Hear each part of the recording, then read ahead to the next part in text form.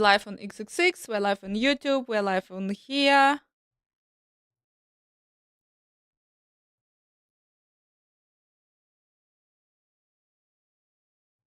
Yeah. Showing just how big the structures are in comparison. They have been discovered beneath the pyramids of Giza. Dunno. Так, wait. Let me show you guys. Millisegundos. Yeah. Here we go.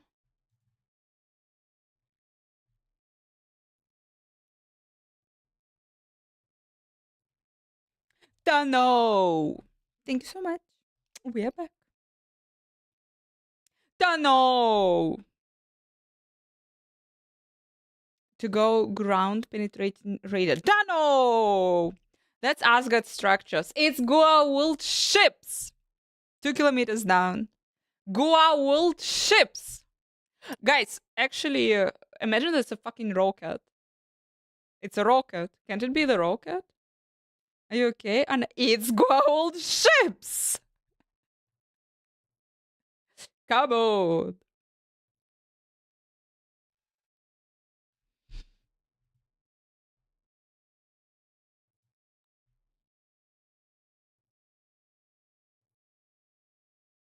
Because rocket. And guys, you know what's the most beautiful about this ridiculous shit? Is that the government, Egypt government, whatever, like, I don't know, the people in Egypt, they are renting out the pyramids. You can rent them for a couple of hours. You can rent them and do there whatever the fuck you want. And it's like a couple of thousands of dollars. It's not like, and like one or two. I'm not saying 10. I'm saying one or two thousands of dollars, and you can rent it and you can do there whatever the fuck you want. Oh, amazing. So here we are. Guys, super happy to see you. I'm so happy that you are here. I am today a little bit shy, super shy. And it's super scared, but I'm back and we will be slowly but surely going back to our adequate schedule. Um, happy to see you. Let's find out what happened while I was gone and what are the sexy RPG news have dropped and what the sexy RPG updates are coming. Here we are. Dav Proxy, thank you so much. Welcome, everyone.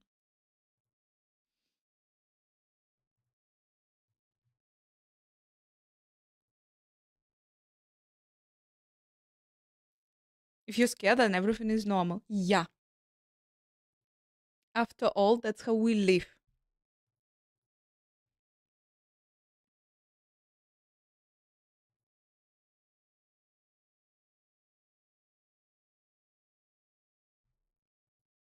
Here we go. Everything is live. Yeah. Oi, they announced.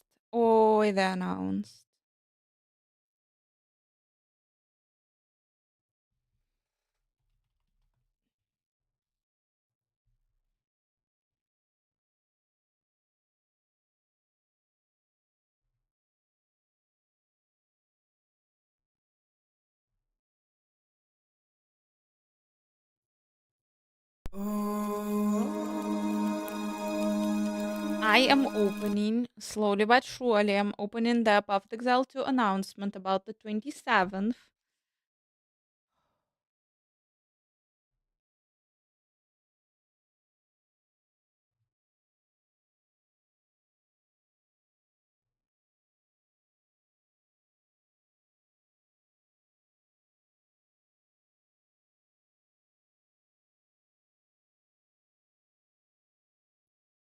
Why do I see everything in German?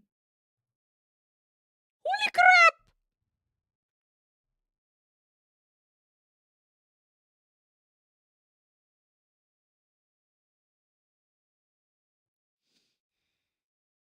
Can come, 27 can come fast enough. 27, it will be big and sexy and awesome.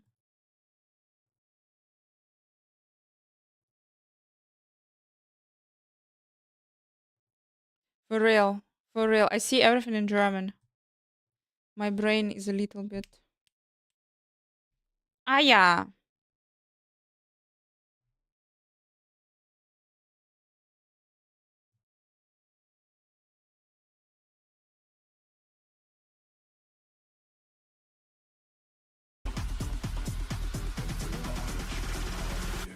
Maxim, hi. Thank you so much. Nice to see you. Hi, guys. Anyway.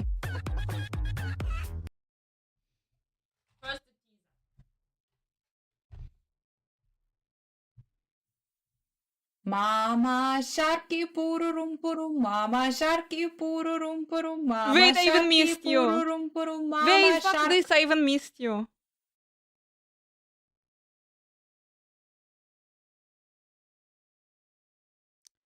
Okay. Okay. Okay. Spirit guide us. We, Okay. the mountain Okay. born, with spear and cunning. A new hunt dawns. Life reveal, boys and girls. 12th of March, big news, but wait a second. There were actually important information. The important information is behind my back because it's the April 4th. Heather Wolf, thank you, my dear. Blooper, anti-sexy people. Hi, hi, hi, hi, hi, hi. Hello, hello, nice to see you. Dear Prism, hi, hi. Ahem.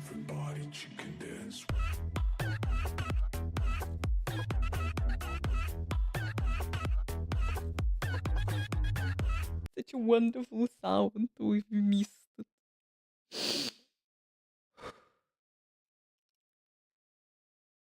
On our map. On our RPG map, 27th of March, they're gonna just announce, and it's gonna be big. It's gonna be big. No way, it's not big. Fuck! I returned.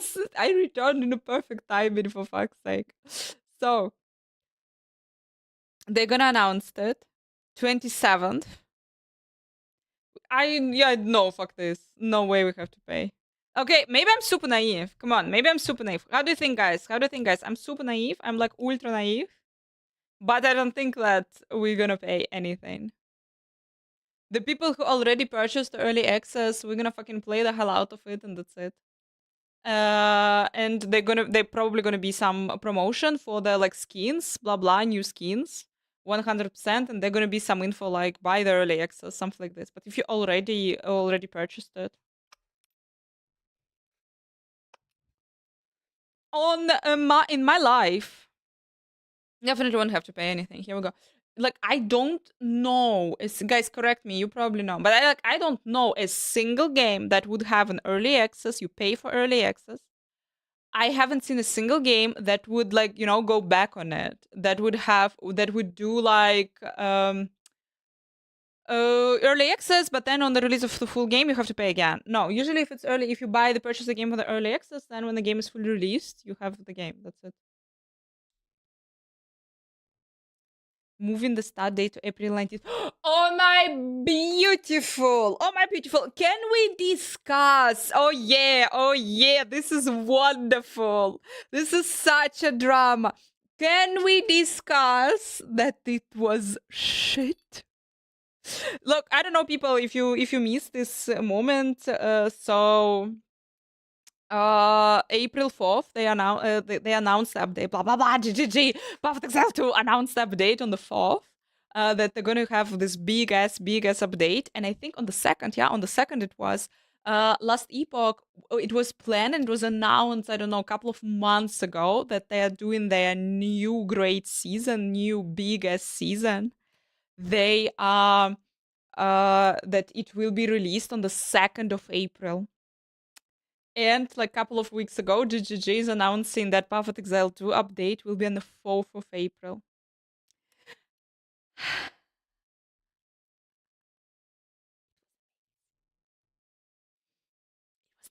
It was so nice that even I saw it. I don't know.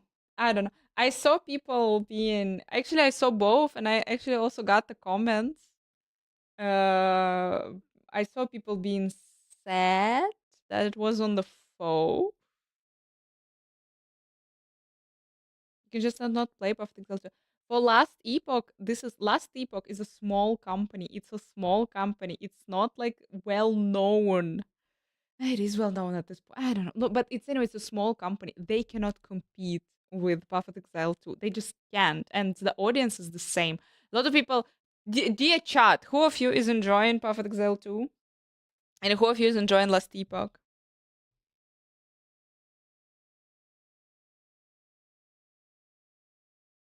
Keder Wolfie? Fucking hell, I ordered myself the PC pads. I ordered myself the PC pads.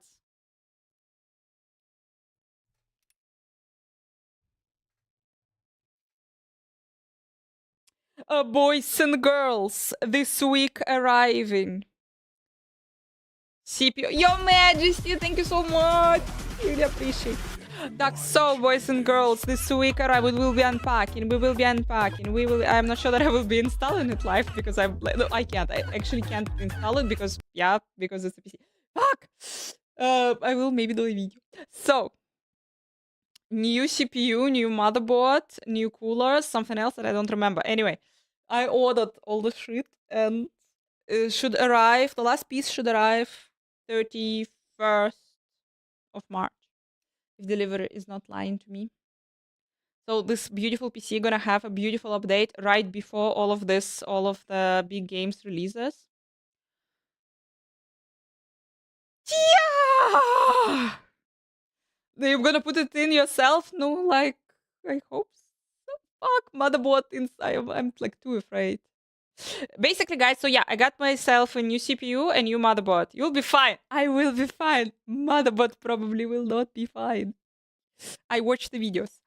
No, like, maybe. Basically, I don't know. So yeah, I'm like hoping upgrade everything before all of the game releases, before all of the big updates. So PC would run smoother because you remember, guys, before the break, like we constantly had some crashes. I hope it is not. I hope it's CPU. I believe it's CPU. It's not a GPU. But I don't want to upgrade the GPU right now. But okay.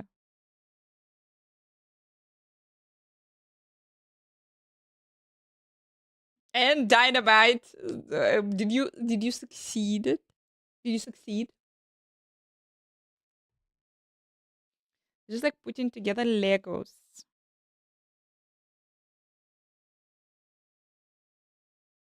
No, I relocated the shit. I don't remember anything. Guys, what is the information that we know? What is the information that we know so far about the UE2 update? I think we know that we have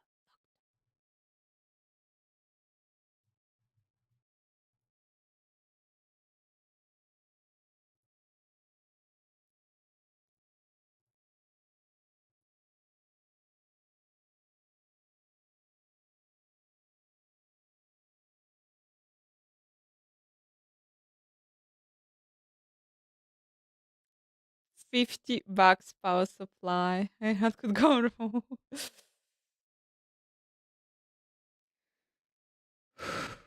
My PC will not explode. My PC will not explode. My PC will not explode. Yeah, guys. Yeah, it will not.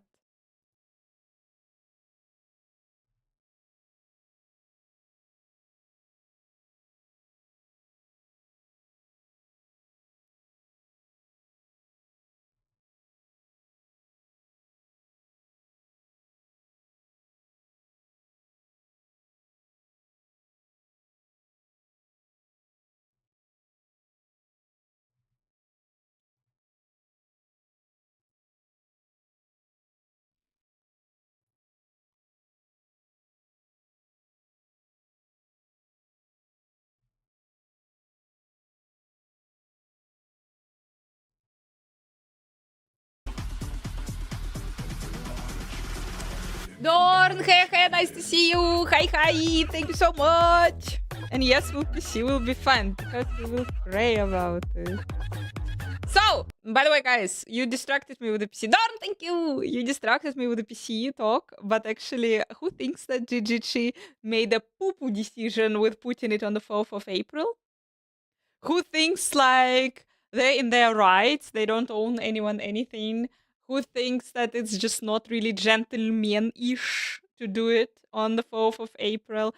Who thinks that Last Epoch was supposed to keep the date of their release on the 2nd of April? And who thinks that the decision to change the date for the 17th of April was right? Ha! Shit, I forgot English.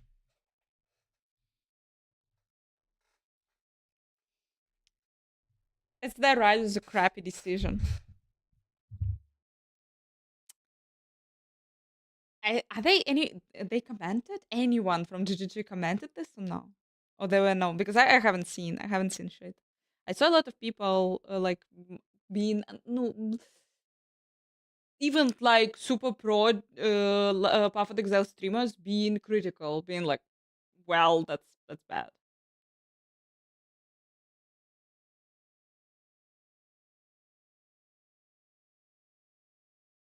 For the riots to all of April. Sustained infrastructure for the last decade, so I'm used to gaming companies doing it. No, I mean, guys, we're a small RPG world. That was really not gentlemanish. That was really not gentleman. But fuck, I saw really like peace. Wanna see drama on Twitter?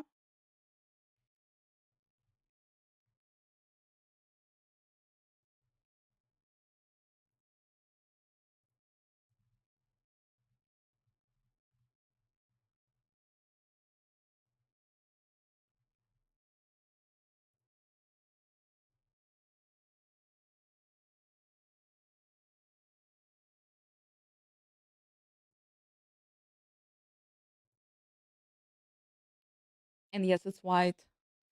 So let's burn. This is the worst decision ever made in history, and the streamers care about this. I'll not play the game anymore. I'll not watch any content from any streamers of these games. I plan on taking time off to play the Last Epoch update all month. It's all ruined now. I mean, it's not the worst decision. It's not the worst decision. We've seen worse.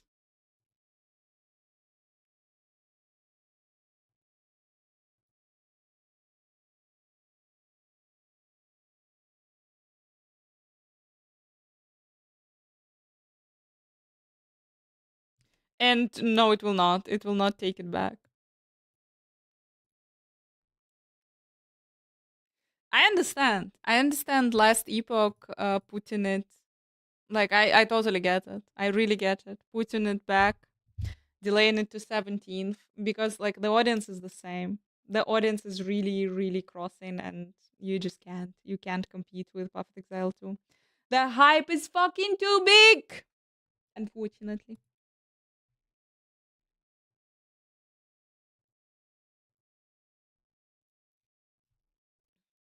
But I see the April as the month when I'm fucking not leaving the flat. I like it. Pia guten hi. It's gonna be a good month, guys. It's gonna be a gloriously good month. Of new in-game encounters. Here is the art for another new ascension coming to an existing class.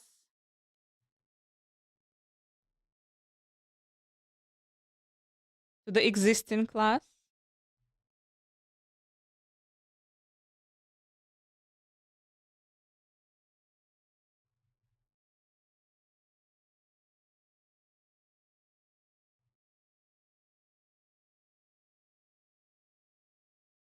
Where is the info that they're gonna bring the new class?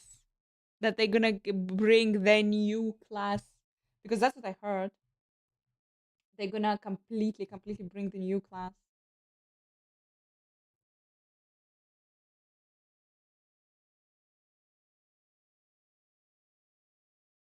Offhand and both, so you can use the same items between weapon sets 1, 2. Support jumps to kills. Mana. The visual audio. New ascendancy classes.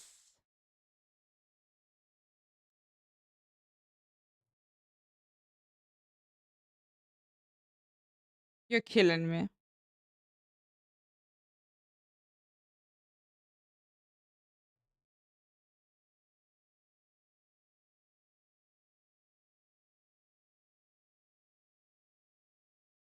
For each class? No, no, no. No, like as far as I understand, they are adding something about the spears. Exactly. I don't get it. I so don't get it. We'll have some new ascendancy classes. Here is the illustration for one. I wonder what this guy specializes in. So, guys, they're gonna be come on. They're gonna be the new ascendancy for the mercenary. That the shit will happen. The shit that will happen. Quality of life, hands, not hands. Unique items are coming. Who gives a damn? Improving the choice of Atlas passive skill tree. Towers can include bosses. A lot of new support gems, unique items.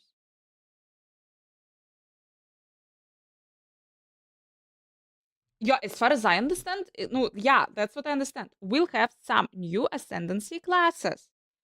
As far as I understand, yeah, this is about the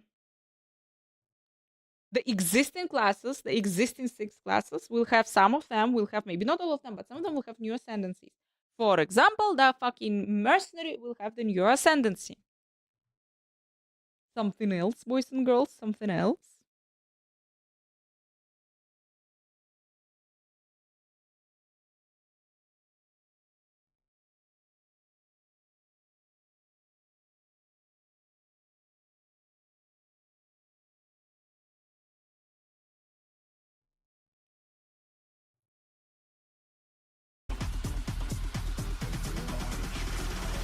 Everybody chicken dance.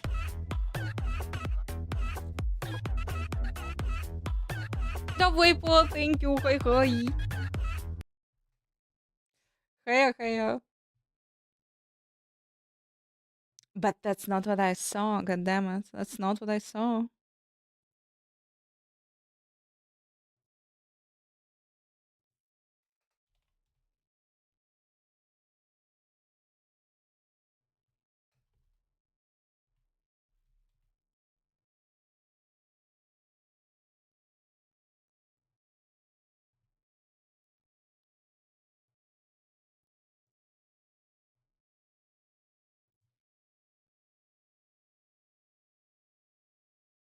Has a much more simplified breakdown. Amazing, we are going there.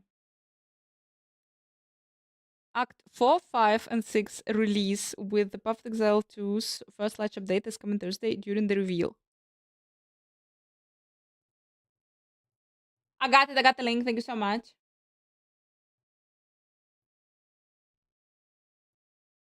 Here we go. Here we also go. But this shit is also coming, boys and girls!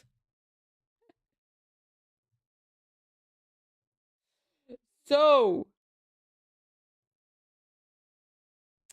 Perfect Exile 2 is about to receive the biggest update. Fuck yeah, it's sexy. Thank you so much. Ooh, tough paper, thank you. We're alive.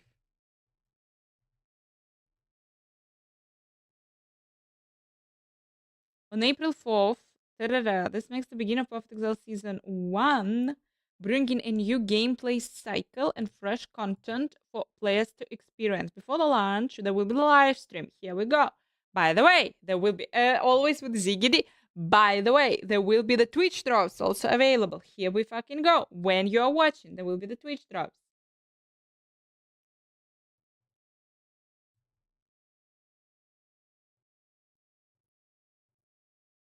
New class, the Huntress, the Spear combo. Fuck yes! Combat styles, spears, ocean fries, express. Oh, wait a second. Amazon is coming. Amazon is coming. New Ascensor, the Huntress class. By the way, did they announce, has confirmed that each class will have 3 ascendancy options. So, apparently each class will be getting one more. Dorn, thank you so much!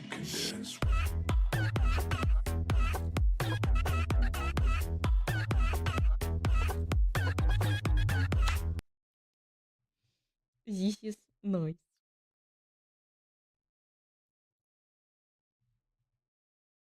Not only some of them, but each one is getting. This is the thing that will be, this is the free effect that will be available for the Twitch drops. Here we go.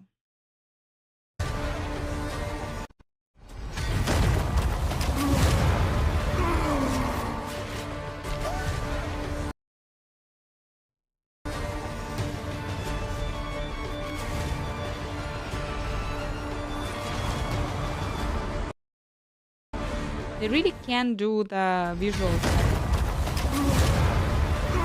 They do everything on visuals.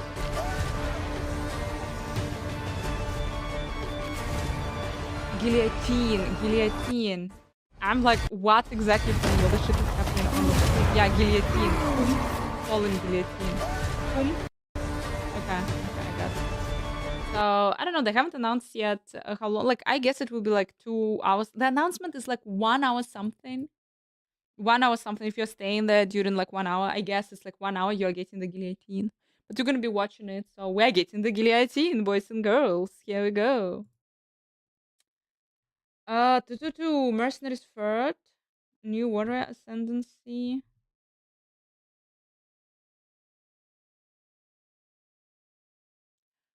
They are making my mercenary a sword and shield.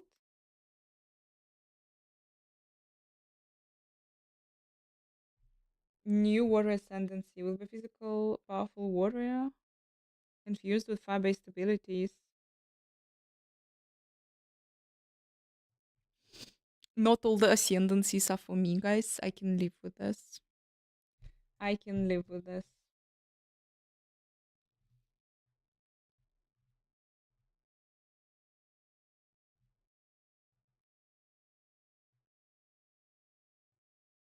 The new unique items. Oh, endgame Atlas changes. Will also bring major upgrades to the endgame experience, including as passive skill tree, more choice for customizing endgame encounters, endgame tower mechanics, breach, ritual, and beasts. Making it cost more varied. Beasts, it's yeah, it's the dude. Power modifiers can apply additional modifiers to towers using tablets, similar to how maps are enhanced.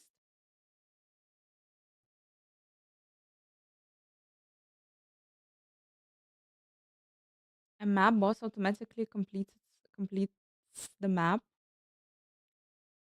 to hunt the rare monsters. It makes sense. Where is Delph? Where is the city building? Where is Delph? Where is the city building? Where is Delph? Where is the city building? I need it. I need it.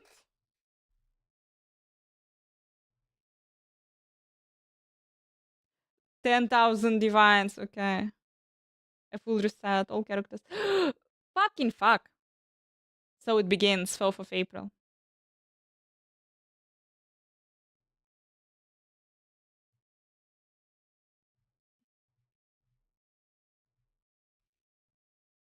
Okay. Boys and girls who will be playing here, the Huntress, aka the Amazon. We were getting Druid as well. Since I wanted more the Huntress, aka Amazon. It's Amazon. They will know that it's fucking Amazon. Since I wanted more the Amazon than the Druid, I am like, okay. Aka Demon Hunter. No, Demon Hunter has a high heals and doesn't use the spear. And it uses the crossbow, so fuck it. Also, it's a female character. I kinda like it.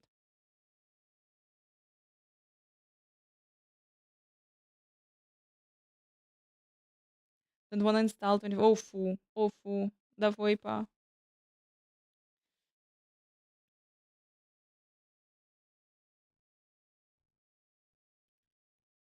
That's Nesta. But we believe.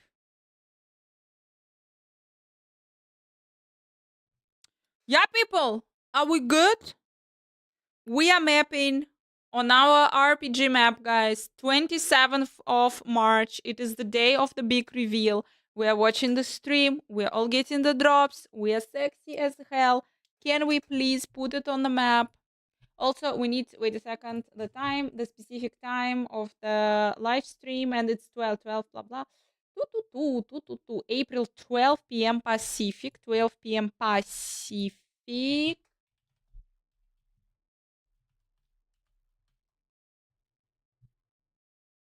It's 8 p.m.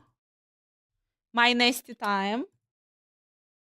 12 p.m. Pacific, it's 8 p.m. my nasty. That's good. It's like okay. It's okay. Can we do the Excel sheet page with all the updates that are coming?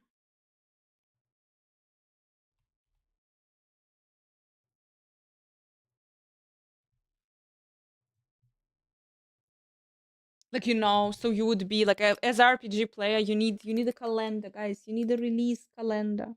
Wait, how to make it beautiful? I don't know. I don't know. Oh, like wait. There is an Excel sheet. There is also such thing as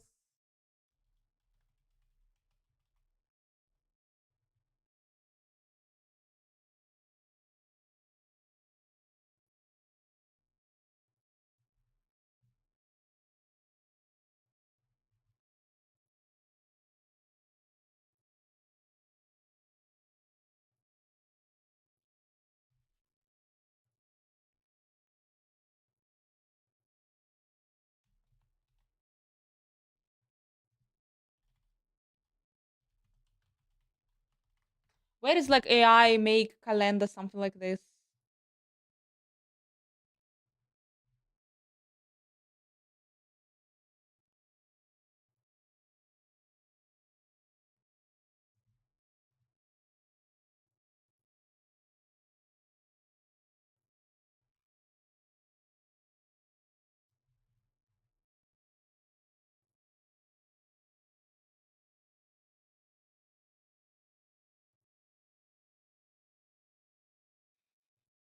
Fuck people, sorry. I opened like the Google Calendar and it's showing me for Germany all the religious celebrations that are happening.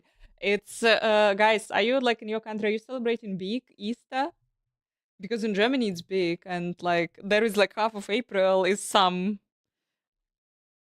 Easter, day off, someone there, someone here.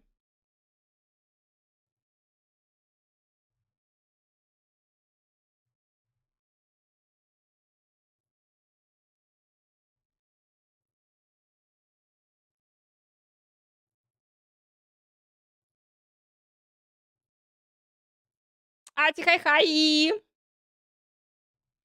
No problem, my dear. Give me like the whatever I will sign. Oh my god, it's super bad to say this. Okay. We don't know yet. Yeah, guys, I am like from what I like saw, from what I experienced myself, like how GGG is doing the announcement and how they like the amount of information that they're usually dropping on you. It's big. It's big. So far we don't have that many details. Yeah, they already drop a bomb with new class, and kind of that's super exciting. And new ascendancies for each class. Oh my gosh, maybe my witch. I don't know. But we don't have, yeah, okay, we don't have that many details about. We have the ascendancy for the mercenary and new warrior ascendancy.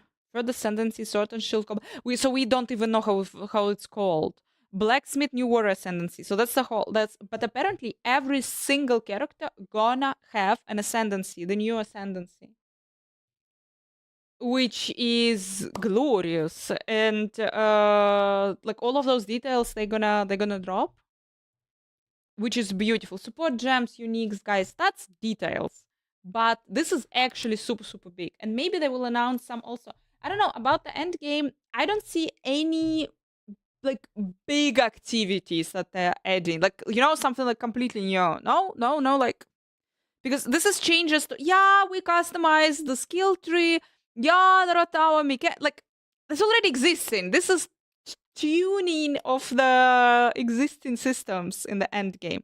What I think, and that would make sense, they would drop something big also. Now there is like something new, shiny, and beautiful in the end game. That is my big hope. That's what they're gonna be talking. That's what they're gonna be talking about. Okay, basically, people, I'll just put it in a spreadsheet. Then I'm gonna make some beautiful, beautiful calendar for you. But so far, what we have 27th of March.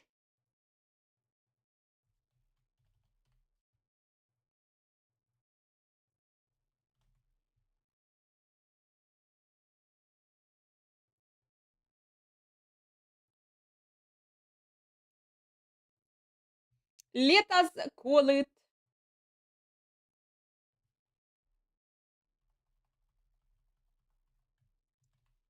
ARPG player calendar. Was it right in English? Maybe not. I don't know. I forgot how to speak English. Ah, now. No, wait. Lost it. Lost it.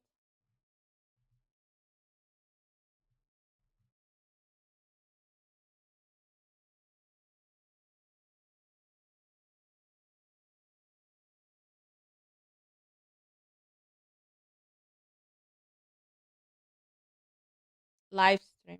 Let's be. Okay, let it be live stream. Yeah, I'm today super worrying and I'm not.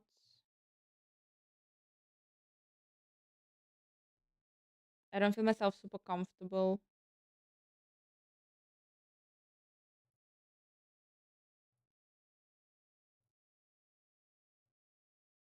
on the screen.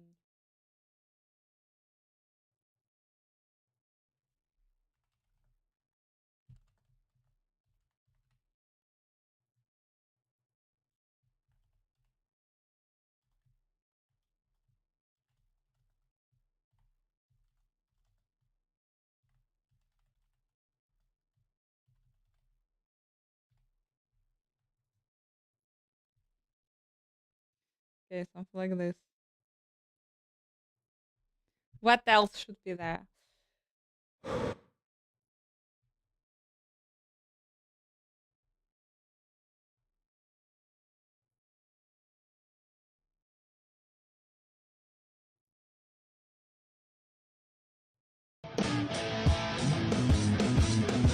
Mayonnaise on an escalator. It's going upstairs, so see you later. Just in Fucking case you Dorn, need thank some you so thermal paste much! or new CPU This is our cooler for PC your upgrade upgrades, or a font. support orchid if you don't. I still really hope that I don't need to replace the GPU. I like super pray and hope. There is already CPU is coming, motherboard is coming, coolers are coming, some other shit is coming. I forgot what, but some other shit is coming. So all of this will be replaced and it should prevent the crashing and the GPU should be fine. But who fucking knows? But thank you so much. Ah! New teasers. Are you tired of finding two good weapons to take advantage of the skill that tree's was weapon wrong. set system? Well, in Path of Exile 2's 020 content update, we're making a quality of life change that lets you use the same weapon in both weapon sets.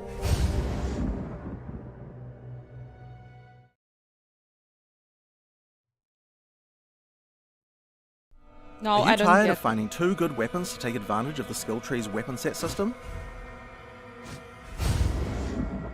Well, in Path of Exile 2's 020 content update, we're making a quality of life change that lets you use the same weapon in both weapon sets. What the fuck? That's too fancy.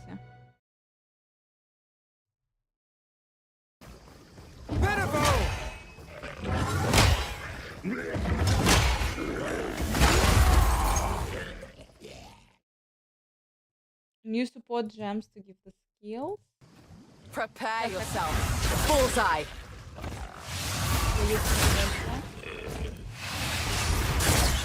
Continue to improve the defense. Different skill tree settings with the same weapon. I understood. And it will be automatically switching and it's not like you need to respec or do something. It will automatically. I'm wondering like the interface how it's gonna look, but it is good. It is actually good.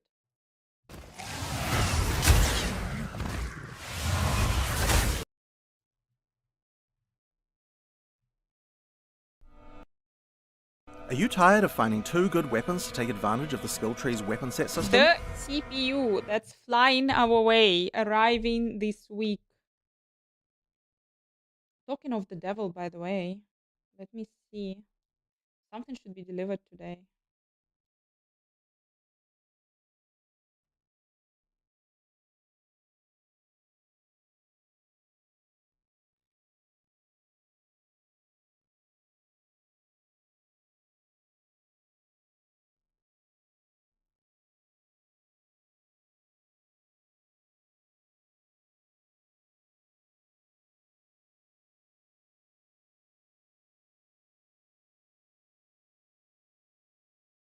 No, today later. Today later, but it's not the CPU. Will be arriving. Beautiful. CPU will be arriving on Saturday. Saturday, guys. It has been dispatched. No, it wasn't dispatched. Ta-dum. Ta-dum, ta-dum. AMD 909. No, 9K900. 9K900.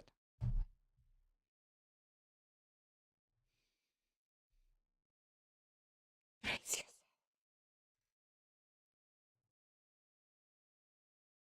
Doing a bingo card for Perfect Exile to stream? We could. We could.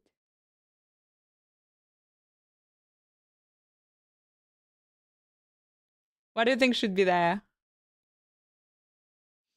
Yeah, that's a nice piece of technology. Guys, I'm like, yeah, upgrading my PC. So, like, it's a nice piece of technology that's coming. And, like, I hope it will solve the problem with the crashing and everything. And I am a little bit super afraid to fucking install it myself. But maybe I'll do it anyway.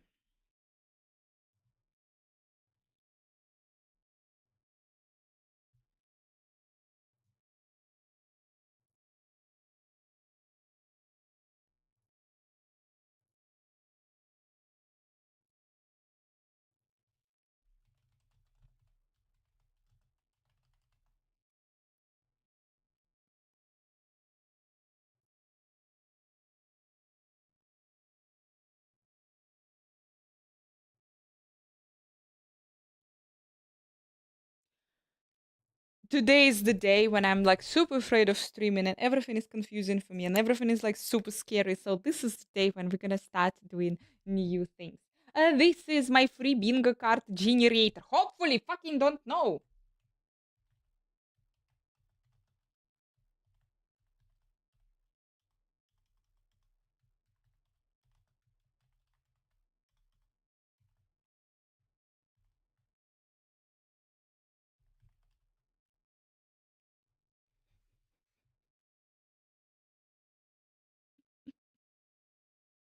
So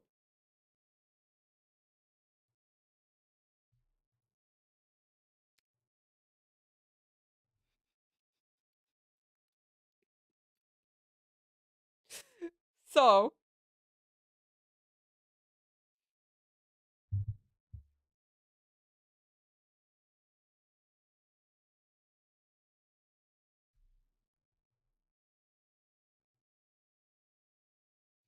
do you approve, guys, our bingo card?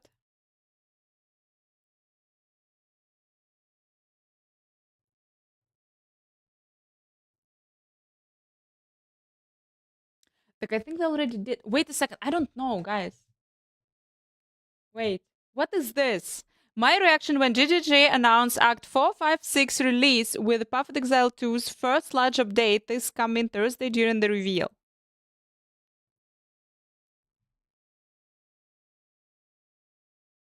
This could be massive. So I think they did wishful thinking. I think it's wishful thinking, yeah. No. For people who don't speak English, I'm really sorry. That sounded for me like it was like already announced. Like my reaction will be like, I don't know. Grammar, guys, check the grammar. I don't know. I don't speak English. Basically. Not gonna happen. Hopium. Okay. I can live with this.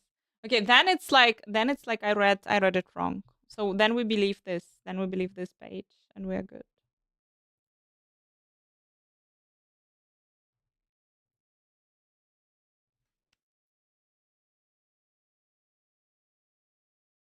No, new ascendancy is gonna be there.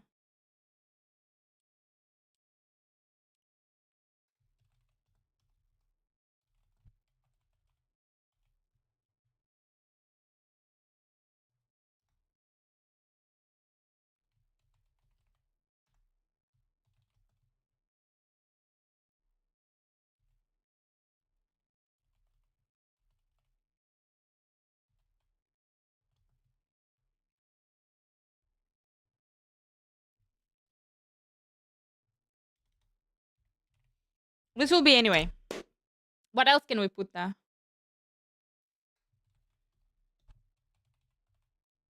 Self. Okay, good enough.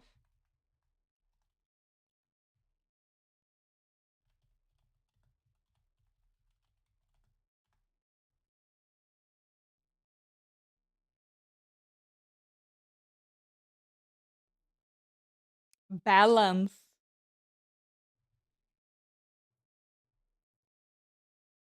What do you mean by balance? Balance does not that does not exist in RPGs. No, any news. Like I put just druid. I put just druid.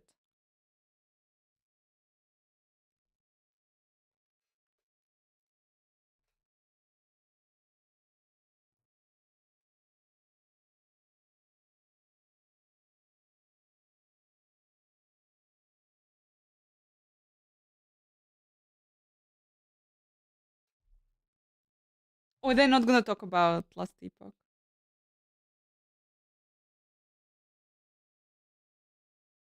Delph and city building I put.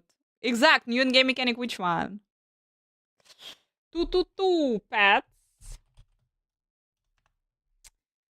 Hire able NPCs. So you mean like a mercenary, not mercenaries? Full followers. Let's call it followers.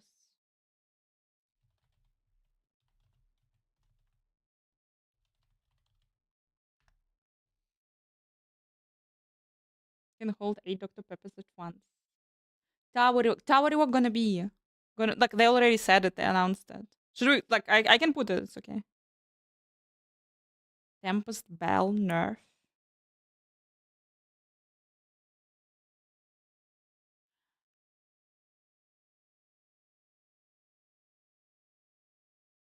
I mean they're adding the support gems, the uniques. And they were talking about some rework of the existing classes. We need a cookie baker city building 100%. I don't know, guys. Should I put like they already announced some things? Tower rework, for example, they announced already. Like it's coming. That's why like I don't want to put it because we know that it's coming.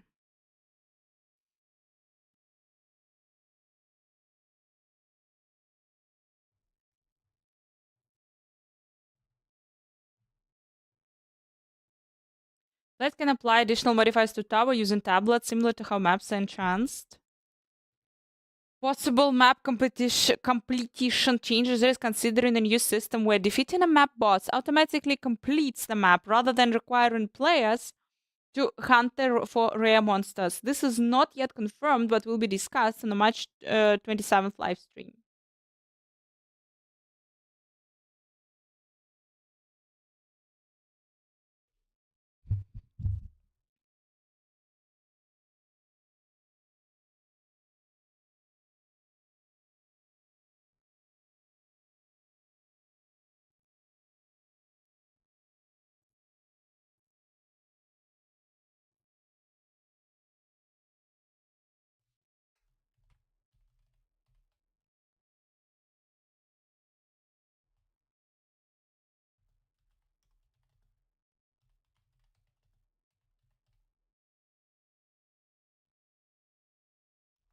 Kill the boss completes the map.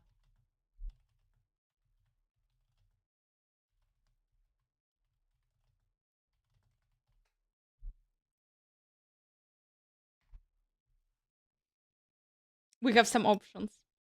Some other activities. Guys, some other activities would you like to have? City building, something else?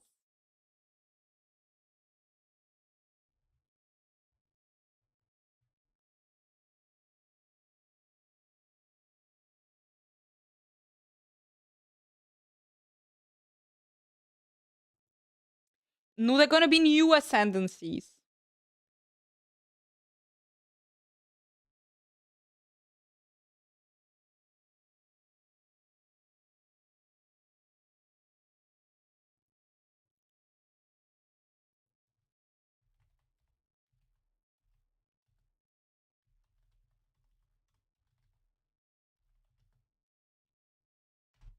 Being deleted from the game.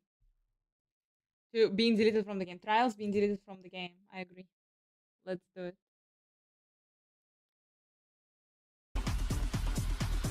You sexy person! Thank you, Cajun. Hi, hi. Okay, thank you, Cajun. How are you doing? I saw that there are troubles with your PC. Sorry, my dear. I will be with you. I will be super, super soon with you when I will blow up, apparently, my PC.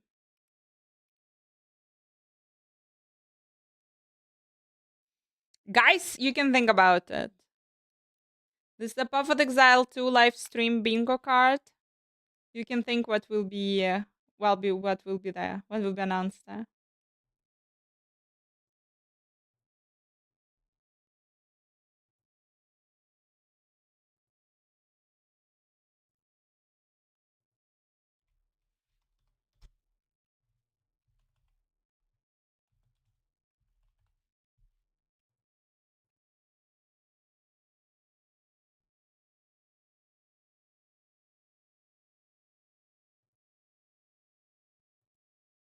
One portal death? I don't get it. We have like 6 portals. What do you mean? You die on a map, that's it? The map is... the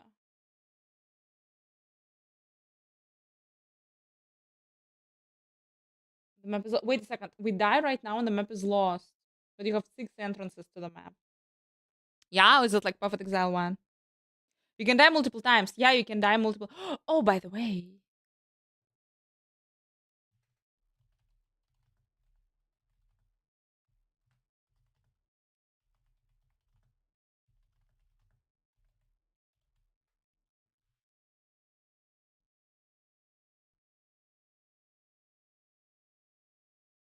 Hold my breath at this point.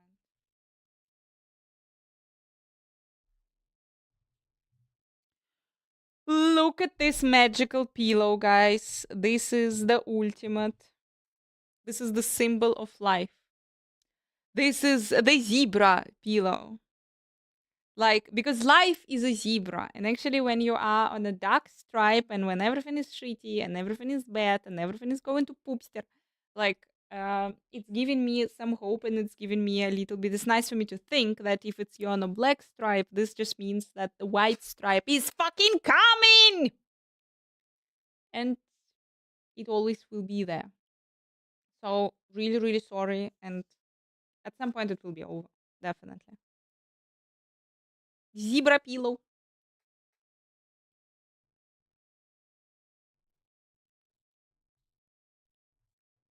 Anyway, Jesus Christus, here we are.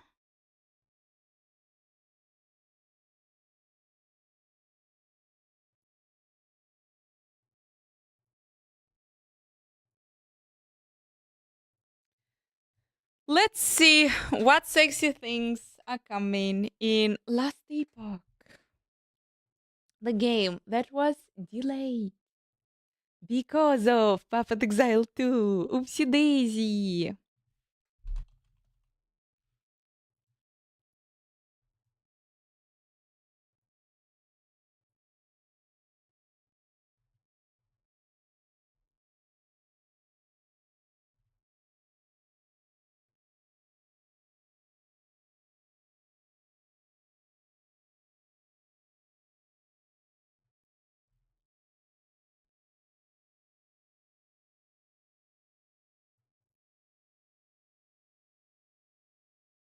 In April, Last Epoch, that's it. They already had a couple of interviews. They also like saw the source of information of this world. They have like the big tour. They're gonna be also with the Talkative Street. They're gonna be the interview on the April 8th and then April 11th. So they changed the dates also. That's gonna be a little bit later. They're gonna be the interview. The big and shiny interview are coming.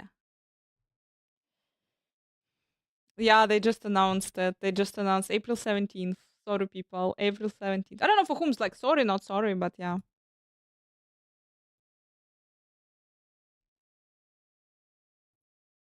Here we go. Here is a beautiful sum up by Rax. Josh, thank you so much. Hi everyone, it's Rax. I have an update on Last Epoch for you, and this one's a pretty juicy one.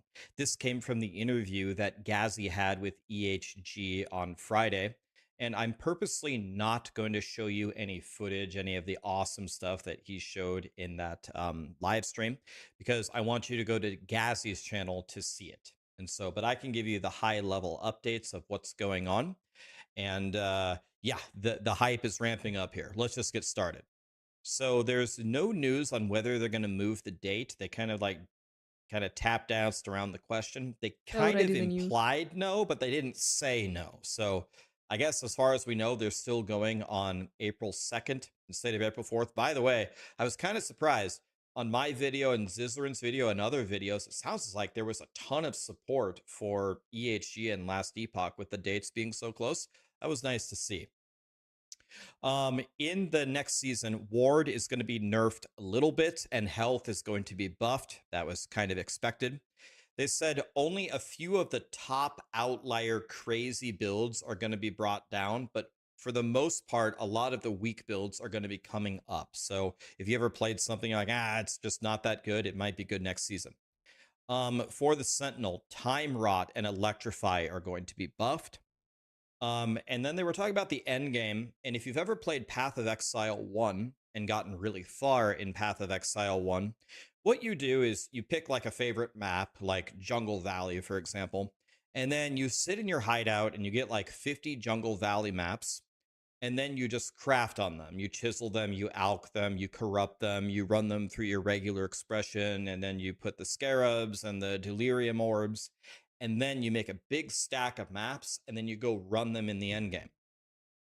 And the Last Epoch people play a lot of PoEs, so when they speak, they kind of talk in terms of, their ARPG background. And they said in their endgame, they don't want it to be like that. So we have the new woven echoes that we're going to run in the endgame. They said they don't want you to sit in your little town and make maps for 30 minutes. They want it to be plug and play. They want you to play an echo, go to town, and then play another one. So they said that you can expect those systems coming forward from them. Now, this is a big one. If you've played Last Epoch ahead of like the beginning of the game, they added a ward mechanic to bosses. And they did this so you can't just like rip through the bosses right away. Yes, as you build strength, you can either actually just one-shot them through it, or you can just do so much damage that you can damage through the ward inflection points that they put on the bosses. But in general, what ward on bosses did was it just slowed down every boss, and pretty much almost everybody hates the mechanic. So what they did is they got rid of it on almost every boss in the game. They said the only time that a boss is going to have this ward mechanic is like the end of an act boss in the campaign, or like an end game pinnacle boss. So this is great news, because the ward on these bosses, it just felt like a big slog, and it made you feel like you weren't as powerful as you really were. I love this change. They were asked about what do they consider to be like a really successful build for benchmarking like the classes that they're buffing or nerfing. They said if you can reach 300 corruption and play, then they consider that to be successful. Then they were talking about they're making nerfs to Aberoth, regular Aberoth, and then they're introducing Uber Aberoth. And they said regular Aberoth is still going to be extremely difficult. You must kill regular Aberoth to be able to fight Uber Aberoth. Uber Aberoth is going to be available at 500 corruption.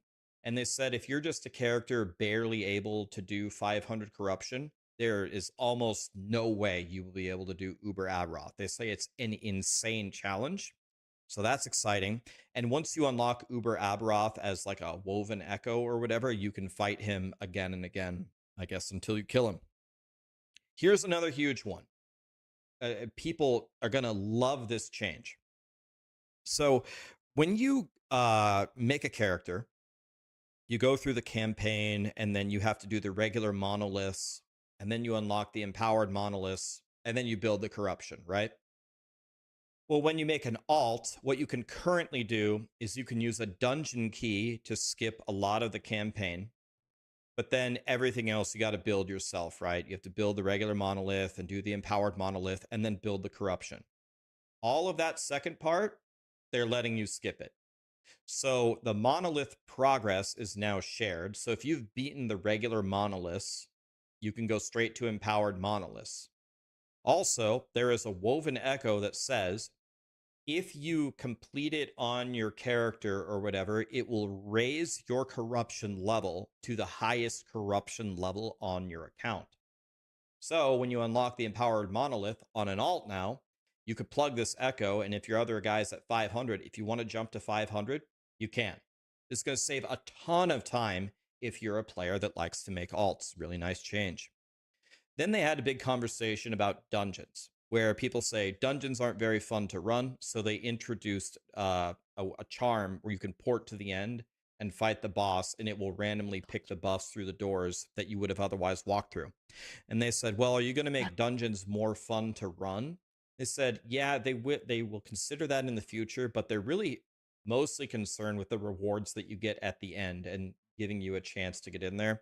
They said it's cool if you like to run a couple of dungeons here or there, but they don't want really that to be the main activity right now. And I completely agree with this. Dungeons are not that fun to run. So I'd rather just have the opportunity to go to the boss and get what I want.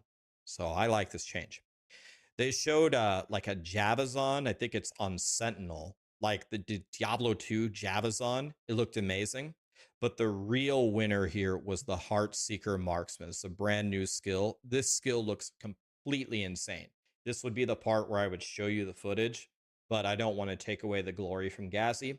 I'll have a link either to his stream with the interview, or if he puts it on his YouTube, to his YouTube. Please go over there, give him a like, give him a sub, and watch the footage there. The Heartseeker Marksman looked so good. Almost everyone in the chat said, oh, screw it. I'm not going to play the Sentinel. I'm going to go Heartseeker.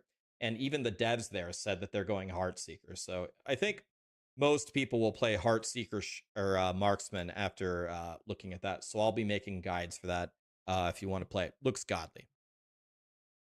Oh, there's new idle stats. They talked about it. They didn't really reveal too much. They just said that there's going to be really new and cool stats you can put on it. Champion and set affixes, which are new super powerful affixes you can put on items. They said you cannot make them legendary. So you got to make a choice. If you want champion or set bonuses, you can't make them legendary. Otherwise, you go get a legendary. I think this is a good balance. When you let an item have everything, then it becomes predetermined very easily what the best in slot item is. Oh, you just get the best set bonus with the best champion affix and slam the best 4 affixes on the legendary potential, and there you have it. Well, that makes the game boring. And they said they want to have like theory crafting. I completely agree with them. So in general, that's my summary of what we learned. Gazzy did a very nice job. He asked a ton of really in-depth questions, so I would recommend you watch the entire interview. It's a really good follow-up to kind of the high-level interview that Zizarin and I asked, and then Aaron Action RPG is going to be next with his questions next week. I don't know, man. For me personally, I've been speedrunning Last Epoch. Maybe the timer is on the screen. I've gotten my time down to 2 hours and 8 minutes with getting to the end game with all my idols and passives. So I'm getting faster. Yeah, I'm just gonna keep practicing here, and I'll have a bunch of guides out for you for the new season. It's looking pretty hype, man. I would say my hype is building day by day. We're gonna be feasting in April. We have Last Epoch, PoE 2. Yeah. And now the date was actually changed for the 17th, guys. Now we know that the date was changed. You know what? Let's see the Gazi. Also, maybe like we have like the full interview, or maybe we have like a short sum up. Guys, there are great upgrades. Jesus Christus. But if I'm like, am I wrong? Am I not wrong? I don't see. Do they introduce like a seasonal mechanic or something like a big what's something new, something completely new? Because this is like fixing. This is a good fixes for the existing systems. Or maybe I'm like super crazy and I don't see it. Maybe.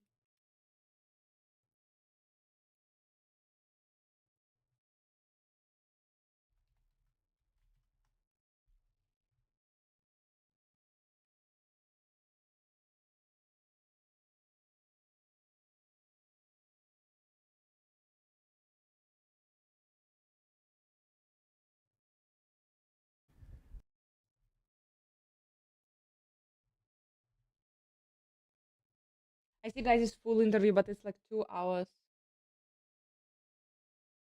There are some new things coming with the dinosaurs. Okay. So far, guys, what do we know is that the 2 more interviews are coming, 8th of April. 8th of April and 11th of April. There are going to be 2 more interviews with the new info. Are there going to be something like a live stream? Ha ho, ho ho, ha ha. They're going to be the Twitch drops also available. To developer stream, they do those things. March 17th.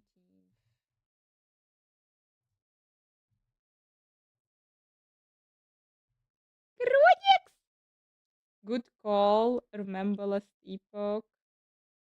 GKS, thank you. Bad move.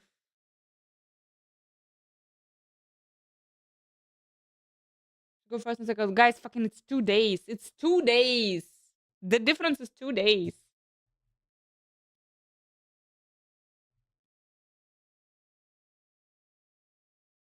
Foo, foo, foo.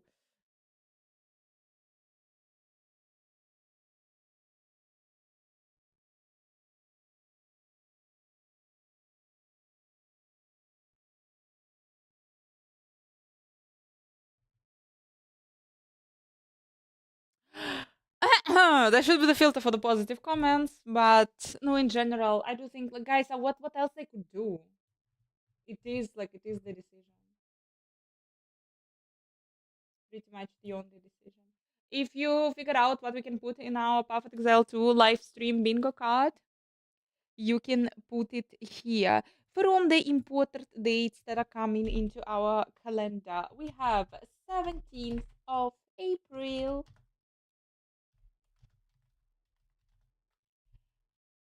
Last epoch, glorious Everybody chicken dance. lounge. It's not lounge, it's the league lounge.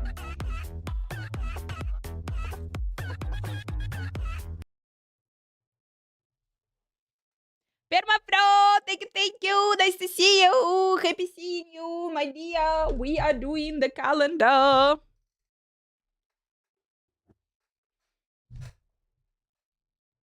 Oh, that's beautiful. Currency drop rates changes. I first, Dorn, I first like, wait a second, which game we're talking about? Like, yeah.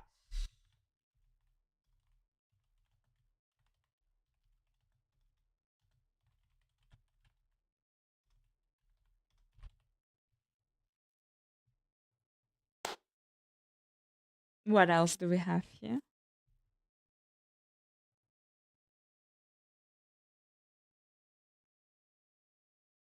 This is the last epoch roadmap. Josh, you're fucking amazing.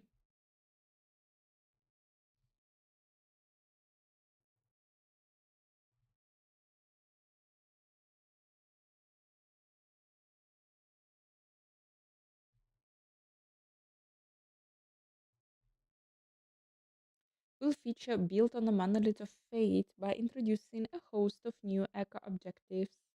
This is December 2024. This is Harbingers of Ruins. We had it, but this was December.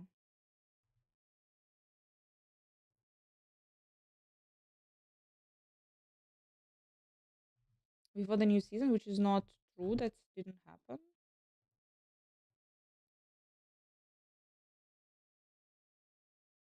Wait, it's but it's December 24th.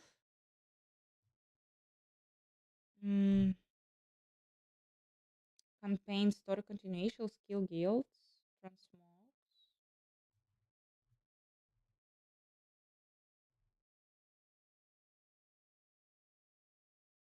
Perfect Exile right now.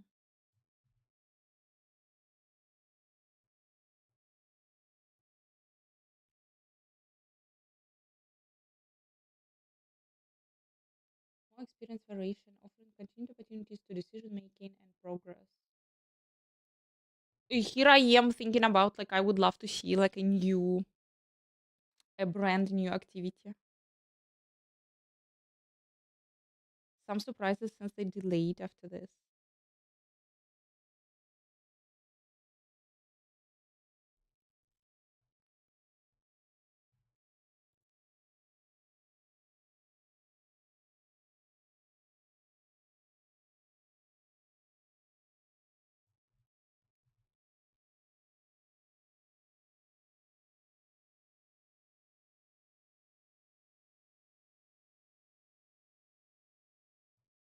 New echo type. This new faction, Wither, expands the endgame experience. Okay. Dungeon improvements. Okay. Passive through sentient overhaul. Makes sense. But yeah, they didn't go with sentient in the end.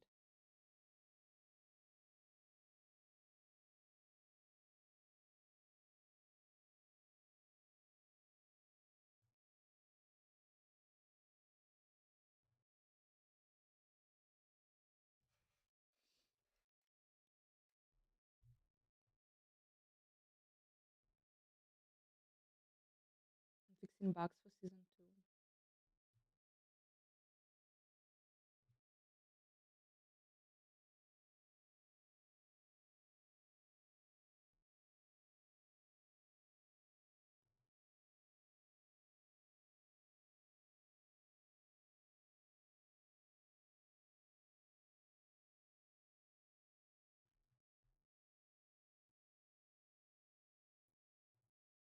That is maybe new and fancy.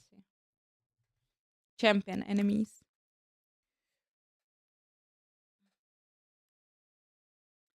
Guys, are you gonna be playing Last Epoch?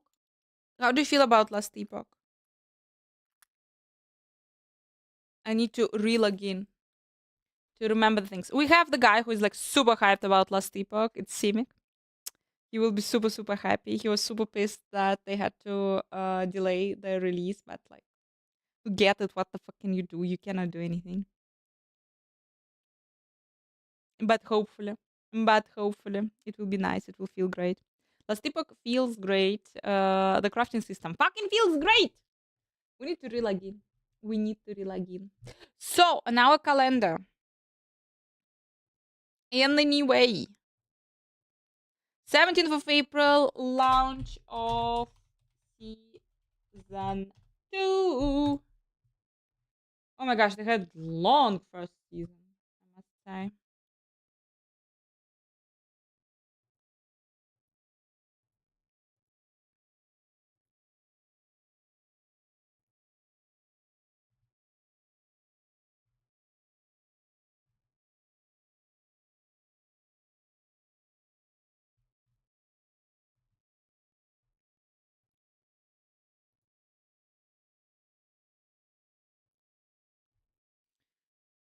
Will the new expansion mean purchasing anything? Should be accurate. Just it's not a new expansion. It's a new season. Why? It's not a new expansion. What do you mean? Who is playing Last Epoch, boys and girls? Who gonna be playing Last Epoch? Everyone will be playing Last Epoch.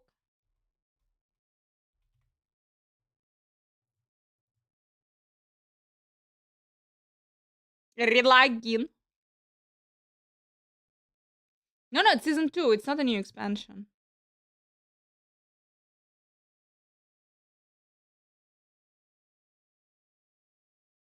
Just rock and roll me.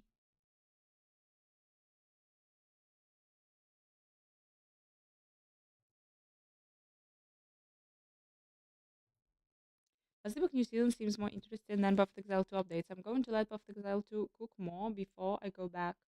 No, like I do not agree. Path of Exile 2 introducing the new class and brand new ascendancies for every class, which means like with a completely new playstyle, with the fucking mercenaries running around with a shield and a sword, which means completely new way to build a character. They do Last Epoch do an overhaul and fixing the existing systems, and like they do have the changes are absolutely great, but there is no like completely something new activity. Like give me a new boss, give me a new, I don't know, no, not new monoliths, but something brand new. Specific and game changes to be announced. Get me excited for Path of Exile too. They got me on the new character. They got me on the Huntress, but I do believe in their announcements. I usually they drop like big. They drop a big chunk of information. That's why like kinda I hope so, yeah. I hope that there will be new. Then I will definitely be going back to Path of Exile 2, but not sure if a new class will be enough for me. I wanna play Amazon, guys. It's my favorite fucking character.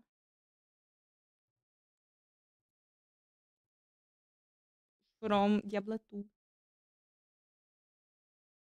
On beta Atlas changes. I want city building. After the 27th, exactly. It's hard to judge before the 27th. It's super hard to judge, just because we don't know anything. But okay. But for me, Last Epoch is doing a system overhaul. It's a really cool changes with building the corruption. Glorious. It's really cool. With the Uber boss, Aberov, I'm afraid I'm saying it wrong. Need to relog in. But no, I said it correct. Cool.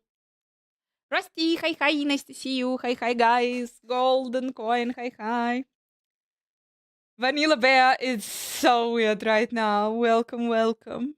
We return to the blast and we are mapping. Ding! Last epoch, baby.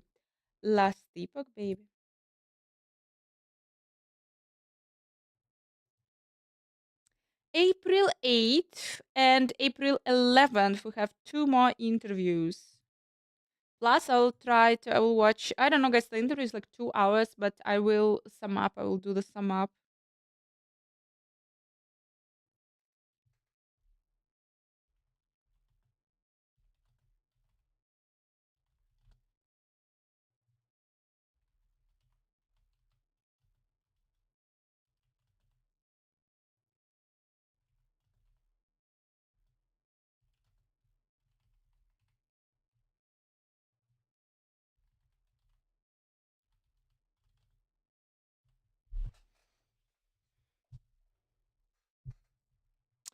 What do we have here? We have 17th of April, launch of the season 2 for Last Epoch. 8th of April, 1 more interview. 11th of April, 2nd more interview. That wasn't English, but we got it. With the fight designs. No, but Last Epoch is like forever in my heart for their crafting system. I like whatever. Crafting system is the best. Really cool. For real. If like they should add new in-game bosses. I think that would be absolutely great to fight. But the whole making the end game faster in terms of you can do the corruption, you can level the alts faster. That's good. Here we go, guys. Here we go. Cherry on the top.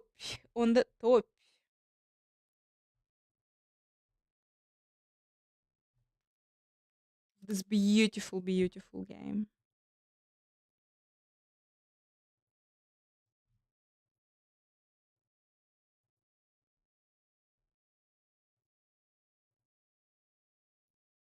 There is something else that I would love to share with you. There is something else. There are 2 more games, guys. That's everything is happening in April. Fucking everything is happening in April. In April, we are closing the door. We are closing absolutely the door. We do not leave.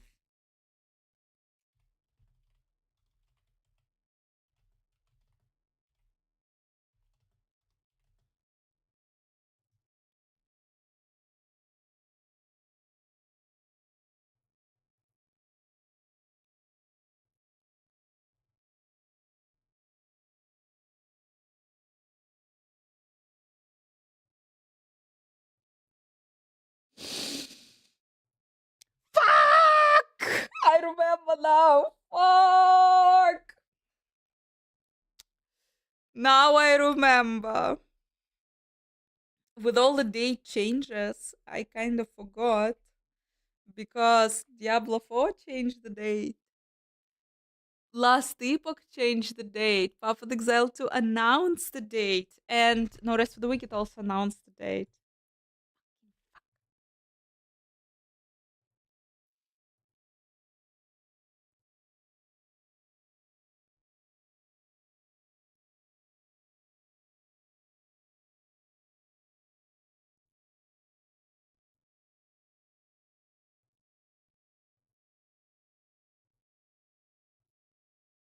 So, boys and girls, one really beautiful game will be. It's not really like God knows. So basically, No Rest for the Wicked was released last year in like early access, pre-alpha, something alpha, and we played it last year. And the thing is, the game is super, super beautiful. The only problem of this game, or like the only problem that was last year, it's like it's small. They did like a small part of the map. It's like they showed us only the beginning of the.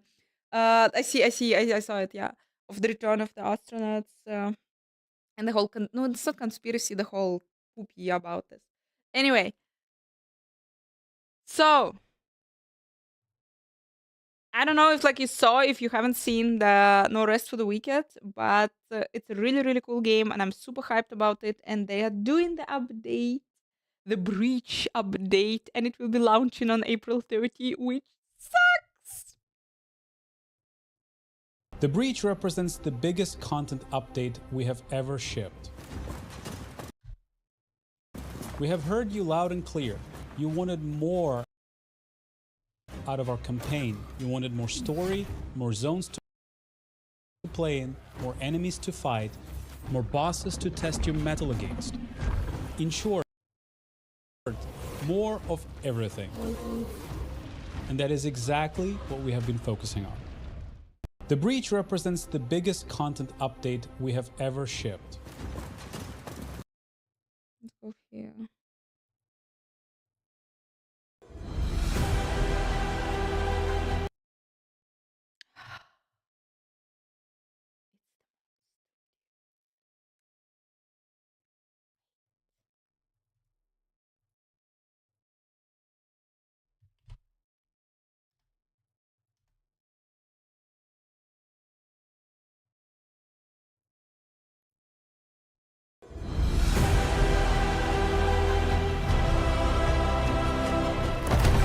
I know we're talking about different games that play in one video.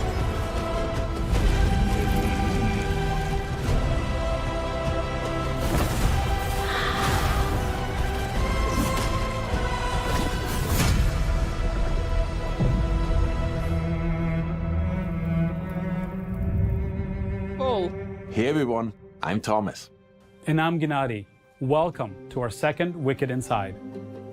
We know a lot of you have been eagerly waiting to hear more from us since we shipped our last major content update. Right after early access launch, It is we cool. spent weeks And listening after I played intently it, to it your looks cool. feedback while It putting is out numerous hotfixes and patches. Then, after we felt that No Rest for the Wicked was in a good spot, we launched our first big content update, the Crucible. With the Crucible, we introduced fresh enemies, brand new systems, and a fun mode to keep everyone like the entertained art stuff. while we begin work on our next major content I update. like that it's so different. But it's I been a really while like since that then, it's not, and doesn't today look like we'd like to anything explain why. that I've played Our with the publisher for typical No Rest for the RPG or Wicked was typical Private Division, a typical game that subsidiary was of called. Take-Two Interactive. Take-Two decided to sell off Private Division, which was unexpected news for us. After some deliberation, we saw an opportunity. After months of negotiations, we reached an agreement to buy the publishing rights for No Rest for the Wicked back so that Moon Studios could become fully independent. This legal process took time, and we couldn't say much while it was all happening. But today, we're excited to announce that it's all done and that Moon Studios is now fully independent. We believe this will give you even more confidence in our vision because we're free to build No Rest for the Wicked exactly that's how we fair. want without needing to ever go silent again. We've used this extra time to create something truly special. Let's take a look at The Breach.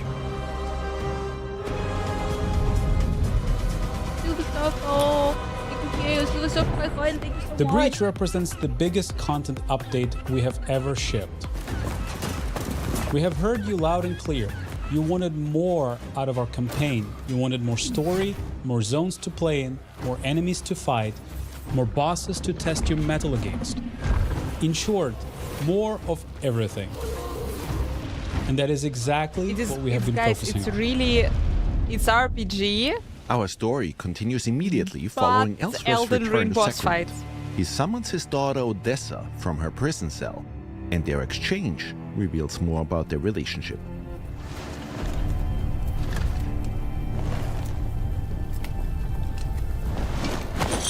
Take the upper passage out. Yep, Then and leave very by the unique northwest graphics. gate. And very unique feeling, like the play style, God what you're Bennett is doing often in the sleeps on game. duty, and the ramparts above him will be unmanned. Head north to Ermgard and Merin, or west to the Glades. Anywhere but here. So that's it then. You have to go. As a Sarim, players will have to venture forth into new areas we're introducing for the Breach. These are massive zones that essentially double the size of the world players got to explore so far. A lot has changed in the Sola Sacra since you've last visited. Southeast of Sacrament lies the Lowland Meadows, a once idyllic haven used by Sacrament's hunters to gather food and supplies. Ellsworth requests our presence on a secret mission, but a faction known as the Harvesters has taken over the region. See? I told you this Sarim would come, and here they are. Indeed. Your presence is welcome here. My friend is convinced that some threat awaits us at the Weeping Sisters. As always at Moon, when it comes to level design, we deliberately craft every single inch of our world by hand. We do not rely on any procedural generation, and we believe that ultimately that will allow us to create an insanely expansive, interactive open world where every inch actually There's like, matters. the chest somewhere hidden behind. And you can touch in there. That's okay. Throughout your journey through the meadows, you will encounter all new enemies. We have also introduced 2 new weapon archetypes, gauntlets and wands. Let's take a look at how these new weapons can be used to take down all new foes that you will encounter. The Timberwhite here will try to take your life with his ginormous great axe. We know some of you already loved being able to suplex enemies in Wicked. It was only appropriate we introduced a dropkick.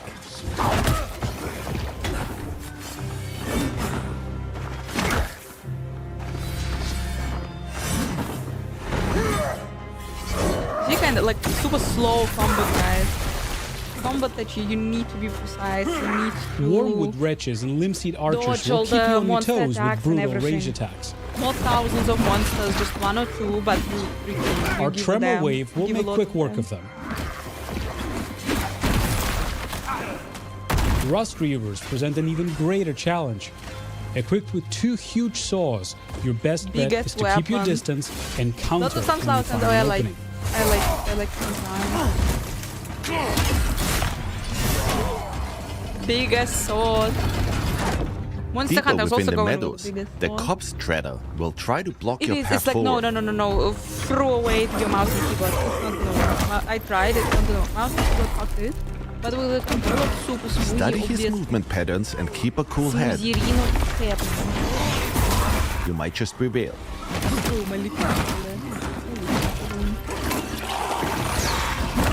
Try a controller. Obviously, we're also introducing all new bosses for the Breach, but we don't want to spoil everything just yet. We know a lot of you already enjoyed how much love and care we're putting into all of these areas. Once again, we didn't shy away from really using verticality and hiding secrets everywhere. Even though you'll often fight for your life in all of these zones, every now and then you'll get to enjoy a serene scene of beauty.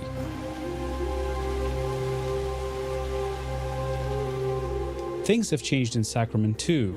Caretaker Alden has arrived in town to plead for help, dealing with the Blight, a plague infestation destroying his home of Merrin You're like Village. there building the cities in town. Excuse me, is it true that Governor Ellsworth has already gone north with that madrigal? The guard said as much, but I wasn't sure. Many doors in Sacrament stay shut to us, Dasha. And if you exit Sacrament through its northwestern gate, you will find yourself in the once majestic Merrin Woods.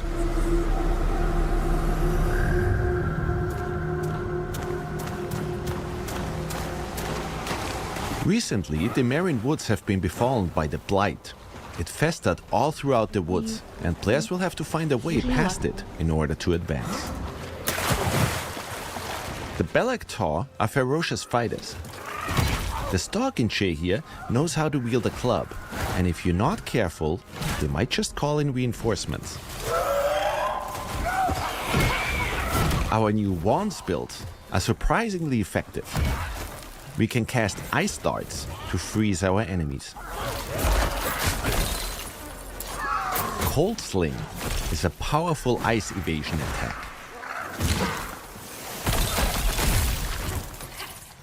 Beautiful world. For the Heavy Feather, we'll use some more powerful spells our wounds provide. We have since learned how to perform the Riven Twins Plague Explosion.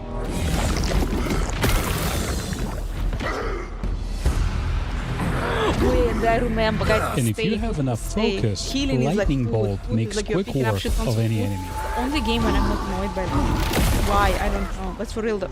Yeah, it's OP. It's the only game when I actually like. Halfway through Marin Woods, you'll encounter Marin Village, a peaceful woodland community Soup is like super healing, I remember now. You want super healing, you get the soup. I'm amazed you made it to our village at all, stranger. Hardly anyone comes here anymore. 10,000 blessings, Serim, for returning us to ourselves. The villagers in Marin provide new services and sell different items than the ones in Sacrament. My clod of a cousin's still hammering away in Sacrament. Decorated it Figured with they would have run him off by fuckers. now. Chased them out of town with their crooked pitchforks and bent spears. Might as well give it here. I am a little bit losing. In Marin, we will also meet Odessa's godmother, Irmgard, a connection to her Dasha heritage. I remember when my mother used to sing me to sleep. You did too. Same lullaby. Will I see you there? All of us at one table again. I'm not welcome in Sacrament. And in a return to the Nameless Pass, we'll explore new areas within it, learning more about the forces of the mainland. We will not tolerate any more doubt within your ranks, Primus. Not while we knock on salvation's door. Discipline takes time. It's earned, not bought. The born god disagrees. Discipline is forged. It is a tool molded in flame.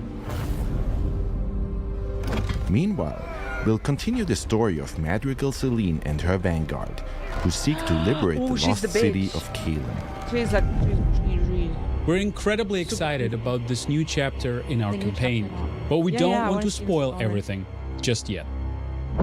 But it's even the guys for me, it's like also about discovering the world. Let's go replayability. They had our intention for No Rest for the Wicked was always to provide players with an insane amount of content, even after they finish the campaign. After the events that unfold throughout the Breach, our Spilled Blood questline continues as any area within Isola Sacra can now be overtaken by the Pestilence. Once an area is infected, you'll suddenly have to fight enemies that you never encountered before in these areas. Skull-Tide! Defeat these enemies, and they might just drop all new Torn resources. Torn resources can be burned at any fire in order to further increase the challenge within an infected area. You will need to heavily upgrade your gear and perfect your build in order to succeed. Even with the max level, guys, he's not one-shot. But greater challenge also means greater rewards.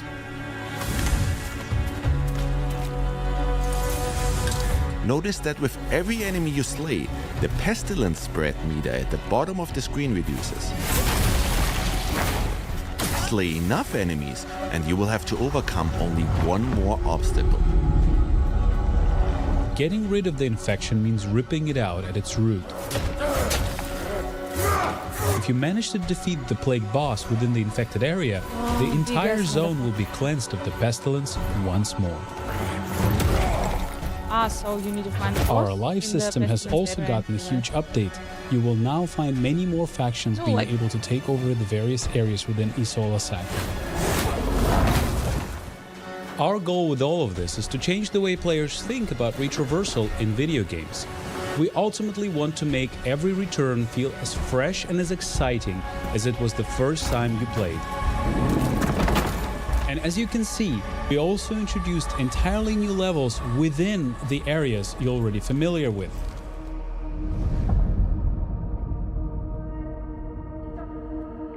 In order to aid players in achieving the perfect build, we introduced quite a few changes that will make progression a whole lot more streamlined and fun. First off, we have revamped the way gear drops. We replaced the tiered approach and came up with a formula that takes the player level, the area level and the enemy level into account, which results in an experience where any gear that drops will be approximately within your level range. Now, gear that used to only drop in earlier zones might just drop again, but at a higher level. We tried this out, and we ultimately see a much higher variety of gear throughout our playthroughs. We think it's a much more enjoyable looting experience.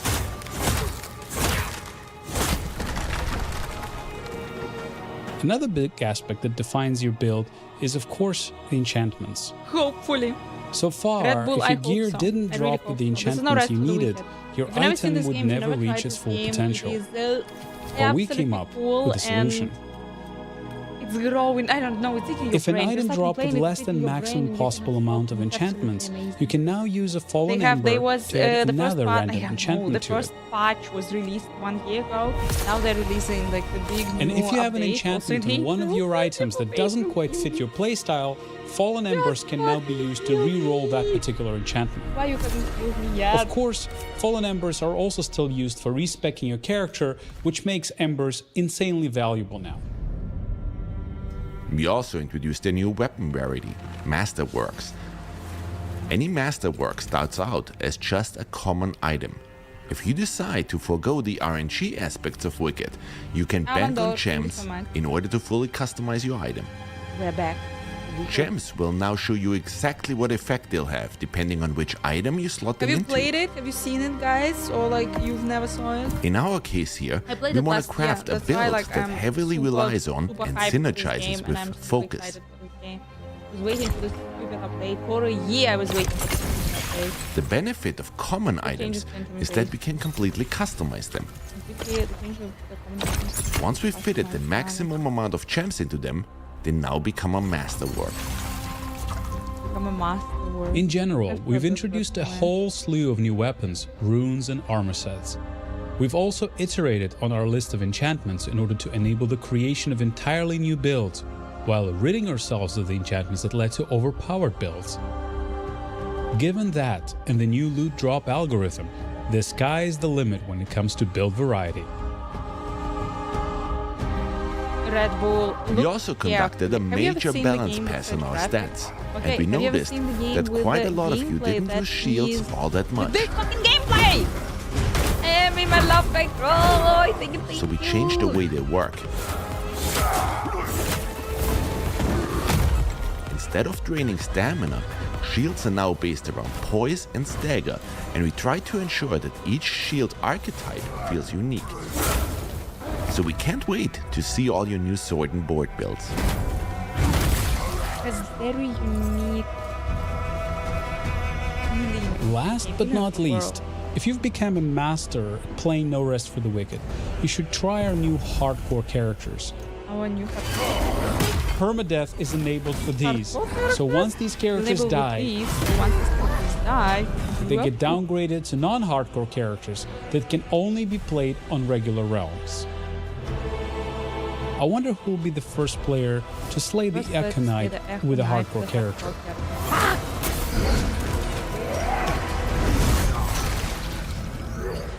Not this guy, but... Naturally, we also spent quite some time introducing a wide range of quality of life features and polished up what you've played so far of No Rest for the Wicked.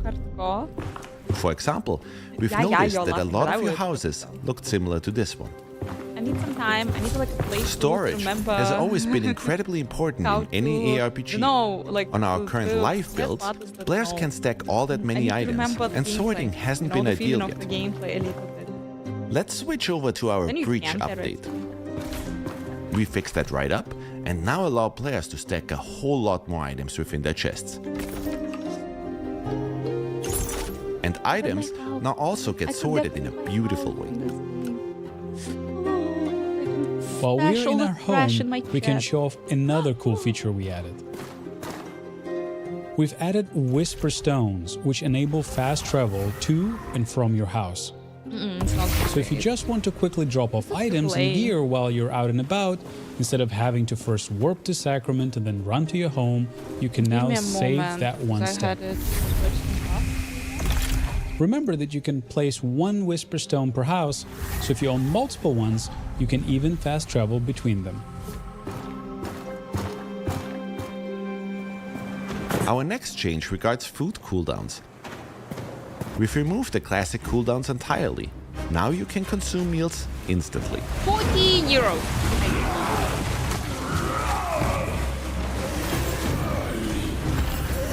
However, your stomach is no longer a bottomless pit. You have a limited number of meals you can eat during combat.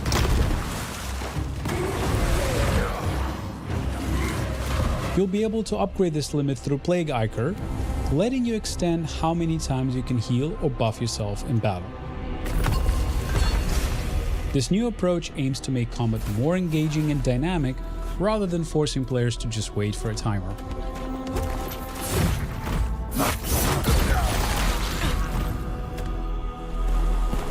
Your ass will be Time to so forward. We know timers and project wait times have been a major discussion point in our community. Yeah, you're We're adding a breaking new the feature so you can contribute food and ingredients to make Adanas's workers, speeding up whichever building project they're currently tackling.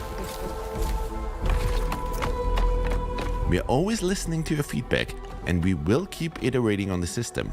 If you have thoughts, please keep sharing them. And of course, we've been hard at work meticulously optimizing performance. If you notice any poor performance in a machine before, the Breach update should drastically improve your experience. Speaking of improvements, our DLSS implementation has been updated to a newer version, which results in much crisper image and even better performance. And these are just a few highlights. In total, we're counting more than 11,000 changes since we shipped the Crucible update. Before we dive deeper, we'd like to clarify how you'll access the breach. You will need to replay No Rest for the Wicked to fully experience this update. Old saves remain in a legacy build, but this approach ensures the breach is integrated as seamlessly as possible into the game. We realize this might be a surprise for some. Ultimately, the scope of the breach and the underlying changes led us here.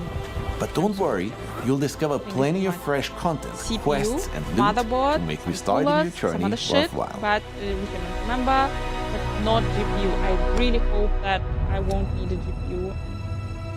Let's discuss our roadmap next. It goes without saying that we will heavily support the breach for the upcoming weeks after launch. You will once again see us react incredibly quickly to all of the feedback you guys might provide. But we're also already hard at work on our next content drops. We've received hundreds, if not thousands of pleas begging for the co-op update. And we know that our original roadmap had co-op before the breach. Rest assured, it will be the next thing we launch after this update. The reason we ultimately decided to switch these updates was because we wanted people to have more content to play once co-op releases. What are the games With the like, Breach guys, update, in there the will be now branches a lot free more to play? content to explore with your friends. I know, like, just like, After for example, the co-op update, $40 we'll be nowadays following up like with cheap. more Look at the improvements and new AAA systems. games all We'll released expand at 70. Sacrament, At improve least, I'm housing, talking about introduce Europe, I'm talking about farming, Germany. expand the Here, Crucible, and of 60, course, 70 bucks finish is the like the new campaign game with release. more story and more That's why quests and 40 bosses. it's We're cheap. very much aware that a lot of you finally want to play No Rest for the Wicked on all major consoles. We have a ton of things planned to further improve on the foundation that we've laid Last so far, Epoch is and we're 30. excited to Oh, keep fuck, the Last discussing Epoch is a all of lot. these new releases and changes with you as we go along. Also, today marks the 10th anniversary of Ori. We released Ori and the Blind Forest on March 11th, 2015. It's been a wild ride for all of us here at Moon. So today, we'd like to use this opportunity to just say thank you. Thank you to all of our fans who have supported us the whole way through. We would not be where we are today without you. We're now hard at work on the final bug fixing and polishing stages of this massive update. We want to make sure we get it just right. But before we wrap up, there is one more thing, and this one is near and dear to our hearts. There was 70 bucks. Hello everyone, I'm Gareth Coker. My story with Moon Studios began more than 15 years ago when I received a message on an internet forum from them asking me if I'd be interested in composing the music for a small indie project. 4 years later, that small project blossomed into Ori and the Blind Forest. Now, we were all very young and just getting started, so for our second release, Ori and the Will of the Wisps, we set out to perfect everything about the original, and I couldn't be more proud of what we were able to create together. But our journey is not yet over. I'm happy to announce that I've been hard at work crafting an unforgettable score for the story, the characters, the locations, and the boss fights of No Rest for the Wicked. And you will finally be able to hear some ambient music while out exploring in the world too. I can't wait to see where this journey leads us once again. It leaves me to invite you to experience the all-new music in No Rest for the Wicked with the Breach update, launching on April the 30th. It will be well worth the wait.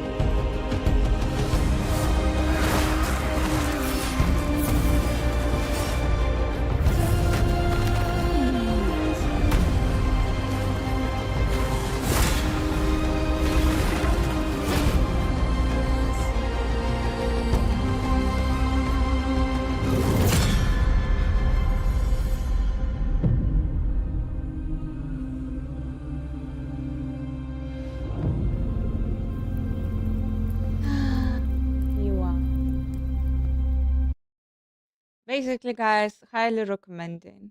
I recommend. I played it. I really liked it. I will play it. They did. They did.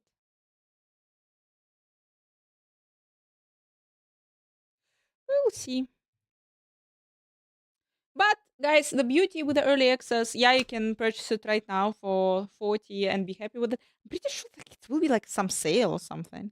I don't know why, but I think I was getting it cheaper. Maybe. Maybe I'm wrong. I don't know.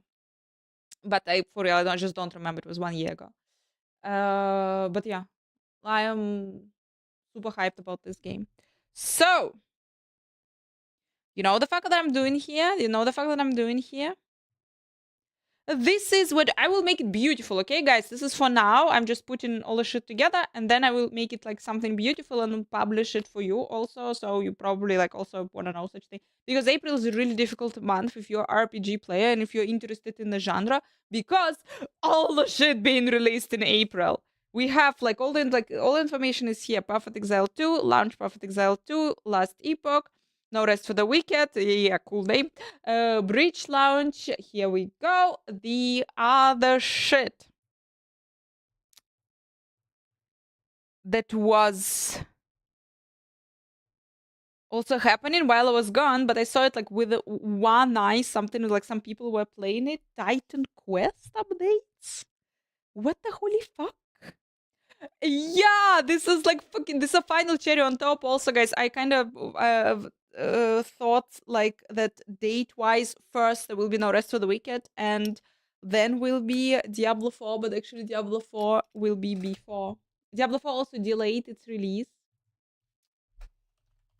So, 29th.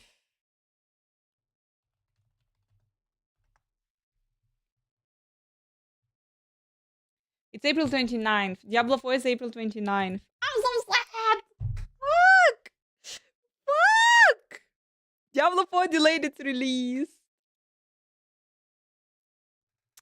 to April 29th.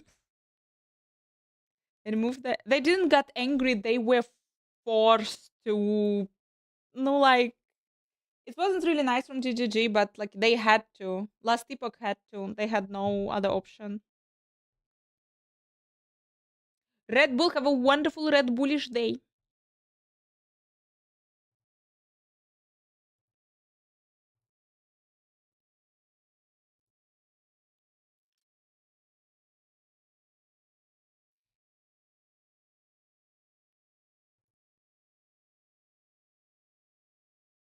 I'm checking if they're gonna be for the rest of the week yet. Some like other announcements before.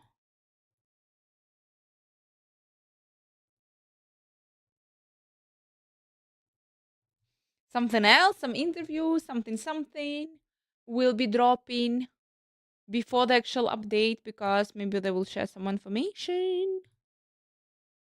Like, there is some big interview or some big reveal.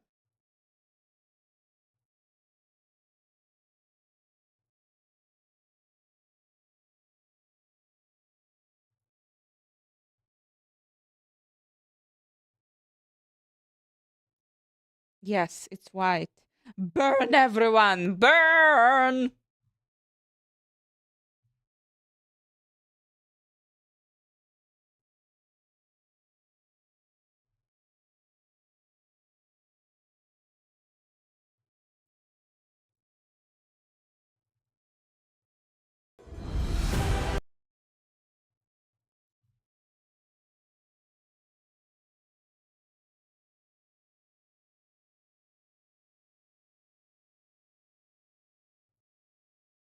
Hey folks, this is Riker, and In the meantime.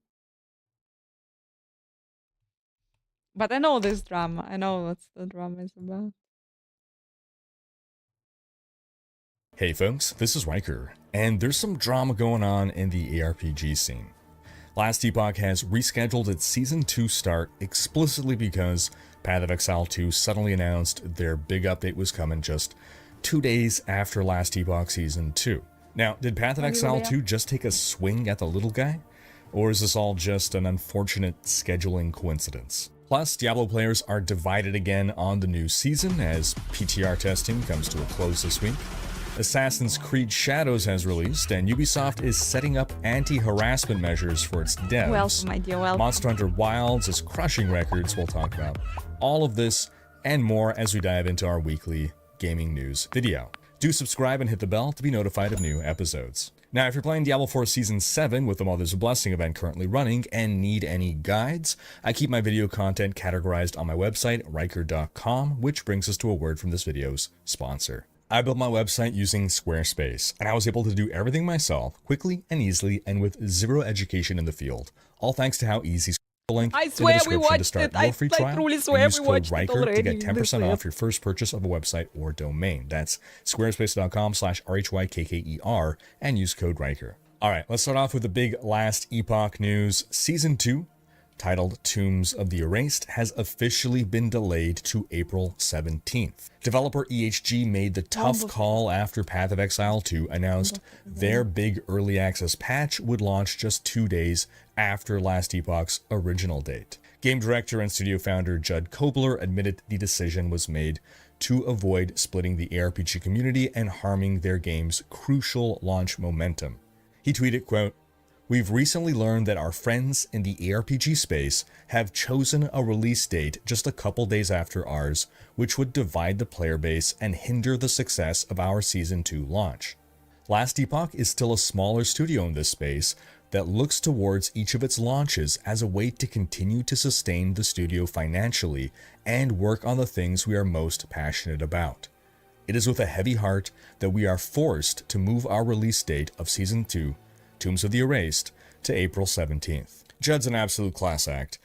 This came after there'd been quite a bit of uproar in the community, with many people upset with PoE Studio Grinding Gear Games over what felt like an attack on Last Epoch. Anecdotally, it's been reported within the Last Epoch community that 11th Hour Games had even reached out to GGG months ago to inform them of their planned launch date to ensure no scheduling conflicts.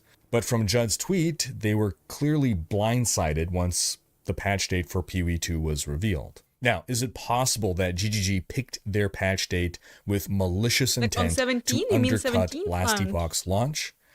Yes, it is possible, but a charitable interpretation would be that given unexpected development delays brought on by giving more support to PoE 1, plus certain PoE 2 systems needing more work, altogether just means that, Dawn of the Hunt would have had to come later than GGG expected.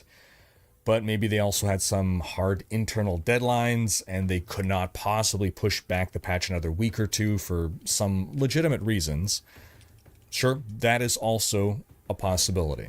But even in the most charitable interpretation, if there was no malintent at all, if it is indeed true that EHG communicated with GGG to ensure no conflict of scheduling, then the least that GGG could have done was give EHG a heads up as soon as they knew that April 4th would be their target date, so that EHG could adjust their plans accordingly before settling a bunch of, promotional contracts for their release that they now have to figure out how to deal with, right? Because between sponsoring streamers and establishing contracts for specific dates, all that needs to be redone now, plus all their internal plans of launching on certain times, their servers, I'm imagining that for the launch, they're ramping up their servers, all that needs to be rescheduled, all their internal embargo dates with whatever potential journalism outlets that they've arranged, whatever they might have arranged, I don't know. It's a big disruption of plans, and EHG does not do it frivolously, and it's giving them a lot more work now. Now, I want to that be said, sorry does for you, that you're GGG gonna owe miss Last People EHG Lounge, anything? but I No. can't have fun with Do they Rome have with to your go out of wife. their way to avoid stepping on EHG's shoes? No. Is it unusual in the gaming industry to see companies schedule their releases around the same time as other games in order to try to cripple them or steal their success or their player base? No, it's not unusual. But we hold GGG to a higher standard. For the same reason that we forgive GGG for mistakes that we would crucify other devs for, we expect better from them.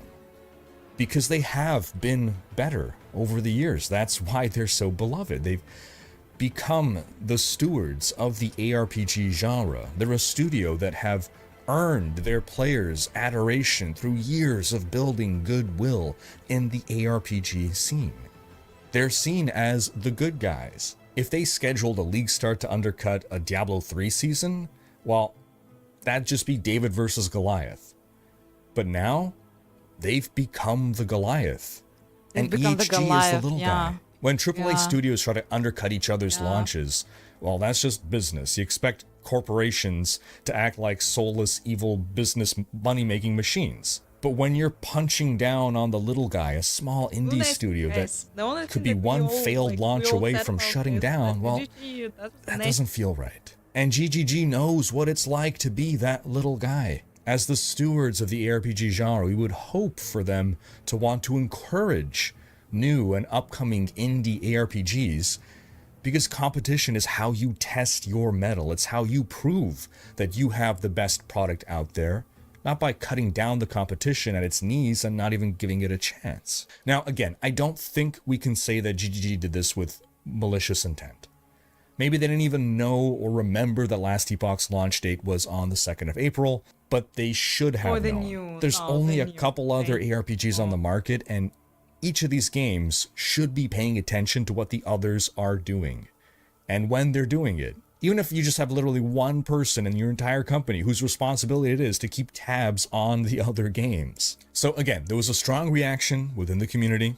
Lots of streamers especially were lamenting the release dates being so close together. Last Epoch is And one of as a the... consequence, I was seeing a lot of people saying that Pretty much this there is is just Diablo, a there streamer is problem. there's Last That, Epoch. having the two release dates Titan Quest, close yes, to each no, other maybe? only hurts streamers and their wallets, and that's why they're bitching and complaining so much. And honestly, this is the most myopic take possible, as evidenced by EHG moving their release date back, because they wouldn't have done that if they didn't think it was important, if this was just a streamer problem. And given the situation that EHG was put in, EHG made the best decision that they could have made. They did the right move for all parties involved by pushing back the release date. Yes, streamers benefit by being able to ride two spaced out waves of content rather than being forced to pick one game to stream over the other. But EHG also benefits because streamers are their advertising. They sponsor streamers to play their game because that is a huge part of their marketing strategy. They're not Blizzard, who can spend millions on buying giant billboards in Times Square to promote their games. Streamers are their core marketing tactic. And their hope is that streamers are going to keep playing their game beyond the sponsored segment. But if there's some other game taking attention away that streamers have to move on to because of a big launch, then fewer streamers are going to be streaming Last Epoch. And that means fewer viewers are watching Last Epoch, and that translates into fewer conversions from viewers to players, and fewer players means less money, which means it becomes increasingly difficult to fund ongoing development of the game. So even if you are just a player of Last Epoch, even if you didn't care about the PoE launch, you were going to just only play Last Epoch, and you thought this would not affect you in any way, you see this how it is turns. still a you problem. This is still a problem for you, because if you like Last Epoch and you want to keep enjoying it, then you want the game and the company to be successful, and you don't want the studio to shut down because no one's playing the game. And this Season 2 patch, this is the single most important release since their launch over a year ago. Because we're used to the whole Blizzard GGG for months. This is Blizzard not like Diablo 4 Season Blizzard, 7, just some other season, and if it goes poorly, oh well, you know, they can't all be bangers, I guess.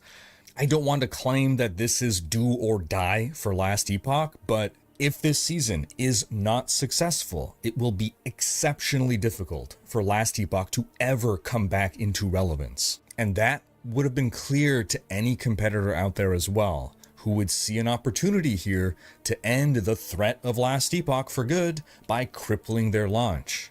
So even if, again, GGG did not do this out of malice, and I don't believe they did, many people will see what happened and believe that they did do it out of malice, and that kind of makes it important for GGG to come out and make a statement on this. You know, just a little, we support our friends at EHG and explaining why they picked the date that they picked, I don't know, no bad they publicity, wish EHG and GGG well, and then we Yeah, can I all know, feel I all right. know. GGG's still the good guys. And what you Everyone do- is that's what's simpatico. so weird. We don't have to That's pick what's so- teams here, because what's best for the ARPG genre. Like, I'm like really sorry, but I'll never believe that they did not know. They knew their launch date. But I'm pretty sure that there are the reasons, but they are not also commenting. There were the reasons behind the closed doors that they will never announce. There were some, like, you know, they were also put like close to the wall or whatever, how the saying is, like, why they couldn't postpone it. They couldn't delay it because actually, no, like, imagine if they wouldn't say it on the 4th, they would say it like 14th, like, yeah, 2 weeks later, let's say.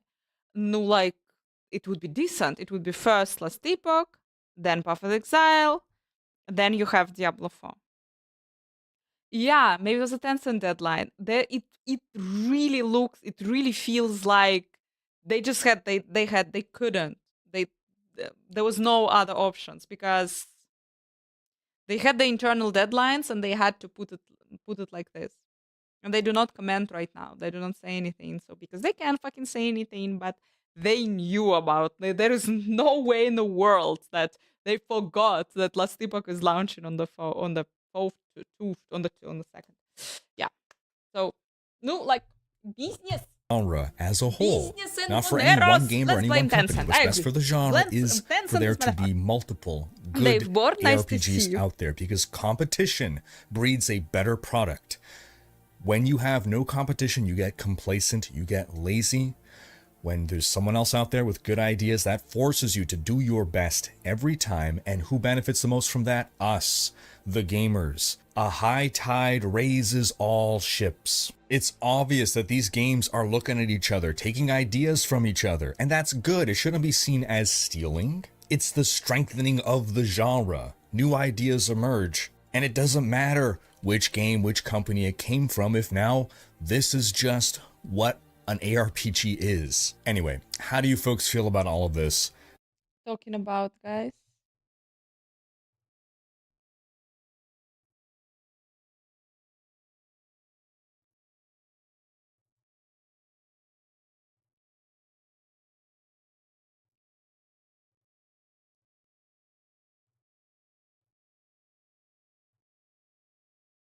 We have here a little bit Path of Exile 2 bingo card, Anna style, pink. So pink. Wait, I just thought about something. Currency drop rates, craft system changes. If you have an ideas, if we have 2 more spots, what can we put in our Perfect Excel to live stream bingo card? You can drop us the ideas. We have right now new act, what will be announced? Druid, new ascendancies, Delve, city building, pets, followers, hire that you can hire the followers, charm updates, bosses for every map, kill the boss completes the map, trial changes, more than 1 death on the map, currency drop rate changes, crafting system changes. Drop your opinions down in the comments below. Moving on to some Diablo news. The Season 8 PTR has come and gone, and opinions from players seem divided. For some players, the feedback so far can be pretty much summed up as more grind, less fun. In last week's video, I spoke about how I think we basically need 2 servers going forward. One with Season 7 progression and drop rates, right? The super fast stuff that was a fan favorite for a lot of people. And then one with Season 8 progression and drop rates for people like me that enjoy that slower but not molasses slow progression. Because again, people are still split on what they like. And the season theme, Season 8 overall, once again, it's not breaking new ground. Lots of players are feeling like things are becoming formulaic every season. Like, you know, every season, okay, what's the new powers that we're going to farm? What's the new activity that is some variation of an existing activity that we're going to farm? And in Season 8, farming that seasonal content kind of becomes repetitive and grindy because the new event is pretty straightforward, small in scale, and you need a lot of materials to level up your powers. For myself personally, I feel it's kind of a shame that the seasonal event does not feel like a viable activity pre-level 60. It's just not rewarding enough to warrant going out of your way for and slow down your progress to 60. That means that unless they change something drastically, in Season 8, not only is it going to take longer to reach 60, but there's also nothing new to do, really, or that's effective for you to do while getting to 60. Unlike Season 7, where we had like Witch Tide, which was a new and fun way to experience the game. So I can see it just now taking longer to do the same old stuff is going to be quite unpopular for a lot of players who are already complaining about the slower leveling. As for the balancing of the boss powers, some of them seem insanely strong in endgame content, though it's unclear how long you're going to need to actually farm up everything to get them to insane levels. But we're talking like billions of damage on the top end, which kind of turns your build simply into a delivery system for the boss powers damage, which I don't actually think is necessarily a bad thing. You know, if it's just a 1 season thing and it makes the season feel substantially different in meta to past seasons, you know, that could work. That said, I do imagine not all players will like this feeling that like their build kind of doesn't matter and it's whatever the boss power is that's doing all the damage. But still, I do expect them to at least do a balance pass on the boss powers. Meanwhile, I saw a neat post from Reddit user Diaplush, who created this image as a means of expressing what loot drops we really care about. But honestly, I kind of love this as a pseudo loot filter. Like, the devs don't want to give us loot filters. We've spoken about that in the past, sure, fine. But how about just options to color certain tiers of loot differently? We're not filtering out anything because that was their objection. They don't want to, I guess, hide loot. But we're just changing colors to our preference, right? The game already has excellent accessibility options for colorblind modes and all that, so why not just let us pick our own colors? Meanwhile, we're 2 seasons into the Dark Citadel being part of the game, and I'm wondering, how many people are playing the Dark Citadel? Sound off in the comments if you're playing it in Season 7. I didn't do it once in Season 7. Because I think the Dark Citadel is the best designed activity in Diablo 4. I loved it in Season 6, but I didn't play it at all in Season 7. Partially because there's no new cosmetic for me to farm. Now, about 8 months ago, Blizzard said that I think 80% of D4 players play... Fucking you kill me, but like I don't understand. Why not adding new cosmetics in the PoE zone? Why not adding new cosmetics in the Dark Citadel? Literally, it's like such an easy, like, in that, why would people go back and why would people really play it? Like, and you have shit tons of artists there. Come on, not like who, but like Blizzard can have literally shit tons of artists there that who make for you new cosmetics for those activities every season. I don't know. Maybe like I don't know. Maybe they're so like fuck. They don't wanna like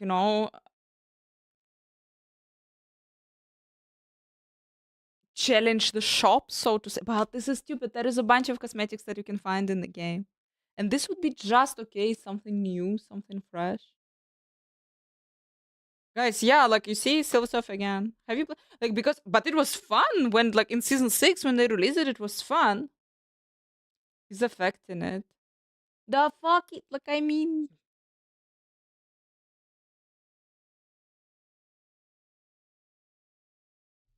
I don't Solo. know. And the Dark Citadel plus the Party Finder in Vessel of Hatred, these were ways to try to skew those numbers the other way. And I wonder, what do the numbers look like now? Because if after those efforts, the numbers are still like 75% solo, maybe it is time to open up the Dark Citadel to be soloable. Let the mercenaries be able to help you complete those duo objectives. You know, if you really want to incentivize party play, maybe give a bonus chance to drops in a party, but don't lock solo players out entirely if most players are still solo players. And the reason for this is probably not what you think. So again, I think that the Dark Citadel is the best designed content in the game, and I want to see more raids like it. But if Blizzard's data is saying that only a small number of people are doing it, then they're not going to make more. So if making it soloable means more people are going to do it, and therefore they're going to make more of these, then I say go for it. Then lastly for Diablo, a surprising reveal from GDC confirmed that Diablo 4's Greater Affixes were a last-minute addition to Loot Reborn. Blizzard had only 2 weeks left on their schedule when the concept was proposed. Kind of crazy that something that is now so fundamentally impactful to our gameplay experience was just a late-breaking idea. Now, overall, how are you folks feeling about Season 8? Are you planning to play? Are you planning to skip? Sound off in the comments. Moving on to some Path of Exile news, we've got fresh teasers for Path of Exile 2 Dawn of the Hunt, which, as we said, is coming April 4th. Grinding Gear Games revealed new endgame encounters and teased a new Ascendancy class for warriors. Here's the teaser image, showing some kind of a blacksmith, I guess. Now, this does prominently show a sword, which gives us even more hints that swords may be coming with this update. We'd kind of explained in a past video why we thought swords might be coming. But do remember that Warrior is a mace-based class overall. It is worth noting, however, that data-mined voice lines from 2 months ago referenced something called a Smith of Kitava in the context of it being a player class. So, if there's anything we've seen so far that would qualify as being a Smith of Kitava, this is it. Now, overall, this seems to kind of evoke Last Epoch Forge Guard vibes. We may see fire-based melee attacks, like maybe you're like imbuing your weapon with fire damage, you know, kind of powerful weapon enhancement kind of things. Who knows? Maybe even new ways to boost item quality. It would be kind of crazy to lock certain like crafting options to an Ascendancy even. But what do you folks think this new Ascendancy will be? Got any creative predictions or wishes even? Sound off in the comments. Moving on to some Assassin's Creed news, Ubisoft has apparently taken an aggressive stance against harassment aimed at the devs behind Assassin's Creed Shadows.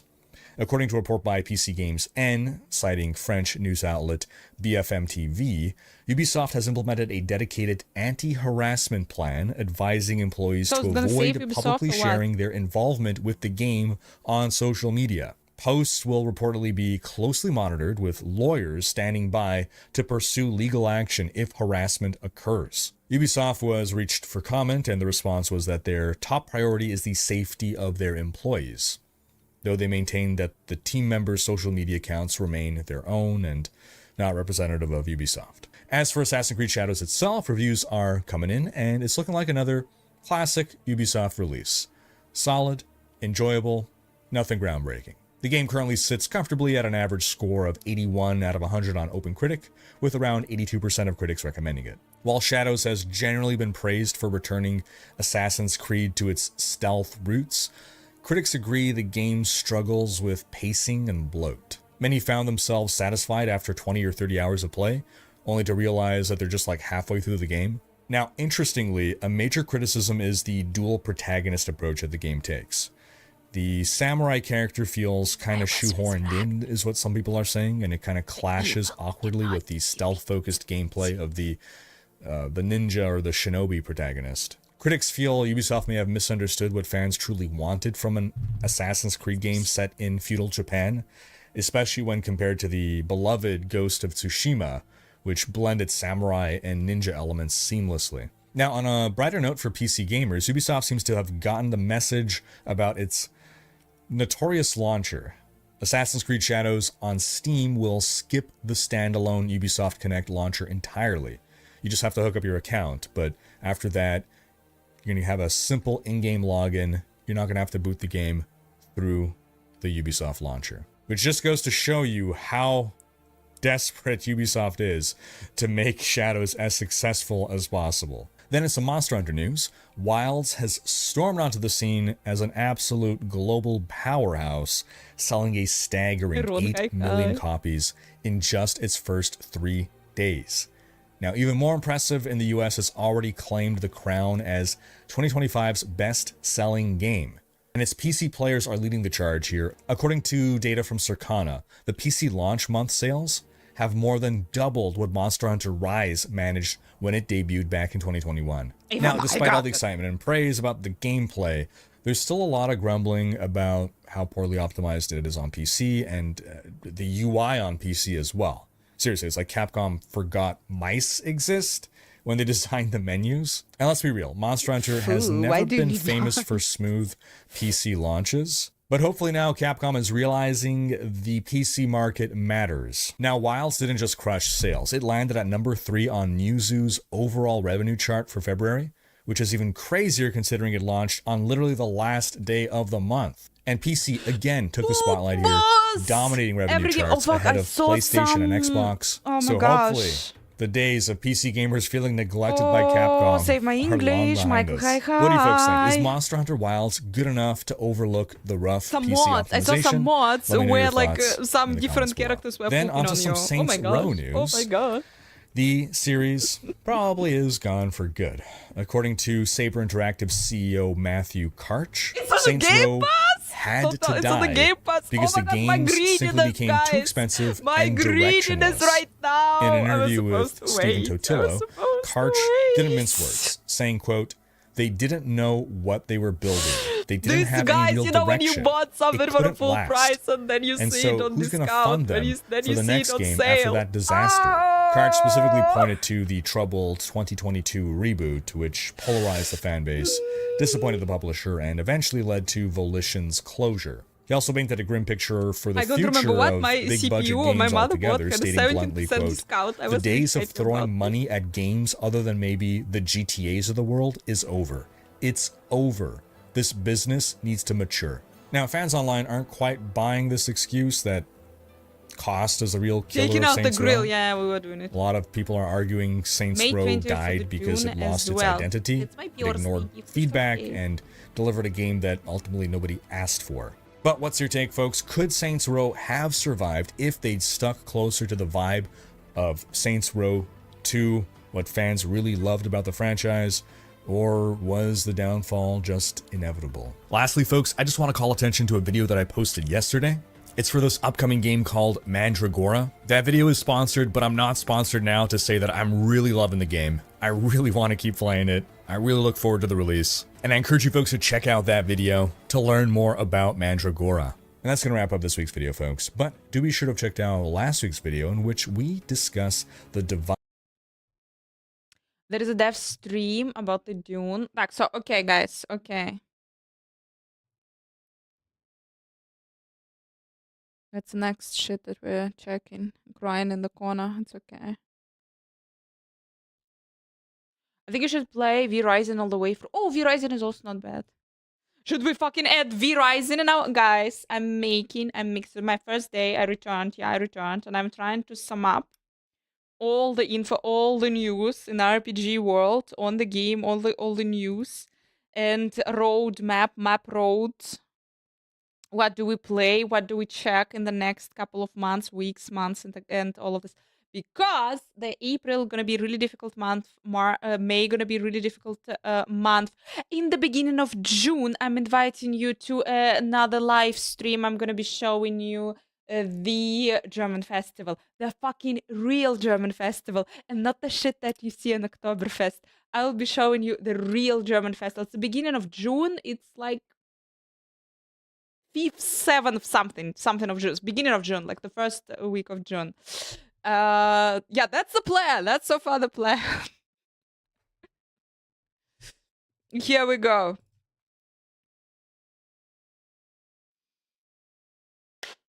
Maybe in Dirtel. You heard nothing. You heard nothing. You fucking heard nothing.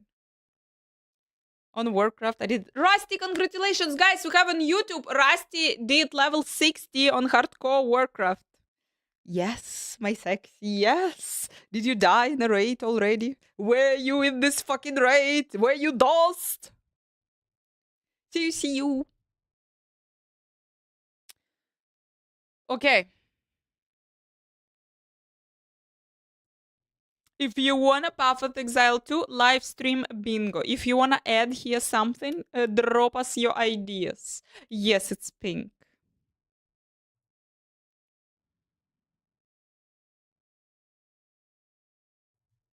Besides that, I have like RPG player calendar where I'm putting right now all the things that are dropping on the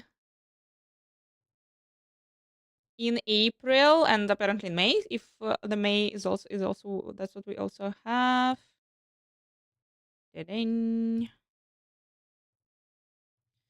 Okay, 29th of April we have Diablo 4 Season 8. And unfortunately, I missed the PTR, guys. Now we're gonna see... What the fuck did I miss? I'll also add the time and everything. Hi everyone, so the Season 8 PTR is over and I want to provide my big final feedback video here. I do have some more stuff coming up with individual topics. I recorded a lot of videos about individual builds and some testing I've done and so on. But here I want to give you like the big picture of just what I have discovered on the PTR and give my feedback to the devs as well. I have already been forwarding a lot of this in written format to the devs anyway, so I felt like just making like one big summary video would be helpful as well. So the topics I have here for this video is roughly this, so I'm going to go through various things. But if you have seen anything about the PTR or the patch notes, I will also link them down there. There's also some other links to my videos, for example. But we do get a lot of updates in Season 8 that are actually looking pretty solid, I think. But there are things that still need improvement, and there's also lots of like long-term changes that I would hope to see. But yeah, I'm going to be talking about the new progression, the season, then the new boss system, the class balance, and then a little bit about each of the classes, and then some of the like long-term hopes and objectives, I guess. Before we continue with the video, I want to give a shout out to today's sponsor, boot.dev. They've created a platform that makes it easier than ever to get into programming and polish your skills. They believe that the easiest way to learn code is to make sure that you're never bored, and this is why they have designed their courses to feel more like a game and less like a chore. The only way to really get into programming is to get your hands busy and write a ton of code, and this is exactly what the tasks allow you to do without ever feeling like you're getting stuck, because they have tons of tools to help you out. In these courses, you're going to learn backend programming from start to finish in the Python and Go languages. You will earn XP, levels, achievements, and you can even rank on the global leaderboard if you really want to be competitive. And if you ever feel like you're stuck and you can't progress, they have Boots, the powerful bear wizard AI that helps you understand the problem and guides you towards a solution. Compared to attending a university course, Boot.dev is a way cheaper solution and allows you the flexibility of doing it all at your own pace and from home. They offer both a monthly and annual subscription, and you can cancel in the first 30 days, no questions asked. So if you really want to learn coding and that convinces you, then go check out boot.dev with the link in the description or the pinned comment below, and you get 25% off your first payment to boot.dev by clicking that link or using my code. And now, let's go back to the video. So let's get started here. The new difficulty, progression, and the pit. So if you're not aware, the game has become a lot harder in Season 8. So they rebalanced monster life values mostly, but also the damage. And the idea is generally that it's way harder to get into Torment 4, and it's way harder to go up in the pit. In fact, it is extremely unlikely we're going to see a pit 150 clear or anything remotely close to that in season. Thank you, universe! Thank you! And now people being pissed about this. The fuck's sake! But this is good! But this is good! This is great! This is amazing! Season 8, outside of like really game-breaking bugs and exploits on the season 6 Spiritborn level, for example, we will not have any of that. What you see here is like a rogue right now, and this is a very strong build in season 8. So this is not the best build out there, but it's pretty good. And this can kind of blast through a pit 100 right now, for example. And we see other builds also like somewhere in that range of like pit 100, 110.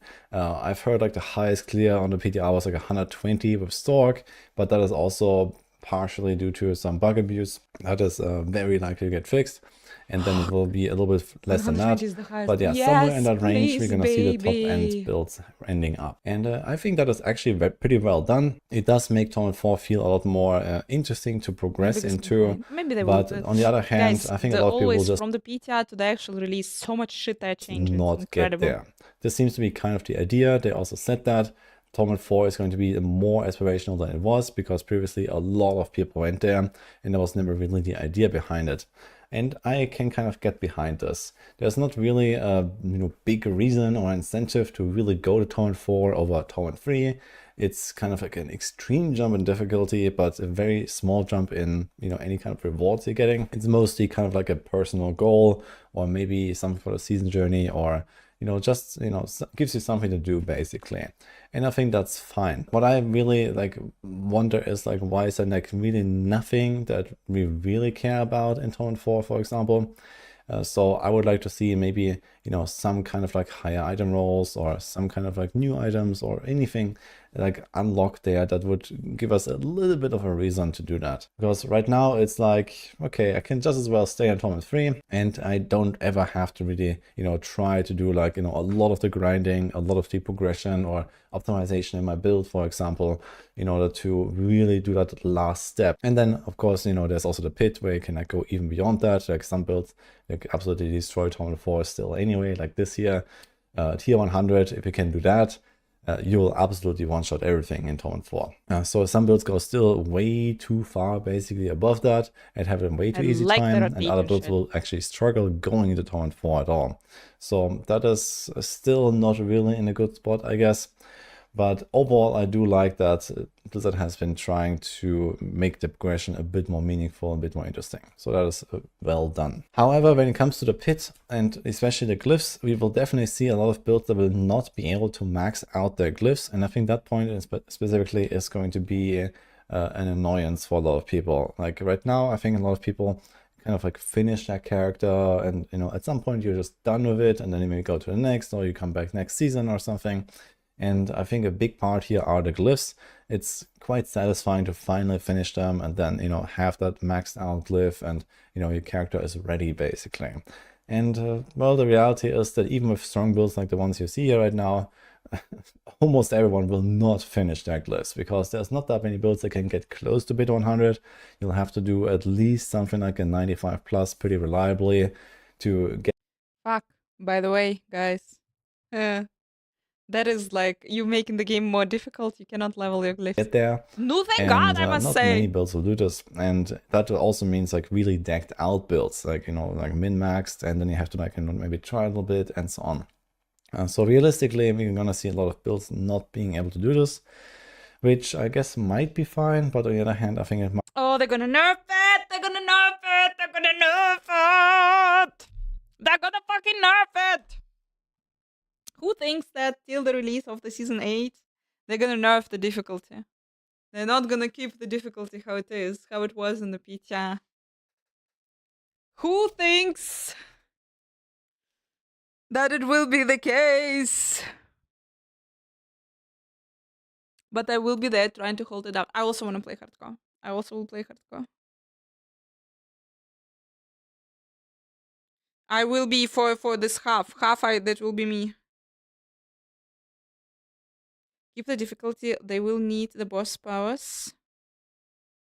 They should. Fuck! I don't believe. If I will keep the difficulty, I will be so Might happy. also upset a lot of people. I think maybe a not bad solution, honestly, would be to just lower the cap of glyphs to something like 80, for example. So this could very slightly bring down the overall power creep in the game, which is like completely ridiculous at this point.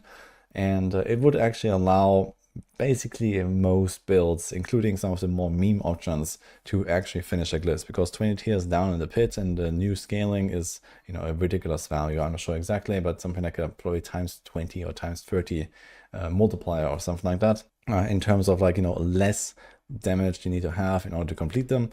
So that will make it much easier to cap out glyphs. It will also just shorten the grind of capping out the glyphs, which I think is not a bad idea. Now let's talk about the season theme, the powers and the zones a little bit. So the season theme is something very unoriginal. This is basically witch powers 2.0 or like vampire powers 3.0.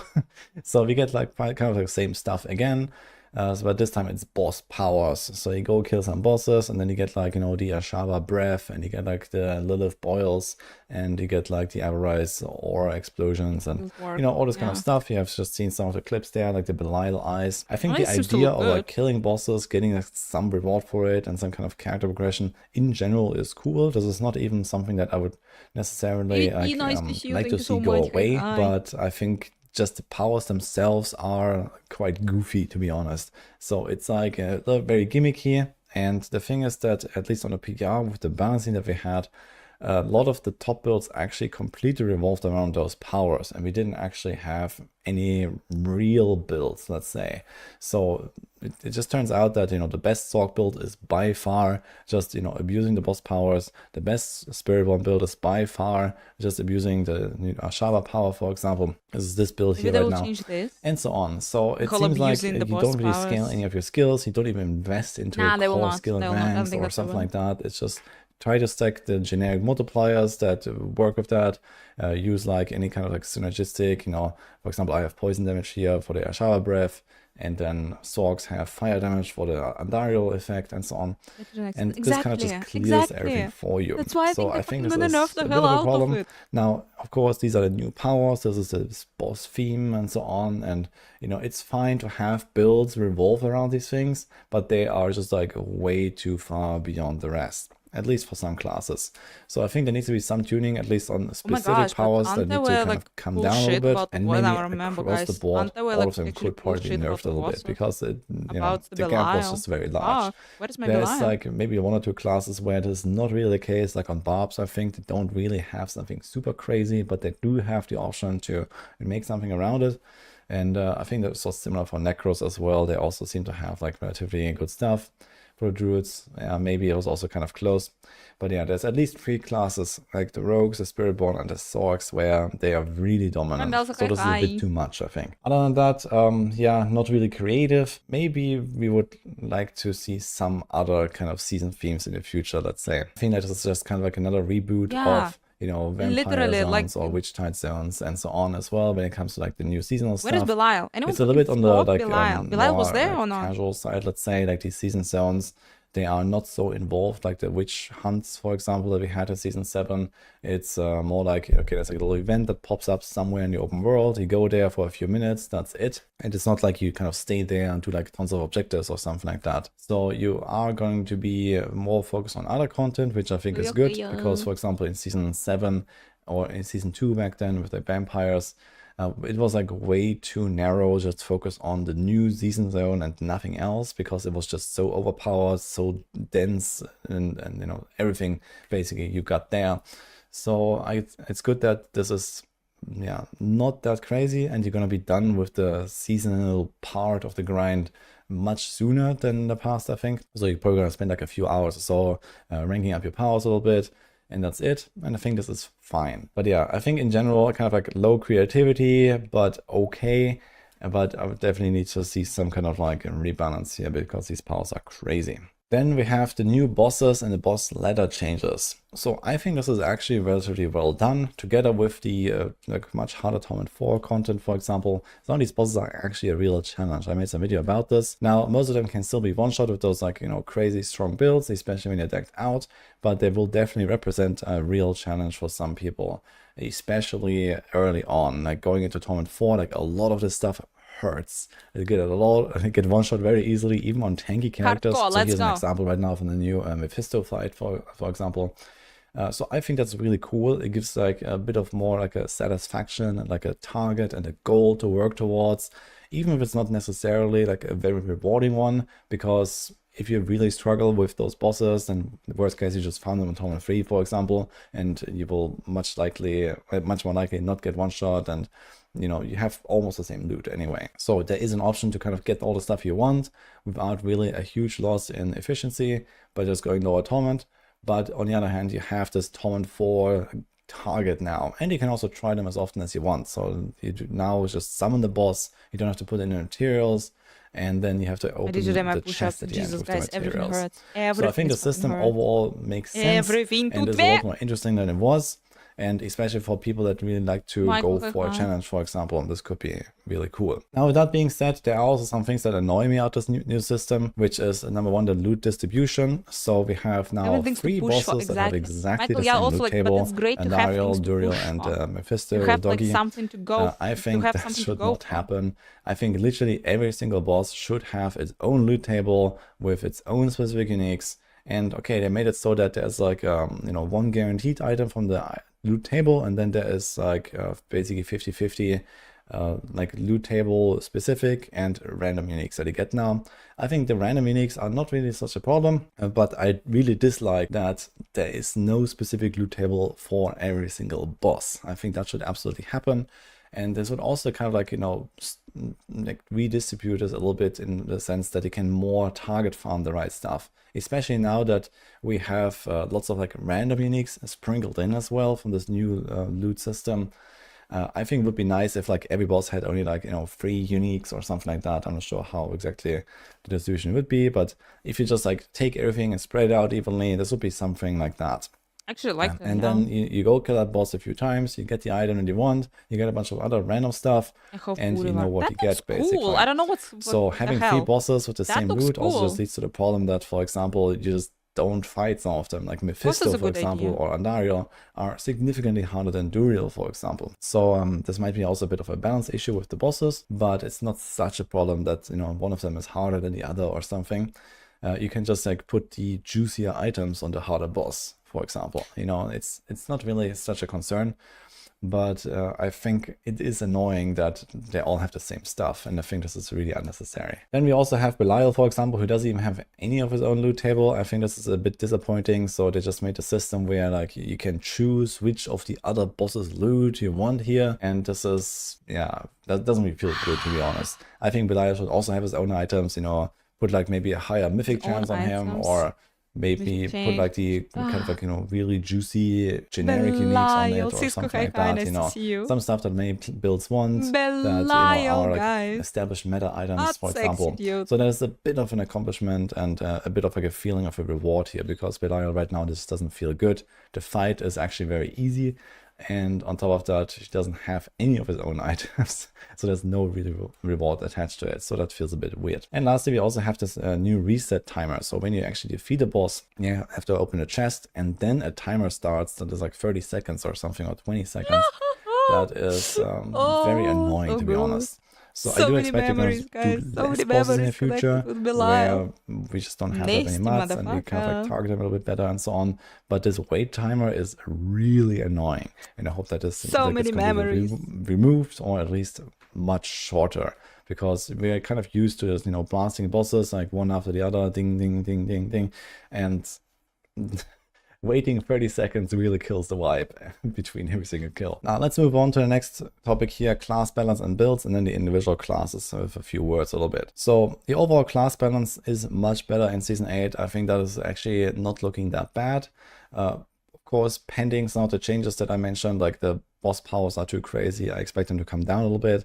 But even beyond that, it seems like they have definitely accomplished a goal of like bringing down the power of the OP builds, like, you know, Blood Wave and Cataclysm and, you know, all the crazy stuff from Season 7. It also doesn't look like we're gonna have another like Spiritborn incident from Season 6. So that is actually nice, at least on the top end of the builds. It seems like across all the classes, they are ending up somewhere in a range of like 100 to 110 or something. And that is really good. On the other hand, we're gonna have a lot of builds kind of like drop out of the, you know, kind of like possible realm of options. At least when it comes to like Torment 4 gameplay, Torment 4 farming, a lot of builds will just not go there anymore because it has become so much harder than before. So if, especially like in the more like, you know, homebrew kind of build territory, any kind of like meme stuff, you know, let's talk about, let's say a dash rogue or something like that. That is not happening basically. So you're just not going to have the damage to really do this. You will have to focus a little bit more on the meta. Even some kind of core skill options on some classes will struggle with Torment 4. Even on a pretty decked out character. So that's kind of where we are at, and then more needs to be done to balance that out.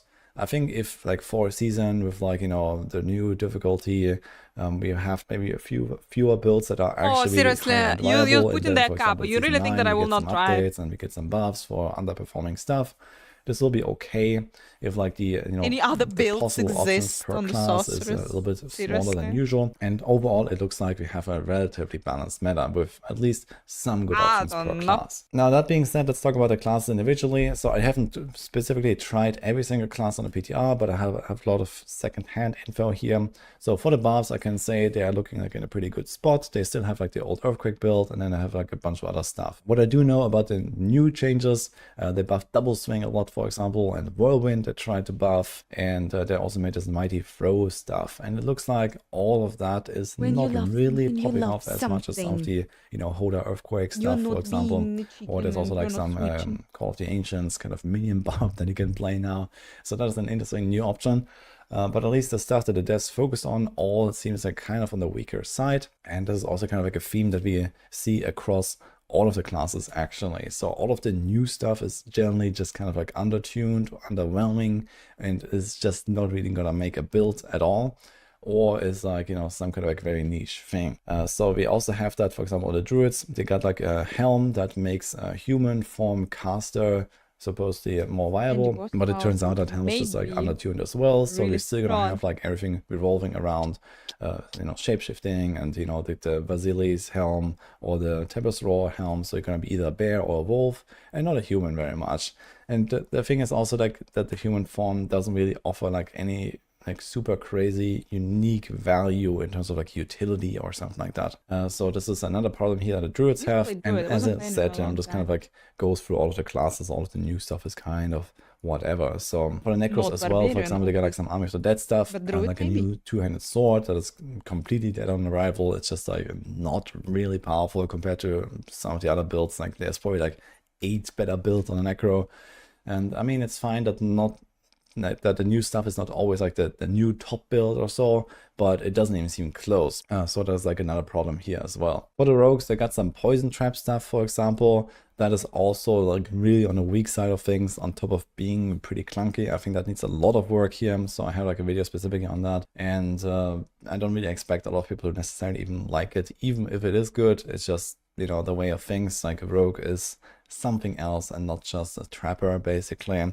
And there will be some people that might enjoy this as kind of like a new kind of interesting, wacky, different playstyle.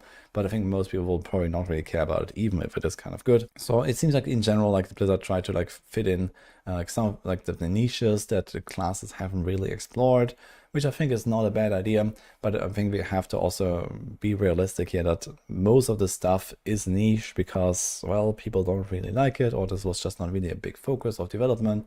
And even with the new stuff, they added like another item and another legendary aspect and so on. Most of the stuff is not really going to see a lot of play, even if it is good, just because, you know, it's like, you know, not part of the core fantasy and the core kit of the class. So if you see this most prominently on the rogues with the poison trap, then we have the Sorks as well. They got like an ice shards thing. This is what you see right now here. It is actually fairly fun, but also like very undertuned here. It's just like Sork is somewhat on the weaker side of things still. Overall, besides like this one big Undyar build I have basically with the boss powers and ice shards is just like really down bad. Like my feedback here would be to also make it maybe buff the enchantment. I also have a video on this build specifically, but it feels really sad that, for example, the Ice Shards enchantment that I really remember and cherish from like back in the day, basically in season 1, I played an Ice Shard Sorc and it was super fun, mostly because of the enchantment. It's like so useless and so little impact. So I hope that something would be done here, and overall the build just doesn't feel like as strong as it should, I think. And for the Spirit Bond as well, they got like this new Righteous Fire-like ability, basically with a Sunbird's Gorget Amulet, which is actually something that I think people would be looking forward to, like a RF build from PoE. Is very exciting and you know, something actually new in Diablo 4, and I think a lot of people would like at least a good farming option like this. But it's like very undertuned and it just doesn't really much damage and has a bunch of bugs. So I hope that something is done here, because this would actually give Spiritborn something new and refreshing. I think it would bring people back to playing this class after the Season 6 fatigue. So, you know, this would be nice, but right now also really underwhelming. And then there's this Rushing Claw stuff, which, to be honest, I don't really like. It just doesn't feel like good. It seems more like an early game version of Toxic Skin. So you have kind of like a very similar playstyle, very similar rotation, but then it doesn't scale that much in late game. And I think this is kind of like where this will end up. You know, that's kind of an okay niche to fill, at least. So that's like kind of my overview here and my general feedback about everything. As I mentioned, I do have individual videos on a lot of these topics, and a bunch more stuff is coming out, so you can also go watch those. And other than that, I've also been like, you know, in talks and like giving feedback to the devs already anyway on a lot of this stuff. But if you have anything else, then I'll go through the comments, I'll check this out. If you have played the PTR, if you just watch this video now, or you watch the campfire and you have some opinions, let me know. And besides that, I also want to go through the long-term perspective here of the game. So I do have to say that overall Season 8 is a good update. I think that the new progression is good, the new boss stuff is generally good, but everything kind of needs a bit more cooking, it needs a bit more tweaks, and I'm pretty positive that Blizzard is going to do at least most of the stuff that I said, or something to at least alleviate the problems I mentioned. Usually Blizzard is pretty good at taking a terrible PTR and converting it into a good season. So I think that is going to happen yet again in Season 8. Overall, the framework is better than before, and while the game is not really changing on a big level with like, you know, new content and, you know, like we still do the pit and so on, people have been looking forward for like, you know, some bigger changes basically, right? And a lot of people now say it's more of the same. I said that as well, and it's kind of true, but at least it feels better. I think the balance is better, the progression is better, the bosses are better. So overall, it's improving at least. But what we will definitely have to see for like, you know, the future when it comes to like, you know, Season 9, Season 10, or at least the expansions, we will need some updates. We need more stuff than just the pit to look forward to progress into, and like the higher end, for example. We need a better pit and a more exciting pit, for example. Like a lot of these contents that we have right now, like that were introduced, for example, in Season 7 or Season 6 with the expansion, like, you know, Kuras Undercity and, you know, Infernal Hordes in Season 5.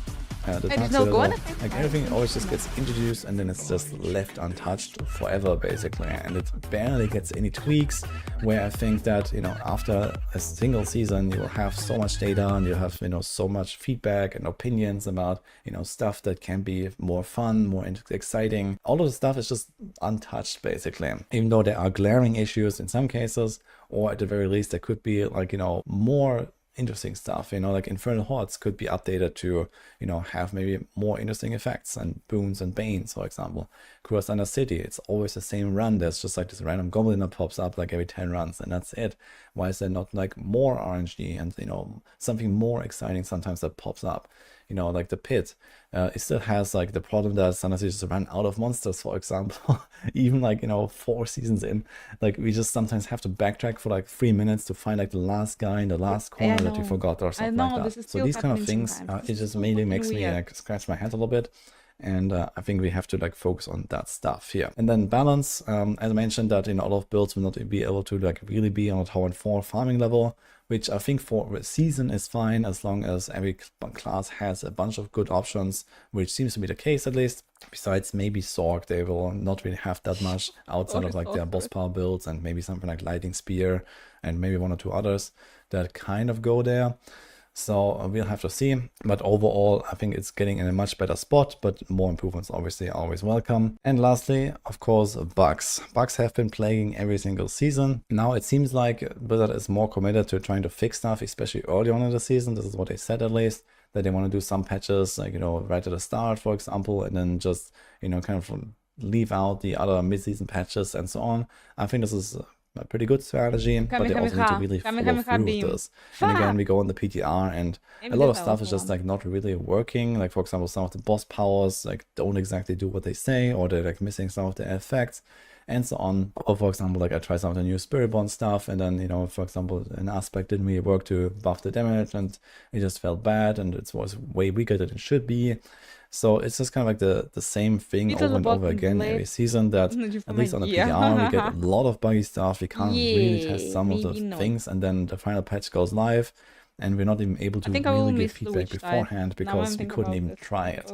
And then, yeah, when the season is live and we see like game-breaking bugs pop up, or some builds just straight up don't work because of bugs, that's the problem. So I think something needs to be done here long term to kind of like make this more reasonable. Diablo 4 is by far the buggiest game that I have at least seriously played in like ever, basically, and it continues to prove that every single season. So in order to kind of like get rid of that stigma, like a lot of stuff needs to happen here, and I hope that Blizzard is taking this to heart and improving the overall, like, you know, quality assurance and the testing and the merging of patches. Like sometimes just old bugs come back like a year later for no reason, for example. Like this is really out of control, I think. And yeah, hopefully we get like a better structure and like, you know, something here. But yeah, this is my overall feedback for season 8 so far. As I mentioned, there is more videos coming. I just kind of guys,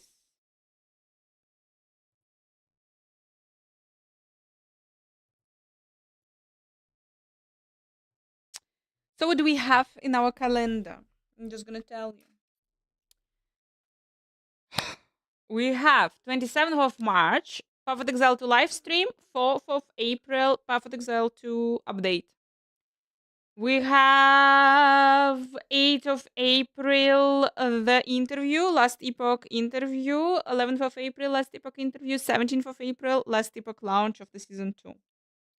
We have 29th of April, season 8, Diablo 4 season 8 launch. We have 30th of April, no, that's for the Wicked launch.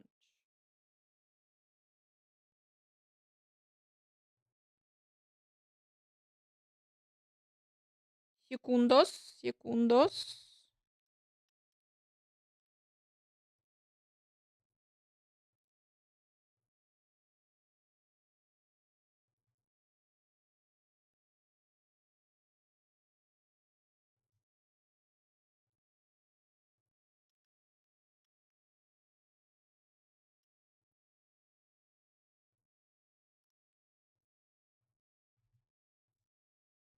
I'm gonna make it more beautiful later.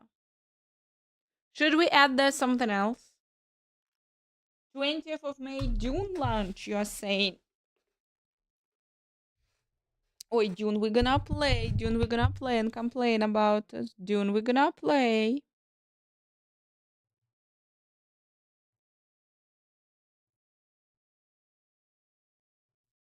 Of no sleep. Yeah, I know. We're doing the map.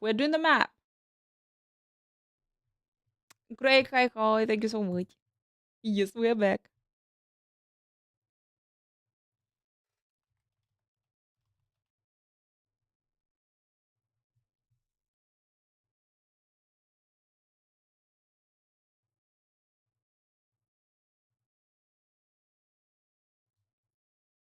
Who needs sleep?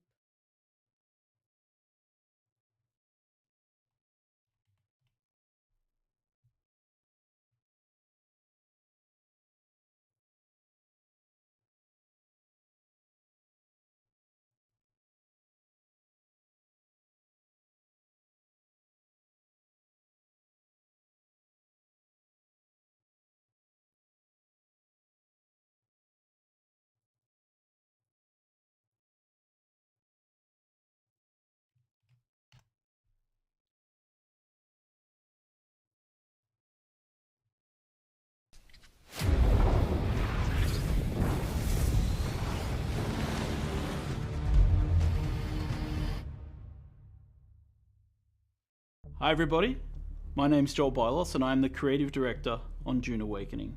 Soon, we're going to be opening pre-orders for the game. So today, I'd like to talk to you about our post-launch plans so that you can make an informed decision about your purchase. The key things that you need to know about Dune Awakening's launch are that it will not launch in early access, and it will not have a monthly subscription. It will receive regular free updates. We're gonna be playing Dune Awakening, new content, guys. New features, and quality of life improvements. Pre-orders are available in starting addition from today. to these free updates, we will offer optional DLCs. We will be releasing major free updates expanding the story and adding new content and features. And with each major update... Guys, you know what? You know fucking what?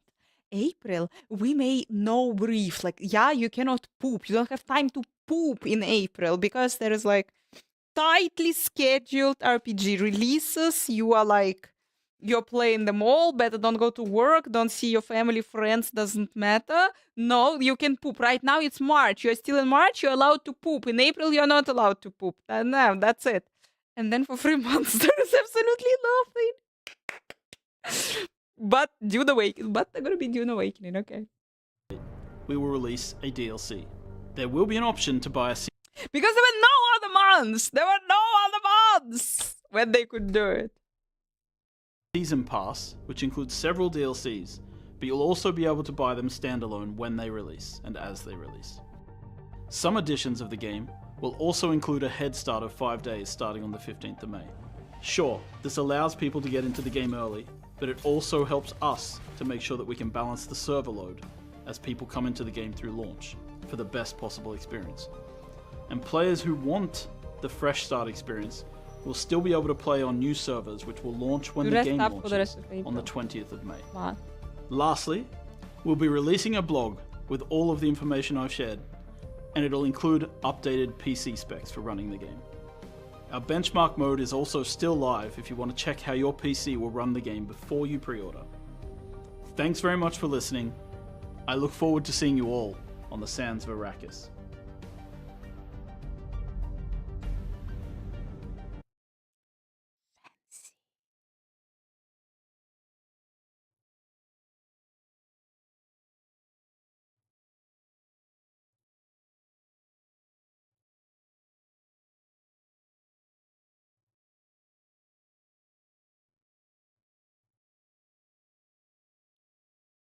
Let's say like this is like super highly possible.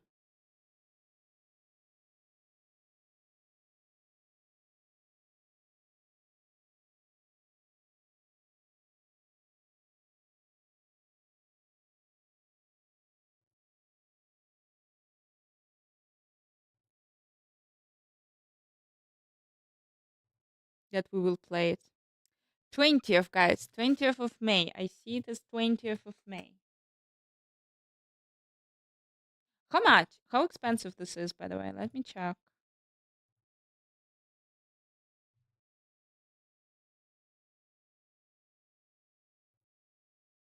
Pre-orders are available on today.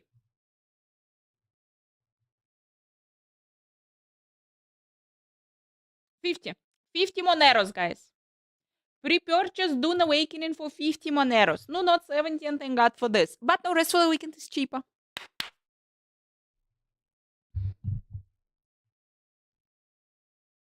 Free updates are planned.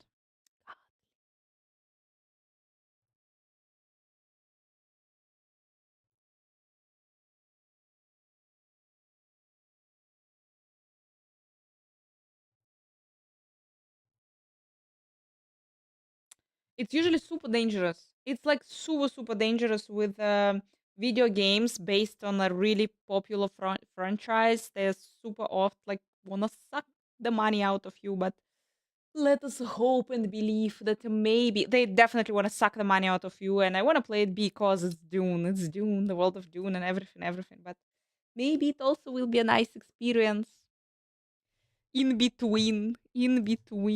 Anyway, I still like fucking waiting, guys. There is like I'm waiting the good Star Trek game, but I think I'll die before that, unfortunately. But we believe. We believe. So, boys and girls, okay, I put in our calendar also Dune. Yeah, I'm too shy. Today I'm too shy.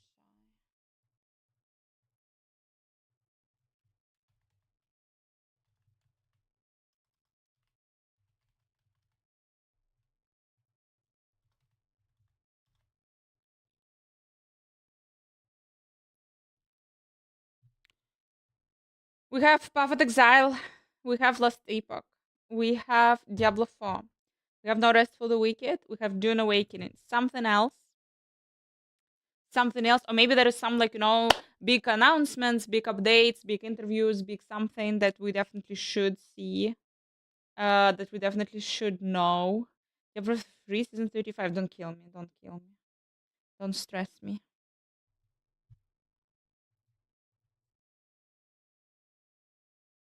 Something else.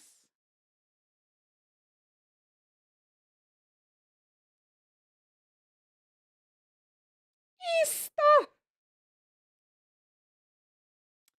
Somewhere there, 17th, 18th of April, it's Easter in Germany.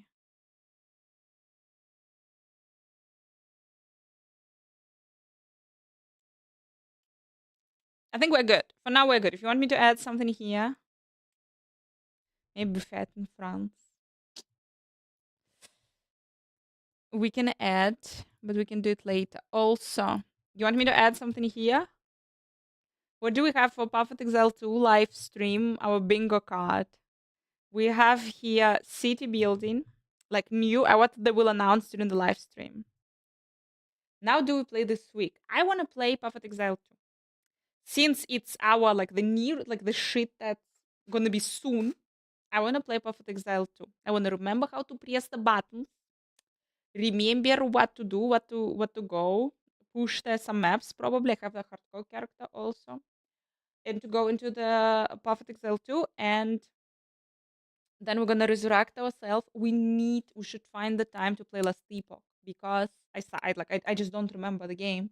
Yeah, I was playing it like for a really long time ago. So 17th till 17th. Path of Exile 2. We can play it. Till 17th we can play it.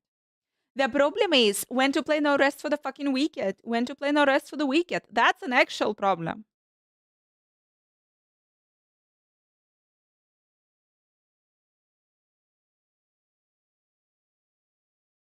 So, boys and girls, what will be announced? What will be announced? What do you think will be announced? New acts, Druid, incoming Druid, or some info about Druid, new ascendancies, Delve, city building that's coming, pets, followers, charm updates, bosses for every map, kill the boss completes the map, trial changes, more than one death on the maps, currency drop rate changes, crafting system changes. What else? What else can we add there?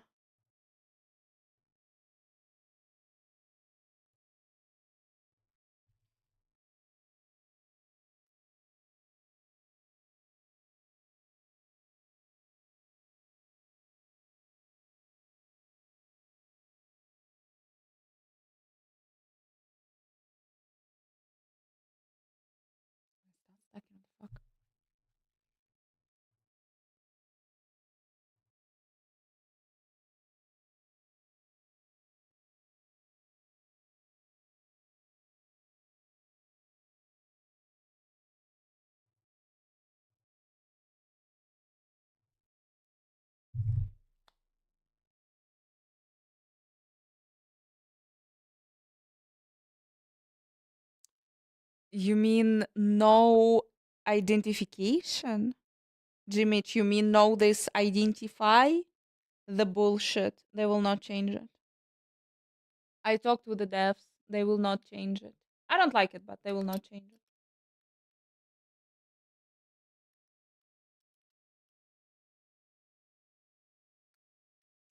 Aha, wait a second. Rare mobs in the map. Fuck, that would be great. No backtracking. Oh, you want too much. That would be great.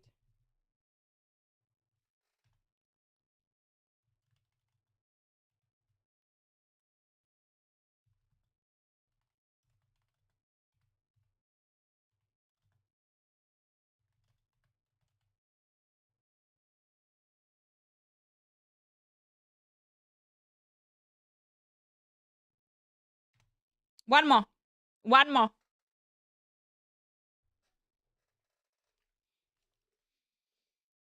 What should it be, boys and girls?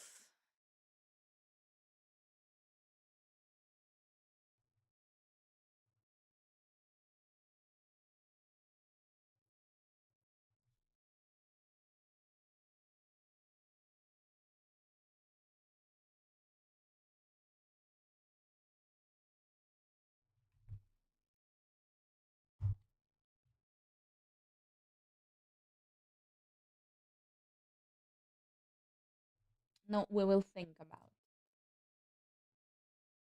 We will think about. Guys, I'm gonna disappear for a millisecond and then we're gonna play some Path of Exile 2. I think we're good. Did we forget something? Tell me if we forget something in terms of RPG news. But I think we're good. We got the drama. World of Warcraft got the drama. We got the drama. Someone else? Someone else kicked someone, like someone slept with someone's wife or with someone's husband that I've missed. I'm trying to remember the memes. Pyramids are being gold ships. That's how we started.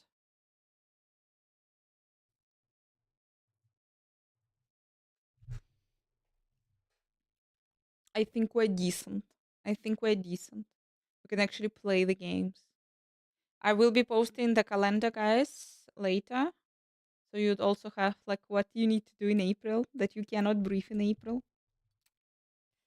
Here we go.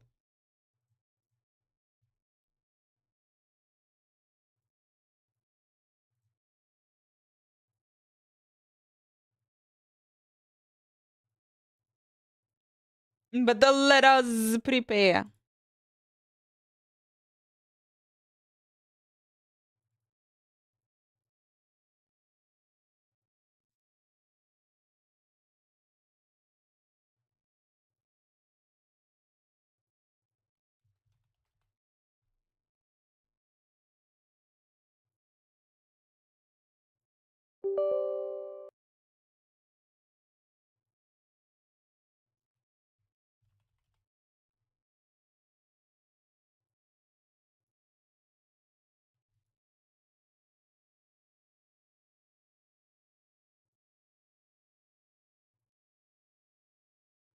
Ay, ay, ay. Ay, ay, ay.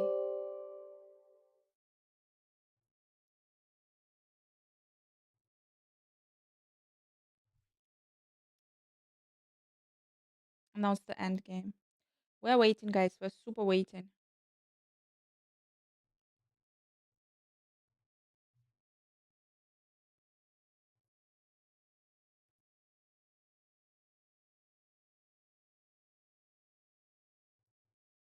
Let's see what will happen. But fucking guys, no, it's GGG. They so far announced nothing. They said nothing. 27th, I believe. I don't know. I believe. You know what I also played? But I haven't finished yet, so no spoilers. I finally played. I wanted to play this game for eternity. Nier Automata. But I haven't finished yet, so I don't know yet. But decent. I can recommend.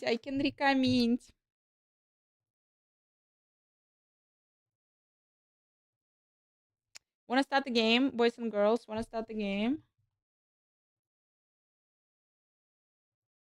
The game started obviously on a different screen. Path of Exile 2 is doing it from time to time. Thank God, not every time.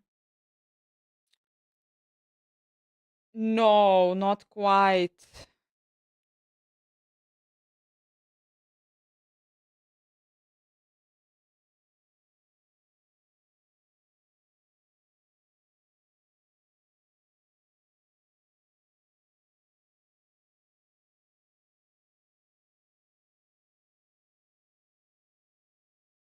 Can't say that it's like unique in its genre, but it is basically people are playing it for the story. My like couple of my friends separated um, from each other were saying this is the best story in a video game ever made.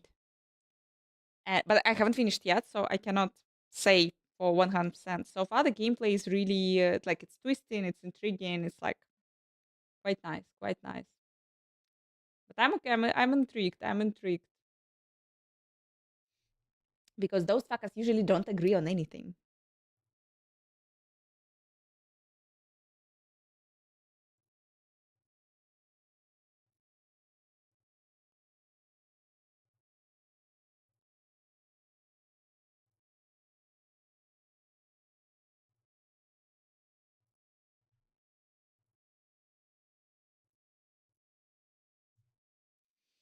We are back, baby. We are back. We'll be back, guys, in a millisecond. Gonna bring myself some tea. We're again here. Devorak tea cookies. I have Diablo cookies. Here we are. Let's go. Let's have some fun.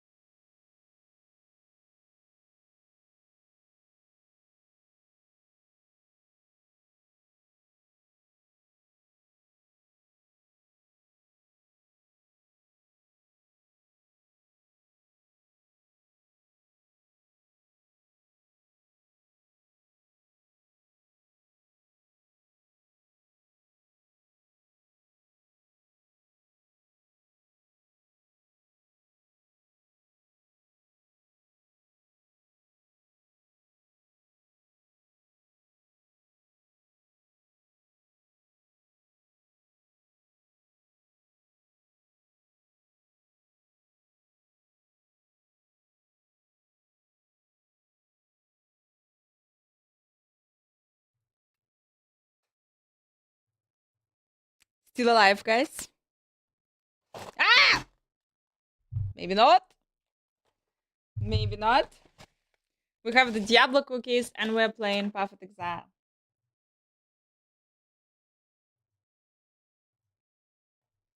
Baby Frankfurt server. Let's go. Hardcore League Sorceress is still alive. I'm so fucking sad.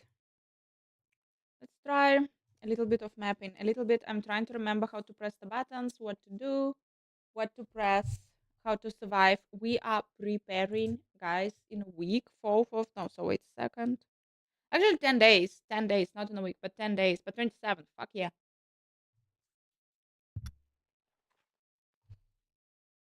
We need to be in a good shape. I'm not in a good shape. I was doing my first trainings after the break, and it's like super hurting, super weird. The body doesn't want to listen, and now my fingers supposed to listen.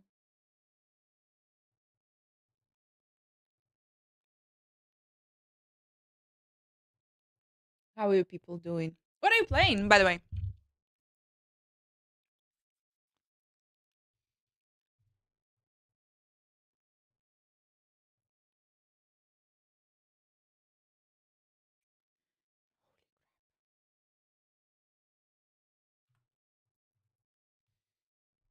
Holy crap! Back to World of Warcraft. Like, did you like that everyone died?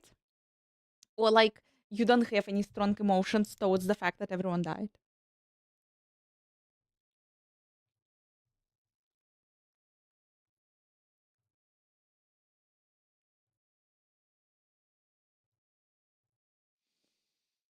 Holy crap! Thank you so much that everything, all of this will be wiped out. Like, it's gonna be eternal or something, but I'm happy that we're gonna start all over.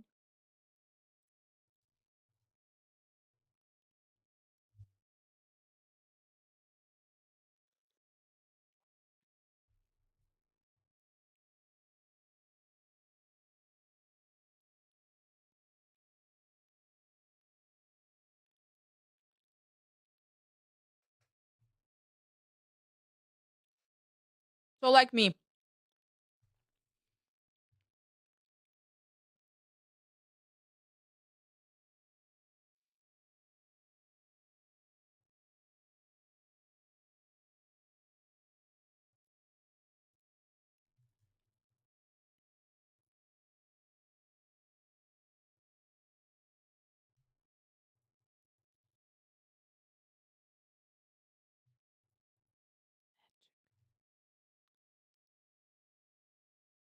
Is it good?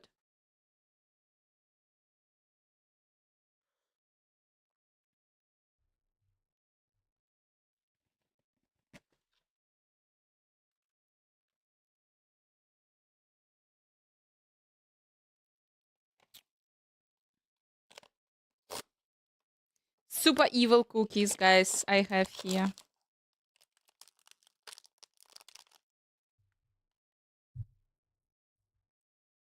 Talisin, hi. Evil, guys, it's Diablo cookies. It's Diablo! Diablo!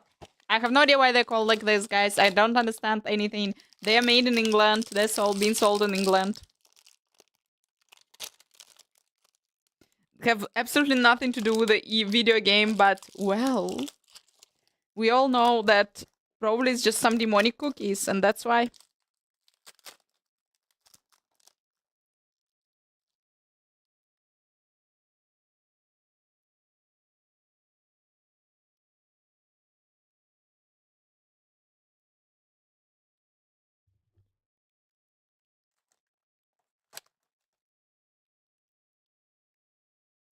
Your glorious health, everyone.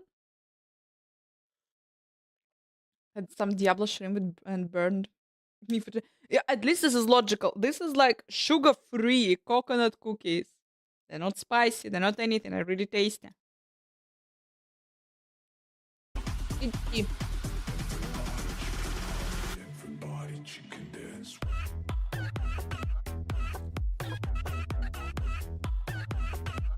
Psychosis is patient.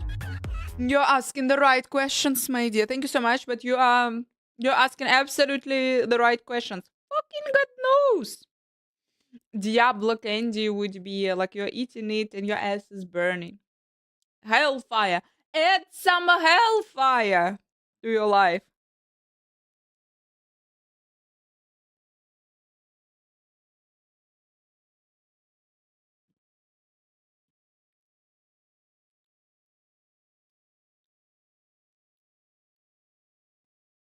This is tea. This is not coffee. This is tea. Simic brought me tea.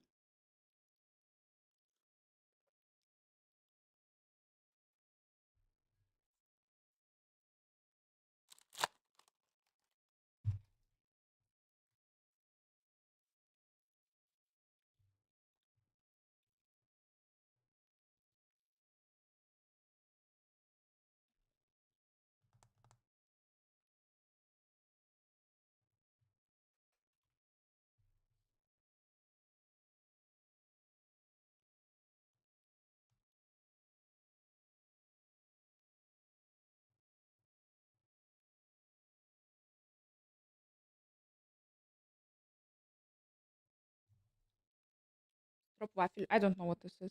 Seems scary.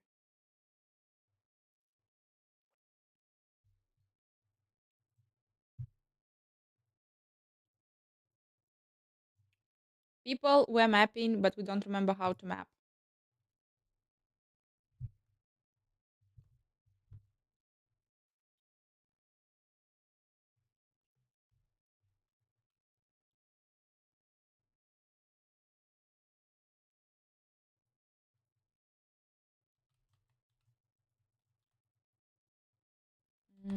I really don't remember how to map.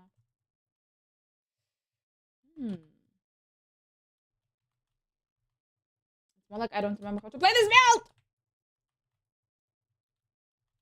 Here we go, here we go, here we go.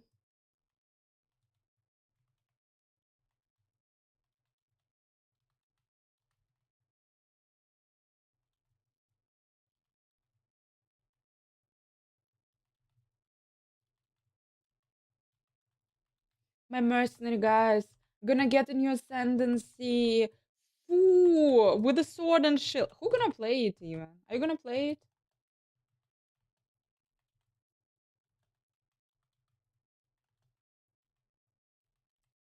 On planet fucking Earth, why would you even consider switching your crossbow on a sword and shield? Isn't this stupid?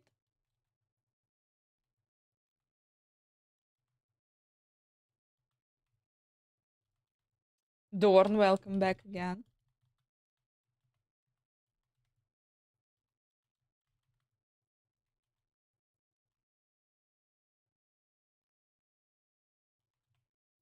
Oh, I'm just afraid to open trade.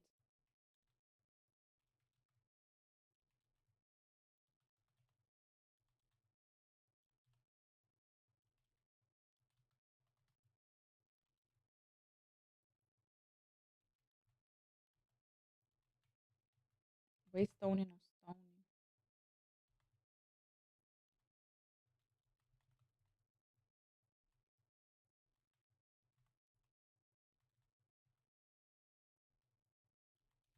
I am just, guys, super surprised that I'm not dead already.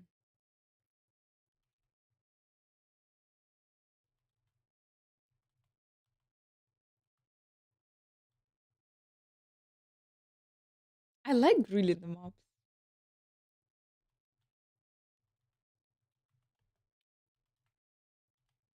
So, people, I have a question to you. I live in a small village in Germany.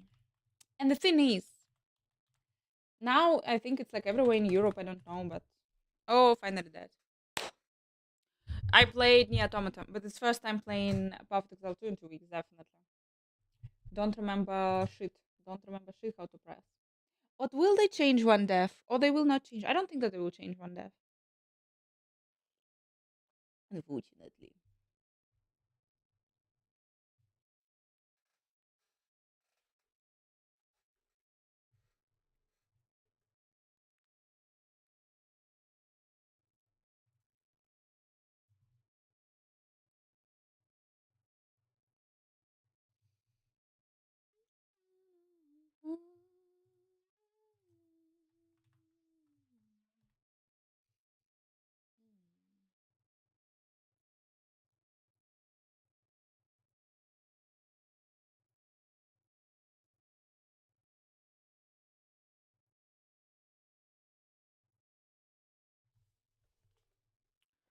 Just getting used to the shit. It's all fine. So there's a bunch of people in my village who speaks Russian. So insane.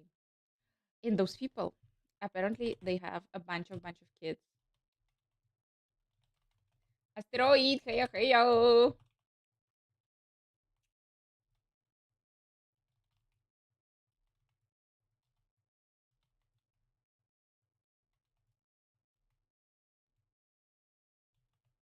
Yeah, I wasn't here for a long time.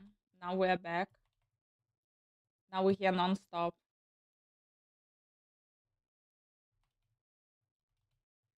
Till eternity eats us.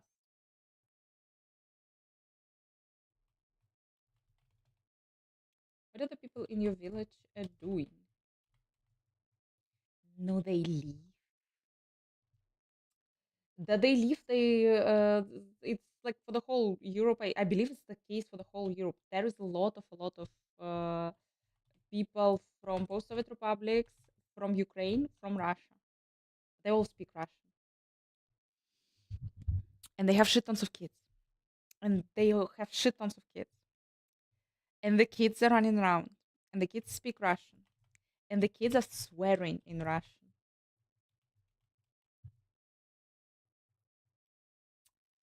And I'm like,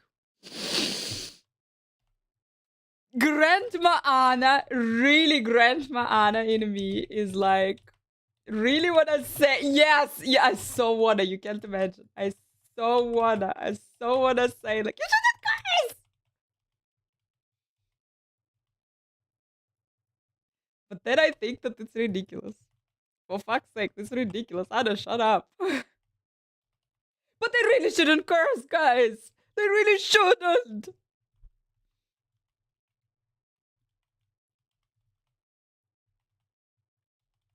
Didn't they, like, I don't understand. Like, why no one told them that it's okay to curse in English? It's not okay to curse in Russian. In Russian, it's heavy. It's heavy. I'm becoming a grandmother. I skipped. Josh, I skipped. I skipped this. I am becoming a grandmother.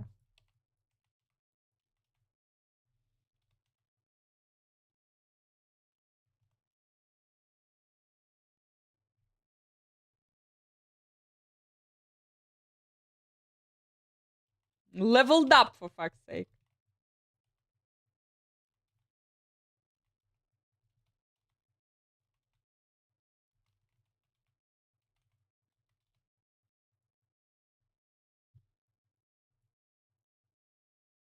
Where is this clip? Where is this clip? Where I'm 83. 83 I am.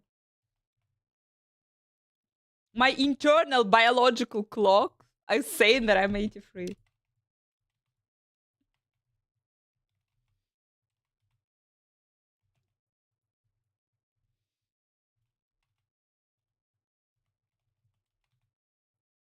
$65. I said 83. 83 I said.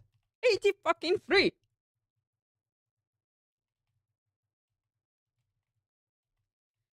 Fuck, I cannot go to trade, definitely.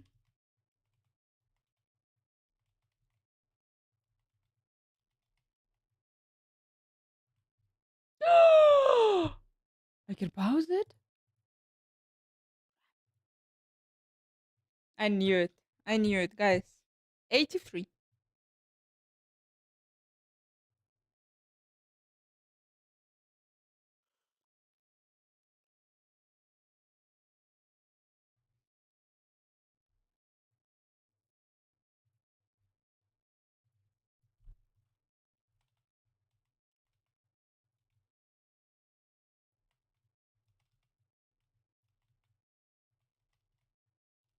I give up on puzzle.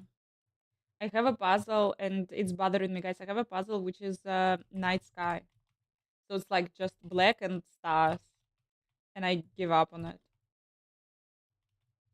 And now it's super bothering me. Anyone wants a puzzle?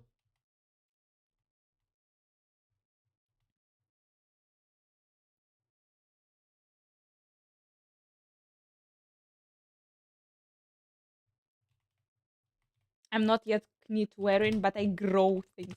It's tomato time, guys! It's the tomato time!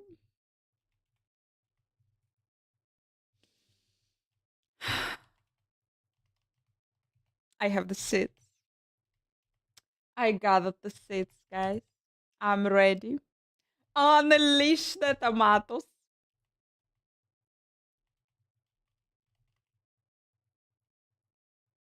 It's actually super warm where I am. It's like plus 20. Plus 15, plus 20. And in between.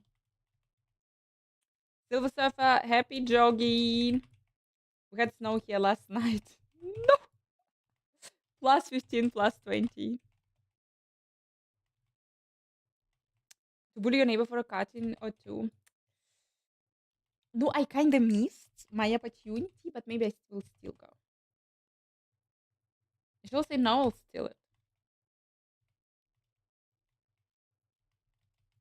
But I got also a couple of tasty tomatoes and I just gathered the seeds. Look, guys, going not bad, but I'm such a noob. Such a noobie!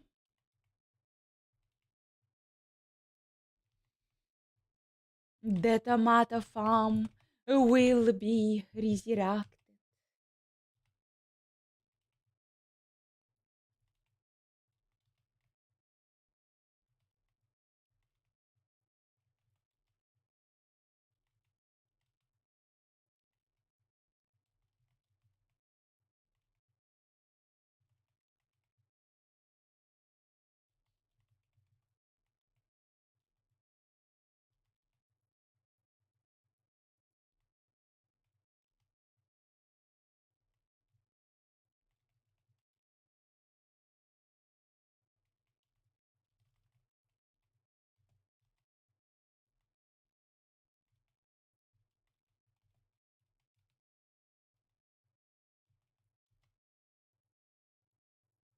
I really zero ideas how to upgrade this map. Besides that, I'm kind of good.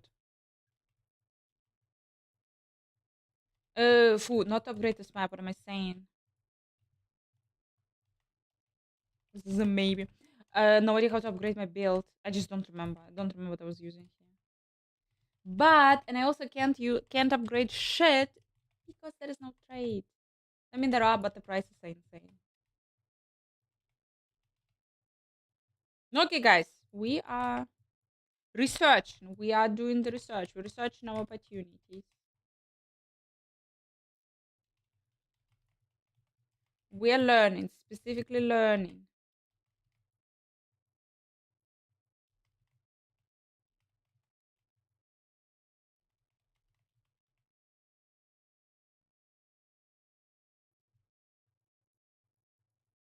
I am gambling with gas bombs. All the questions to Josh. Going to Josh. I think kill this one and start a new one. Now I want to understand more about the end game.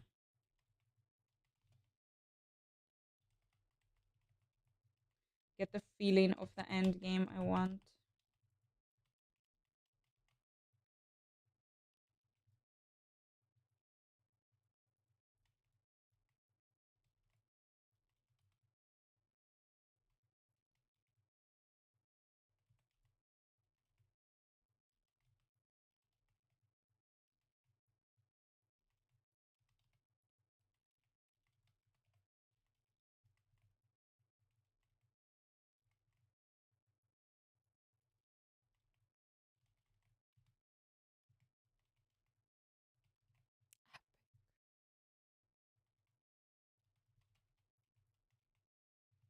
The lighting builds for the mercenary. You speak Chinese right now! Jesus.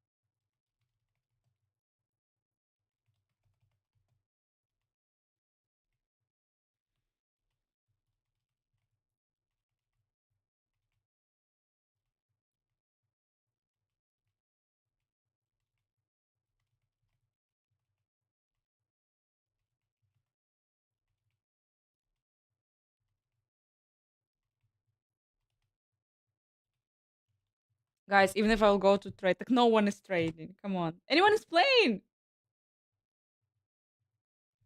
Guys, asking for a friend. Anyone is playing? Anyone's actually playing?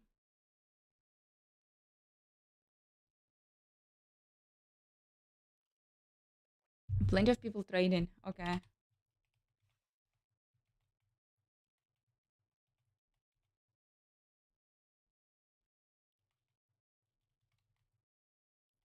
Okay. Okay, that's giving me hope. That's good and sexy. Okay.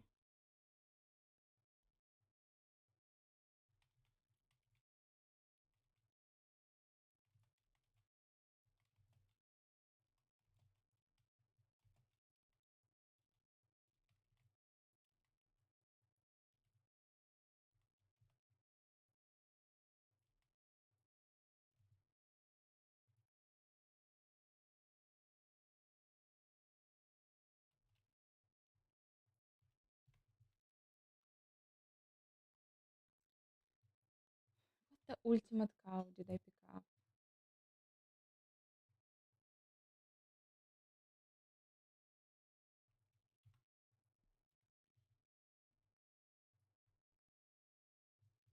$25,000 people on Steam right now.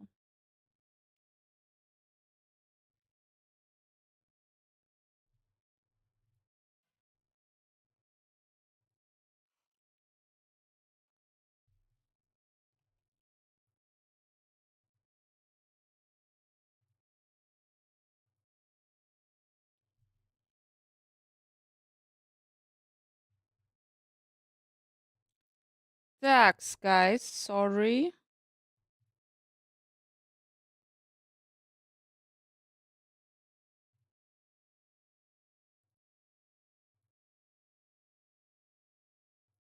Music is back.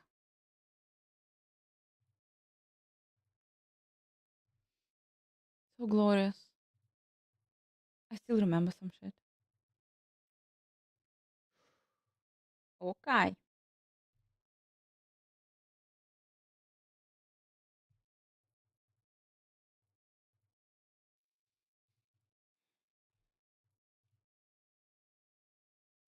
Jesus, I have 21 exalted orbs. I'm super poor. I have 1 divine orb. The chances of getting a better bow, guys, better weapon.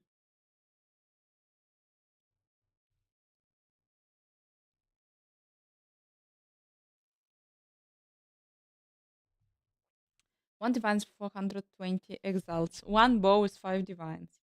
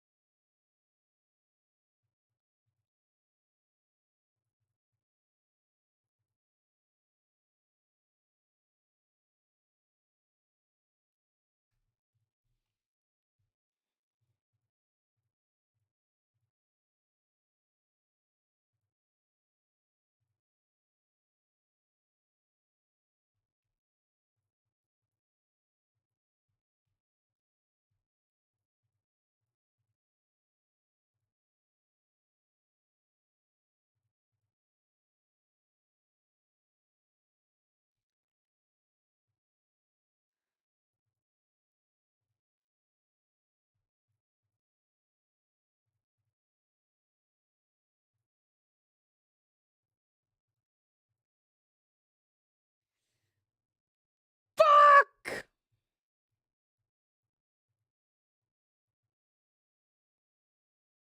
Kai Kai. Dragon Frost Kai Kai.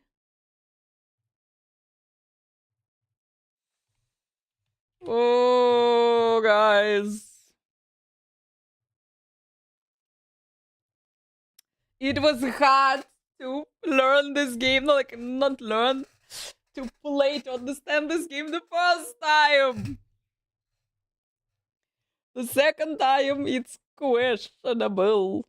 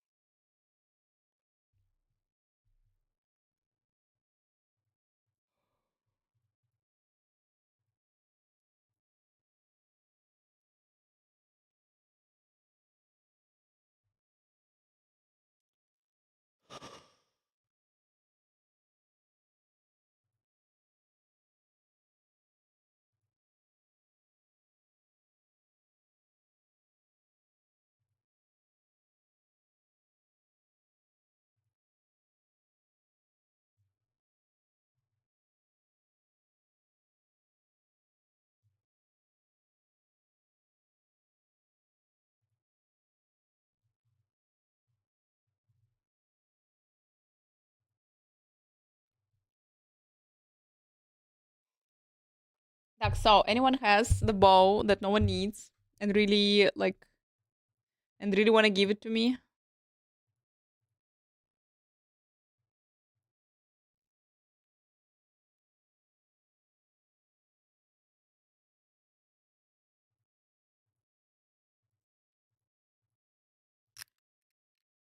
The bow, the crossbow.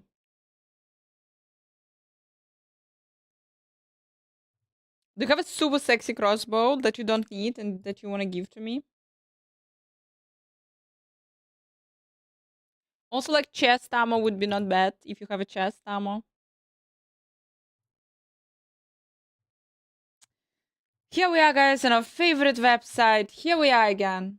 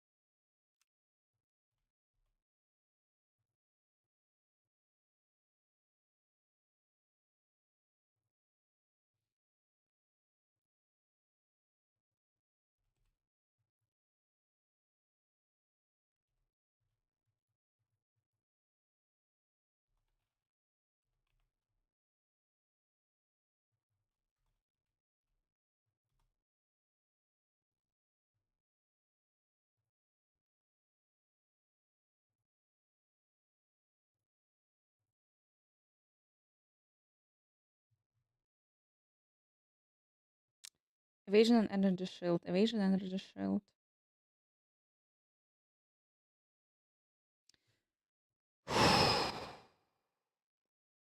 Increased evasion, energy shield 40%. I have increased. I have fire cold res.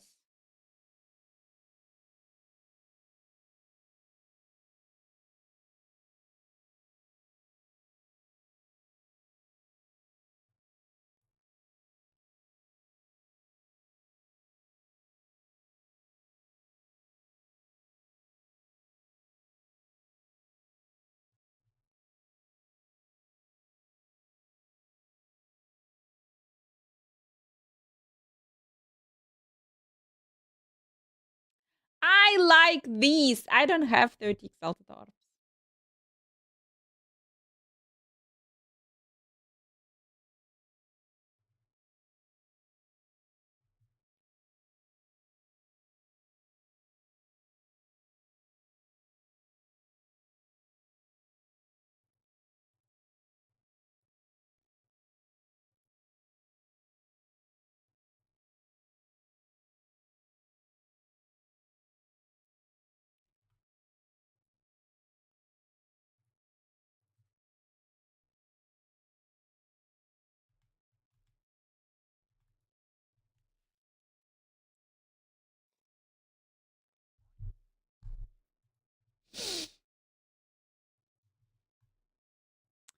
Christus Holy.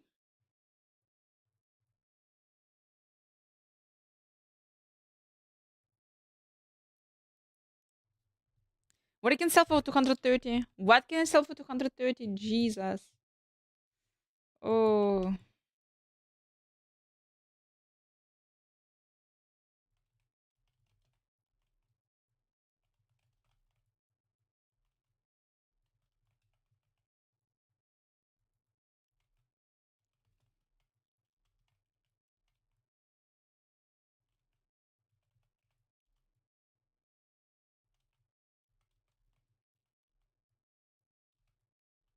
Too much, too much. Oh, come on! I'm just picking them up. Nah, I just, like, I don't understand yet what am I doing at all.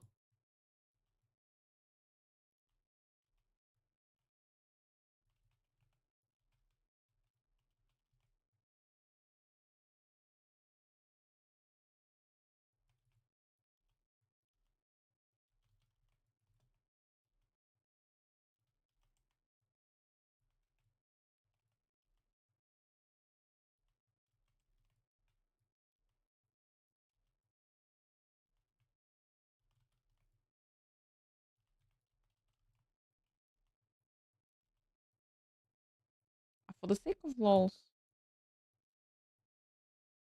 My resistance are not bad, actually. Funny.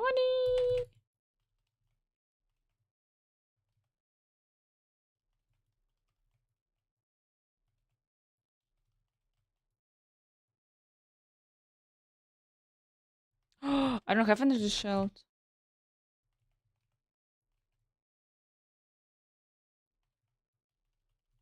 Fuck, maybe I need evasion rating. Guys, I need evasion rating. The fuck my life.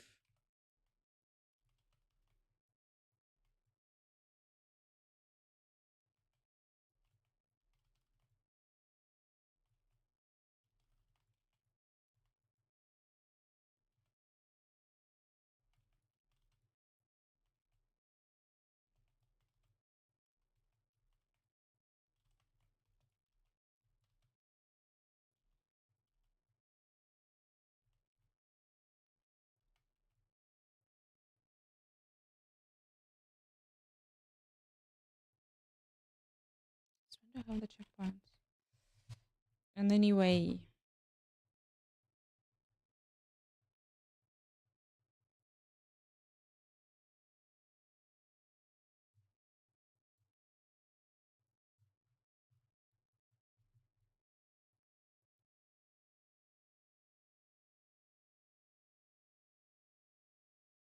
Have here even.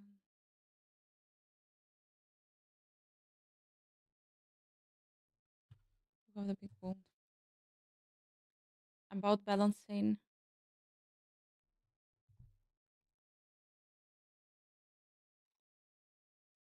All the questions to Josh. All questions to Josh.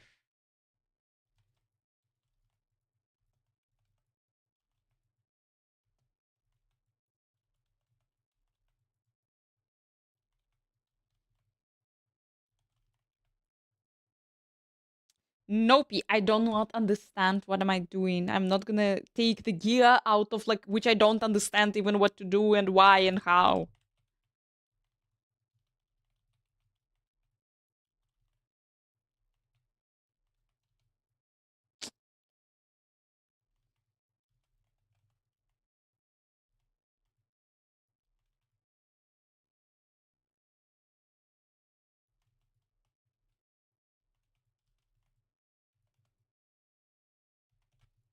Fuck it, no!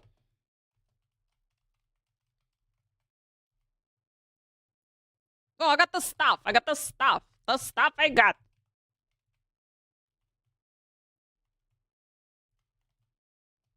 Yeah, no, I know. I saw. My resistance are not too bad. Surprisingly. What are you gonna say? 27? Exactly.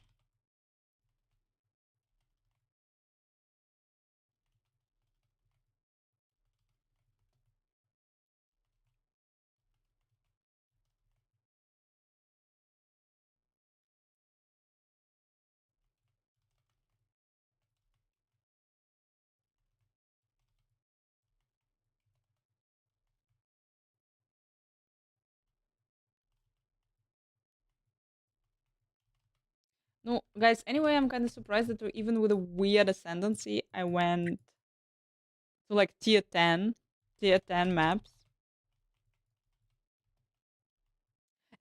Josh, like I want to be decent and suffering in PoE.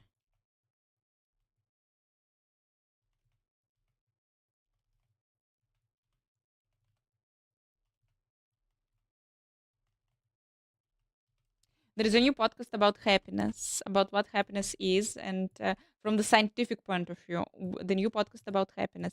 And I listened like first 20 minutes. I haven't finished listening it, but the point is the first 20 minutes they're talking about like it's important to move because there is a new research. Once again, time 10,000, they confirmed that moving, if you just every week, at least 2.5 hours you walk, this shit is decreasing the percentage, the chance of you getting depression.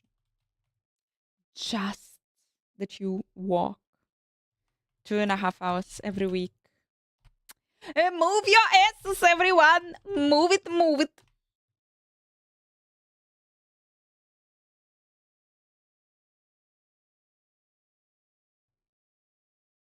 And it's probably doubled. Physical movement. Movement, physical.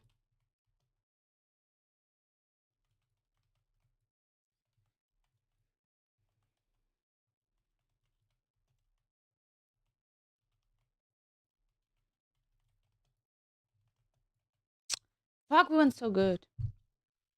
Avocus, hi, we're back, we're blasting, we already died.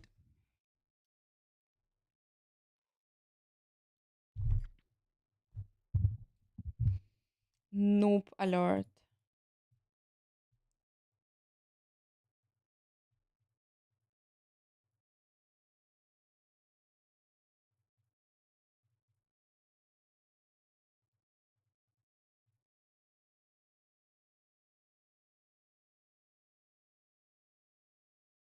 Shinapi, Shinapi. I cannot do today the Shinapi.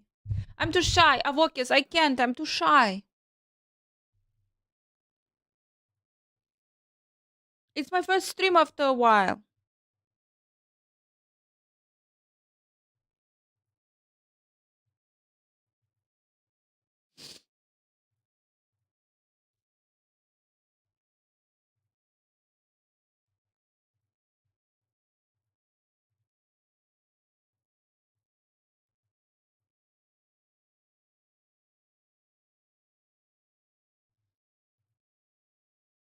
It's nice that you believed.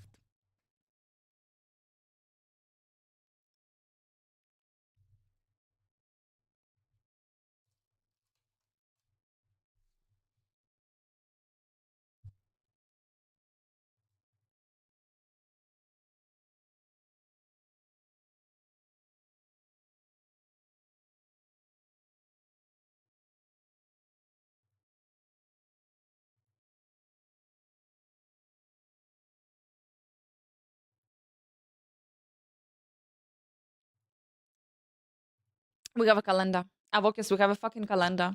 All the games being released in April. Absolutely everything being released in April.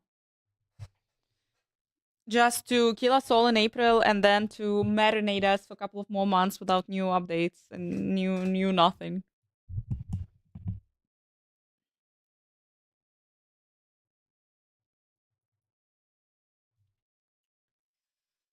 Ding, ding, ding, ding, ding, ding.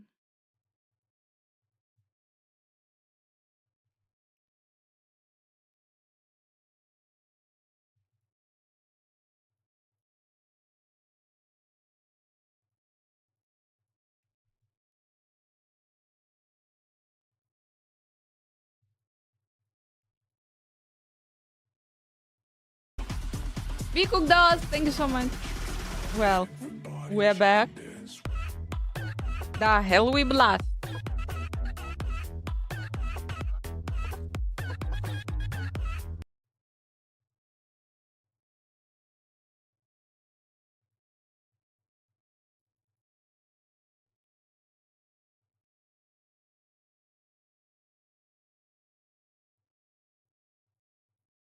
We learn.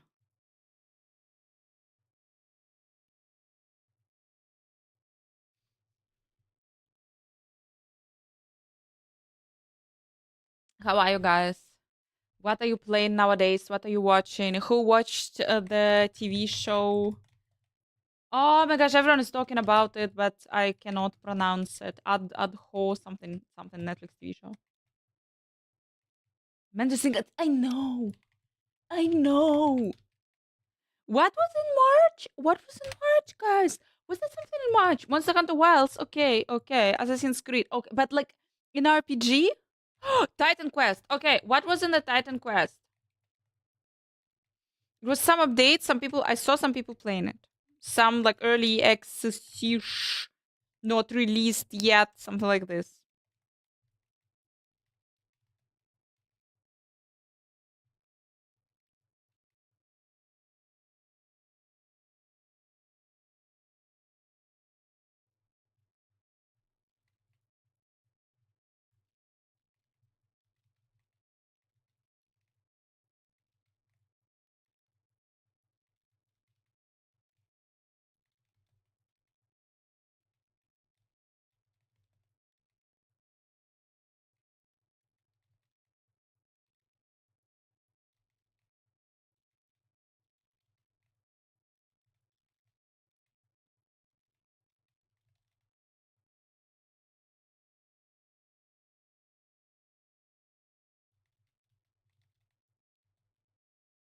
Yamla photo scratch. Yeah. Ah. But like for real, guys, in RPG world, after April, there will be for quite some time emptiness.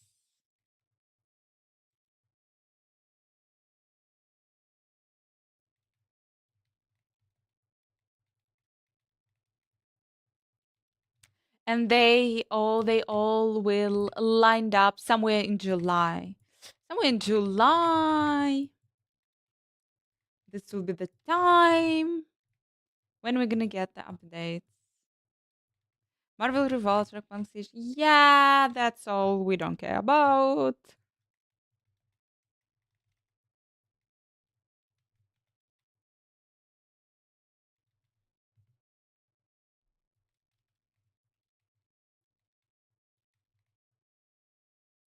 Well, people, beginning of June, I'm gonna show you the real German festival. This is the event being planned. In the end of August, they're gonna be the Gamescom, maybe. Dear people, you wanna hear something absolutely horrific about the Gamescom?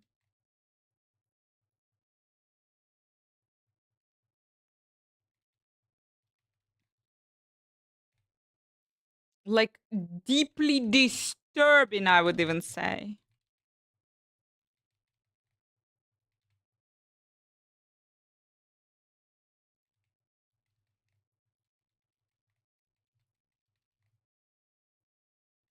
Like something that will make you question the humanity.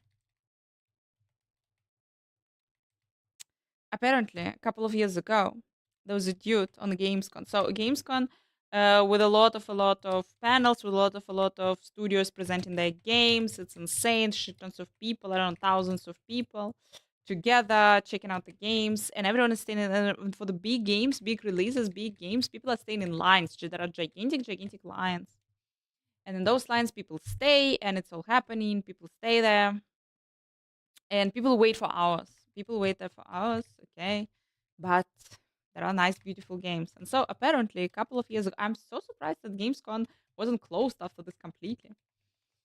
But, naja, couple of years ago, there was a motherfucker who was staying in the line. While he was staying in the line to see some game, he managed to, it's a room full of people. I don't know how. No one fucking knows how. But this fucker, he managed to, while staying in the line, poop in a bag.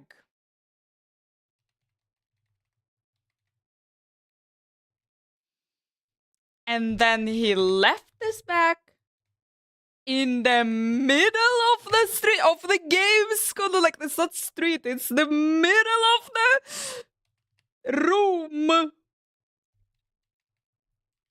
And this bag was kind of like, especially what was in the bag, it was spread across. There are a lot of people there walking there, and it was across the whole place. Jesus Christus. No, and then someone noticed what the fuck is going on and called the cops, called the ambulance, called the... No, like, it was bad. It was, like, really bad. Bunch of people threw up, also adding to the whole moment. And till the day, till now, no one knows who the pooping evil genius was. Ugh, I don't know, like, how could you not know this? It is still 100. It's so still 100. It's insane. It was a couple of years ago. No, you need to have, come on, you need to have some special abilities to be able to poop in the middle of the crowd, in the open facility, in the room.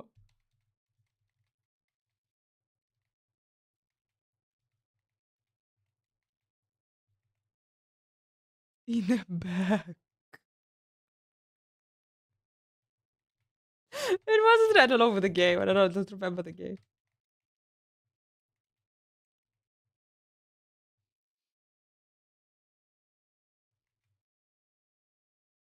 That works, not trolling? No, I don't know what you're talking about. Isn't this like the paper thing?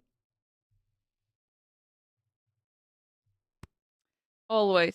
You can rely, guys. You can rely. We have here the best poop news.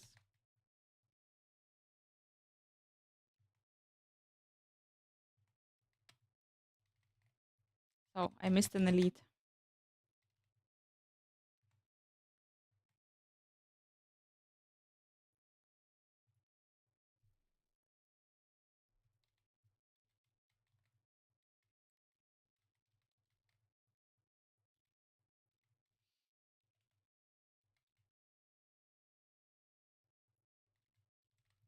This makes me think that people are absolutely horrible and they will find a way.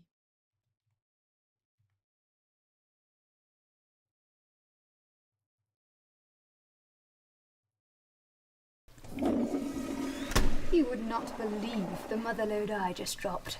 And that's how I like to keep it, leaving not a... Am I allowed even to show this on Twitch? You would not believe the motherload I just dropped. And that's how I like to keep it, leaving not a trace that I was ever here, let alone that I just birthed a creamy behemoth from my cavernous bowels. Nothing is worse than stinking up the shared toilet at work, or the toilet... Rockets, thank you so much! Or your lover's apartment. Of course, thank you, my dear, thank you. Maybe 2 or 3 what the fuck is going on this this stream? But thank you. But what can be done of that subtle scent of a 300-cow dairy farm? Aerosol air fresheners aren't the most effective option, or the healthiest. Trying to mask the stench, giving you a nice blend of ChemLab carnations with just a touch of feces. So, how do you make the world believe your poop doesn't stink? Or in fact that you never poop at all? Poopery. Poopery is the before-you-go toilet spray that is proven to trap those embarrassing odors at the source and save relationships. Simply spritz poopery in the bowl to create... How old the fuck is this ad? 11 years ago. 45 million. Create a film on the water's surface that actually traps the odors in their porcelain prison. And when your little astronauts splash down and make contact with the film, they release poopery's pleasant aromas, so all those around you can smell as a refreshing bouquet of essential oils. Yes, it is a real product. And what happened with the candle?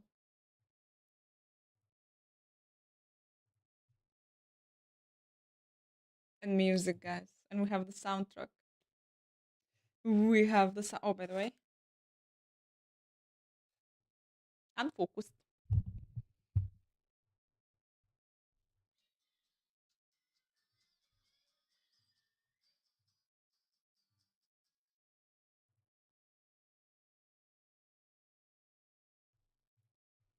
Spotify sometimes mixes my phone and the PC because, like, yeah, the same account.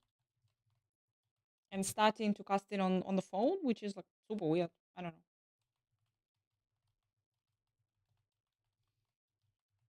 Guys, how do you think? Will my PC survive the upgrades?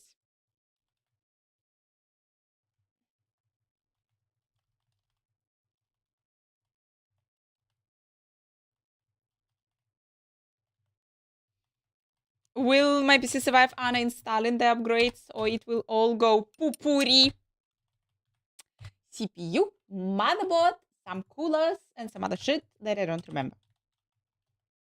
Fuck yes, this new shit, this new RAM I'm getting, this shit I don't remember. Amazing.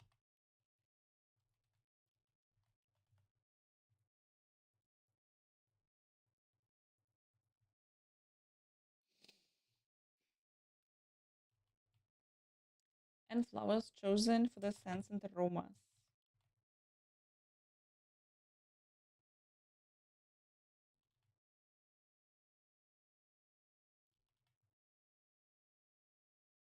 AMD 99900. Razer Heya.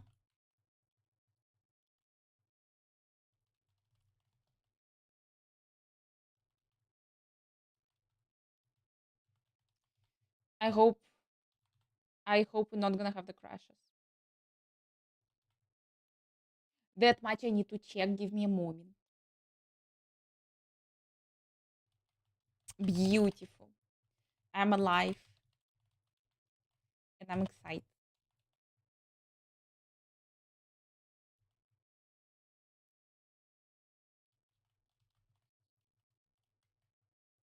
This channel should has like a code word. Pupuri.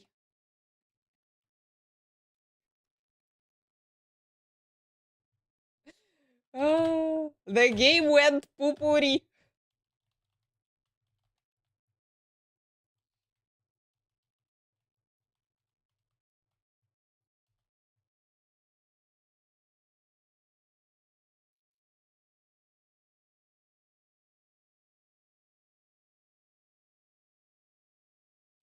The shit is still selling. I don't know. But I thought candles, like, or there is the like the aroma sticks or something.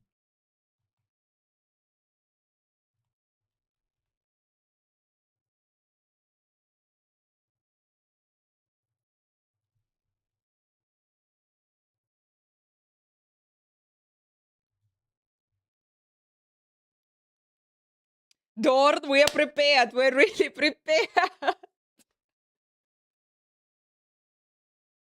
This product is fuck.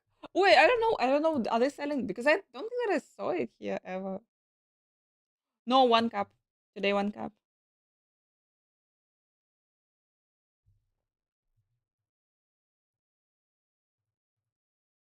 We have here quite a lot of air fresheners.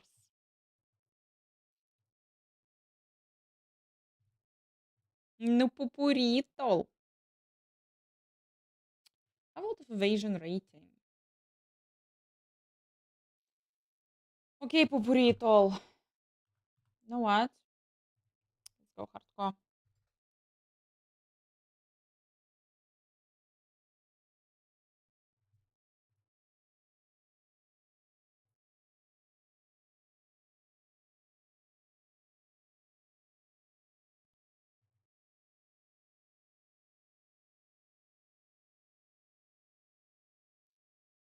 In England, apparently they're selling it.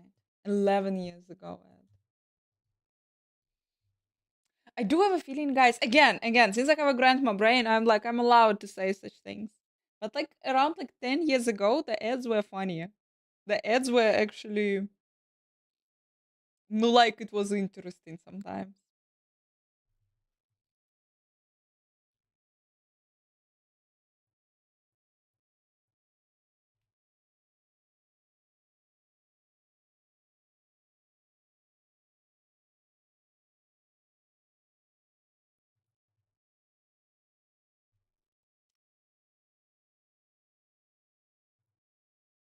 Ay, ay, ay! About to finish Act 2 on this character.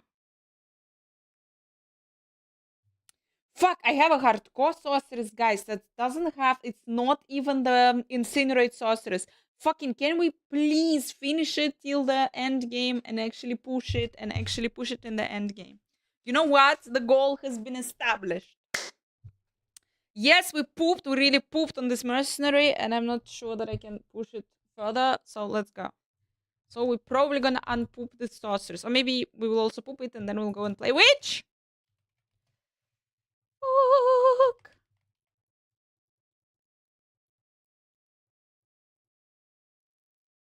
I don't remember how to play.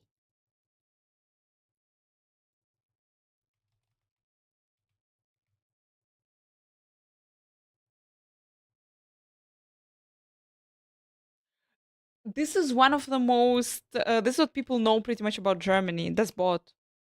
Or Das Bier, Das Boot. No, but I haven't seen it.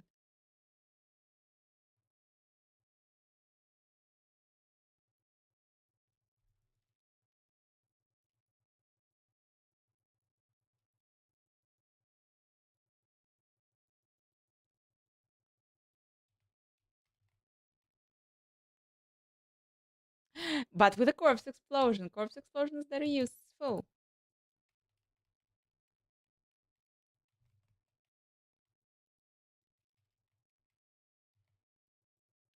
Yeah. First, then spark.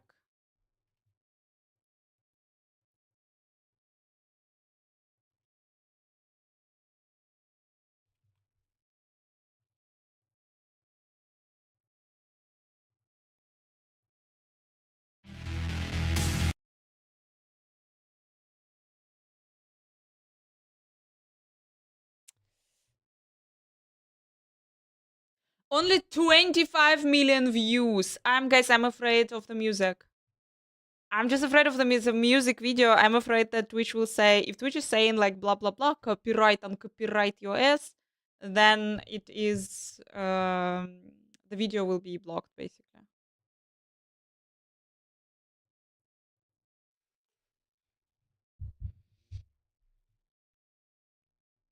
Yeah, they don't like it.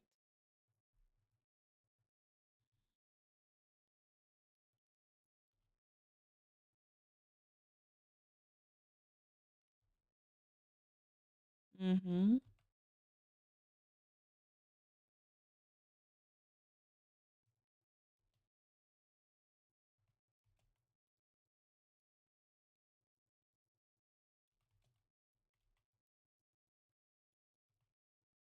And now I'm getting the fucking crossbow.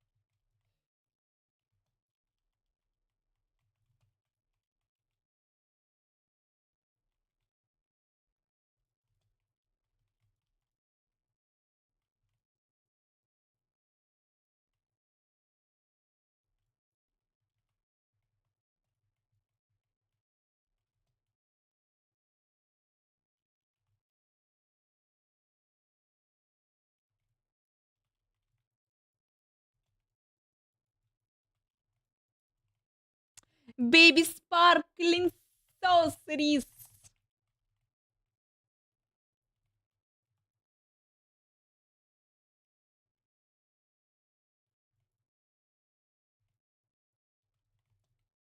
Guys, do you remember the ad for the sorry, wait. For the toothbrush with the eggs?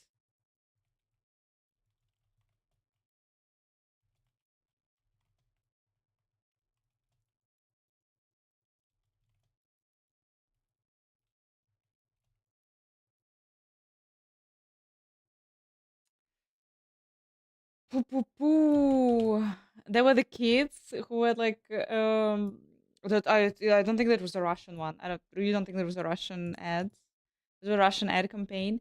But basically, there were the kids, the classroom, and they were polishing the eggs with not a toothbrush, toothpaste, with a toothpaste.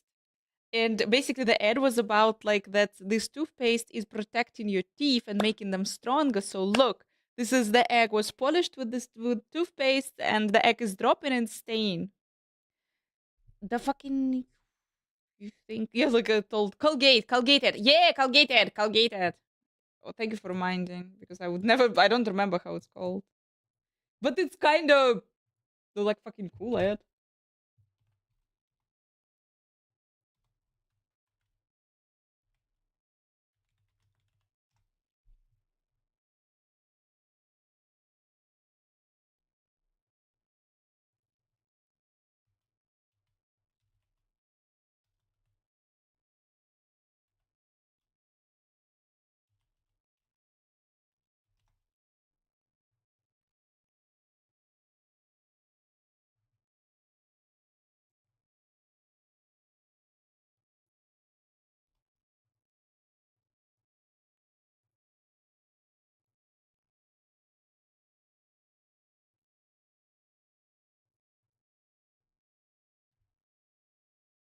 One of the best commercials. At the river mouth, the bears catch only the tastiest, most tender salmon.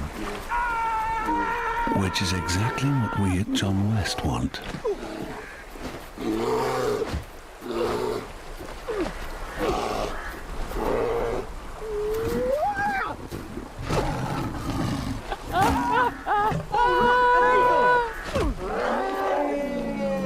John West endured the worst to bring you the best. Jesus. Lim, it's not yet released. Season 2 will be released 17th of April, but we're ready. We're super ready for it. We're gonna be. The fuck? Why again? Again on my phone.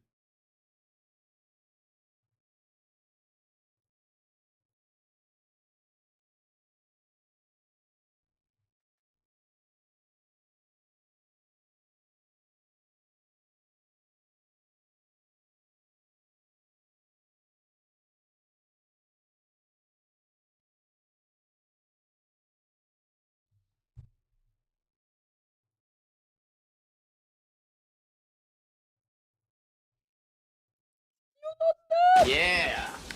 Another boys' night in. Sweet. Not now. I'm in the zone.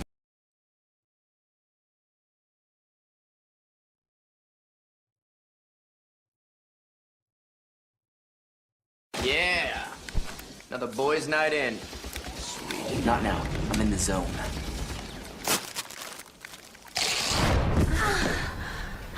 Doritos. Yummy.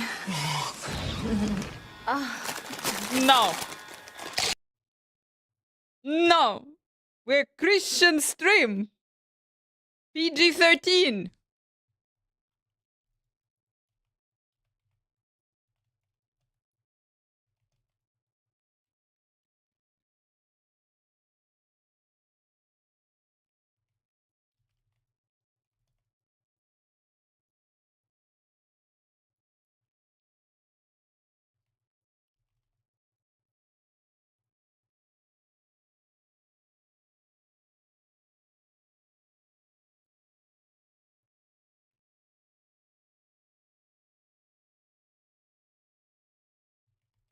They didn't show this ad in Russia. I don't know.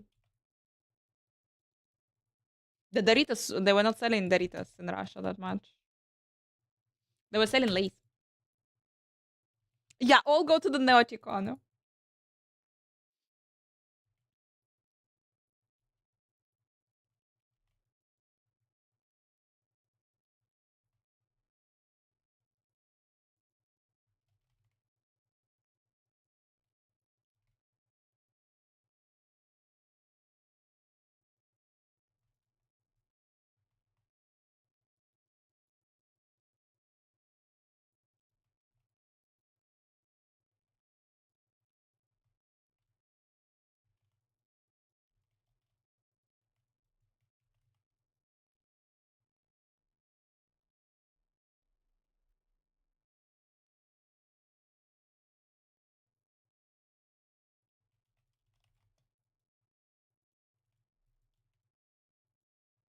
No.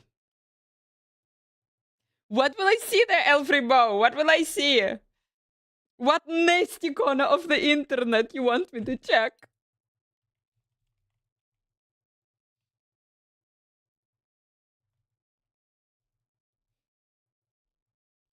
Links, please.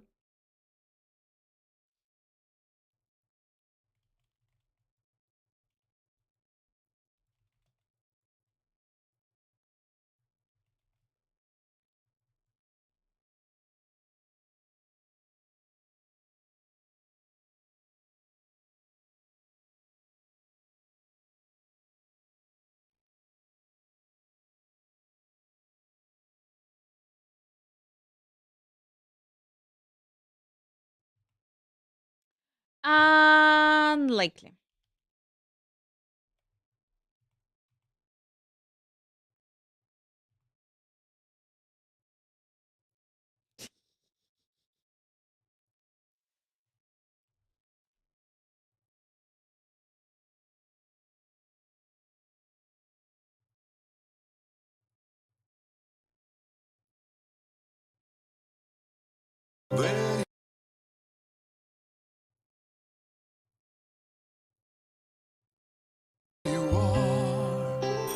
Looking just the same as you did last time I touched you.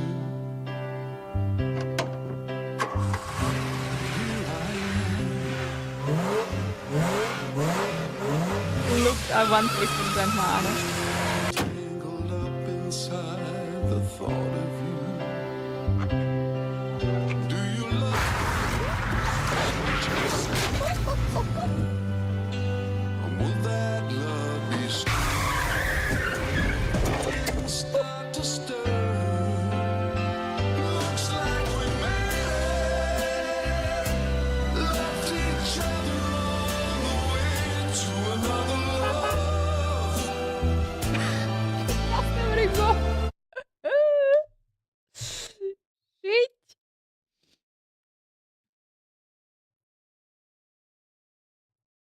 That is super. That is every Anna, this is Grandma Anna driving 100%. Yo, oh, pretzel to you, my love. Pretzel, thank you.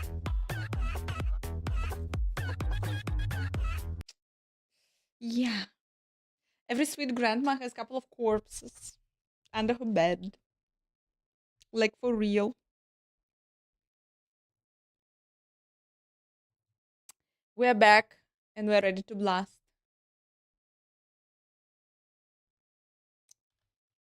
Poo-poo! Guys, my lightning res is 76. I'm ready for this. Ah, but I don't want to fight this boss. I so don't want to fight this boss.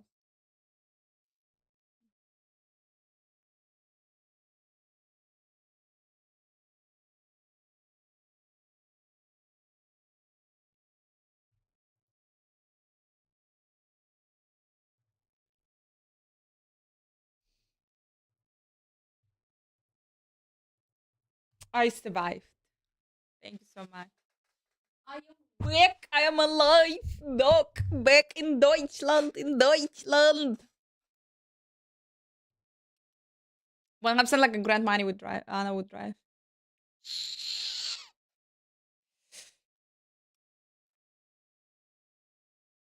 Deutschland is schrecklich. I don't know, it's like plus 20 here, plus 15, plus 20. Doc, I yesterday was walking in a dress. Just in a dress. Fucking winter is over. Frühling. And it's tomato time, guys. It's the time for the tomatoes.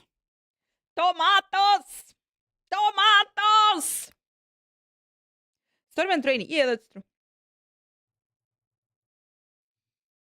Tomatoes! If someone is sniffing, there's something. Funny Bud Light. Party horses, no. Razor, no. Razor, you're in a naughty corner. Ah.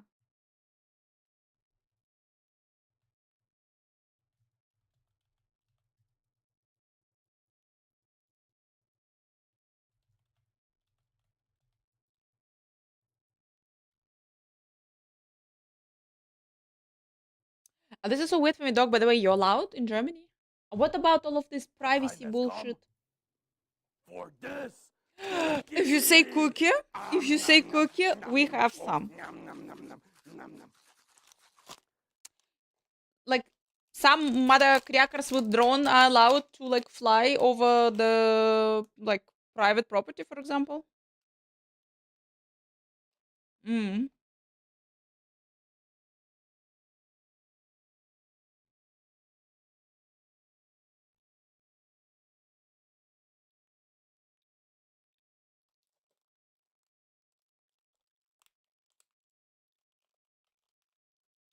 So you wanna tell me that some crackers can use a drone, fly over my building, and see that I am establishing there on the roof Diablo altar?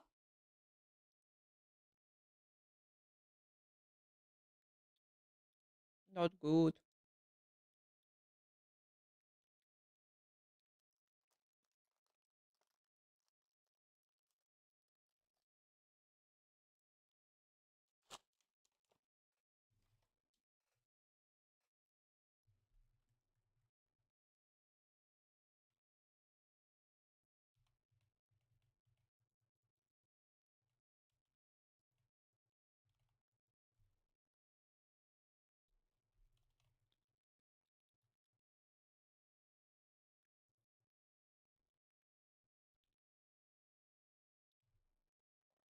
Hmm. Need to hide my altar. My human sacrificing altar a little bit better.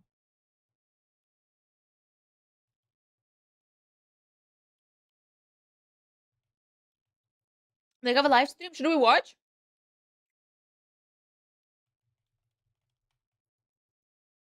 Okay, let's go check.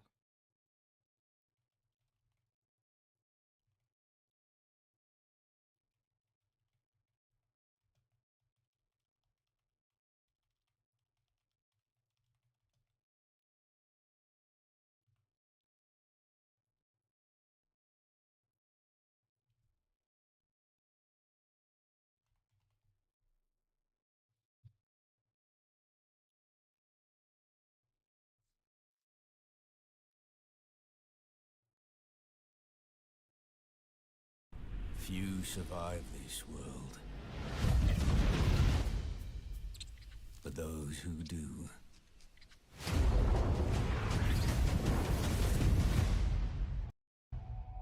awaken.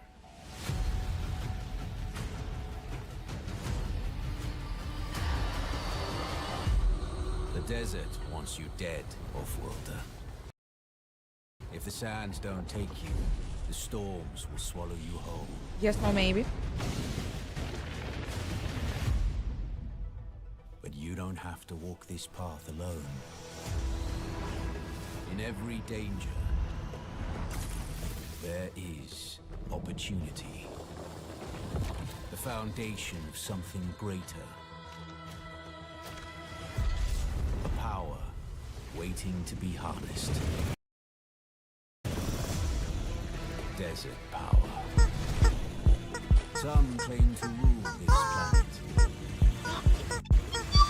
But Arrakis is yours. Dog, thank you so much. Fuck yes, fuck yes, fuck yes. Thank you so much. New tickets. Welcome, welcome. To fight for. Welcome.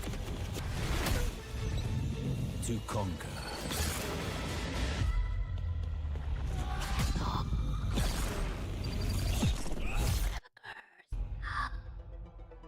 But there are forces beyond even your control.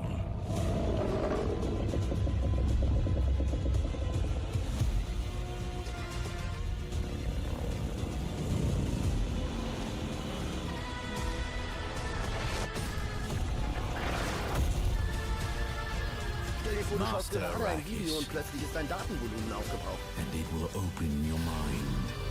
Aber du bist ein Profi. Du bist vorbereitet und weißt genau, das Frank-Datenpolster fängt dich auf. Einfach entspannt weitersurfen, wenn dein Datenvolumen aufgebraucht ist. Mit Frank, dem Mobilfunktarif besten Telekom-Netz.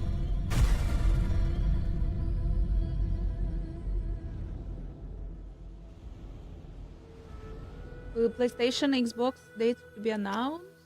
PC on the 20th of May. It's my birthday. It will be my birthday game. Hello everybody, and welcome to our very first Dune Awakening Live. I am Natasha, Senior PR Manager here at Funcom, and I'm very excited to be your host for today. We have lots of really cool things to go through. Among them, we will show you for the first time live gameplay about exploration and the world of Dune Awakening. We'll talk about the music and the audio of Dune Awakening.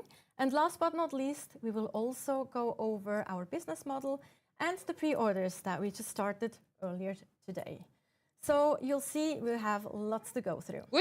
Also, we will be collecting questions from the chat for the different segments, and we will answer those at the end or towards the end of the stream in a Q&A. So get comfy, make sure you're well hydrated, and let's get started.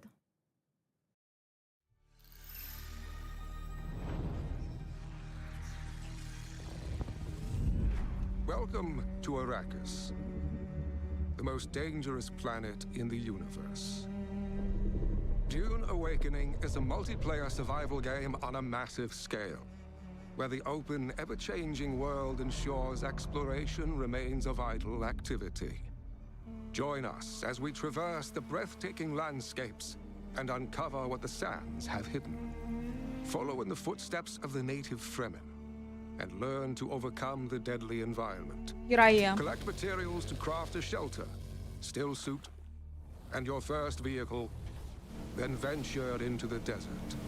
With a scanning module installed, you can scan for resources in smaller areas, or climb the highest peaks to launch a survey probe, revealing large swaths of terrain and important locations like shipwrecks or abandoned Imperial testing stations. Traverse difficult terrain with tools like the Shigawire Claw and Suspensor Belt, and claim powerful tech and gear. Expand your fleet of vehicles and upgrade them with new modules to suit your playstyle. From the cockpit of the iconic Ornithopter, even the most remote expanses of Arrakis are within your reach. In the deep desert, massive Coriolis storms regularly sweep across the land with monstrous power, changing the entire map every week. As new resources and secrets are revealed, the race to survey the vast new landscape begins anew. Be the first to mark the location of precious resources, then give the map to your allies, or sell it to other players. Are we gonna play it, guys? Here, there are no paths to tread, only power to claim. This is infinite exploration. This is Arrakis.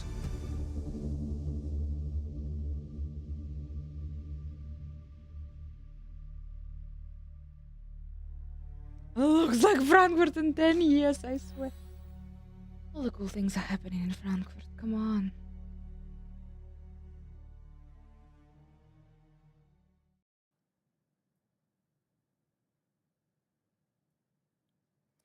So to talk about the world and exploration in Dune Awakening, we're gonna jump into live gameplay, and I have two guests with me here to talk about that, two very exciting guests.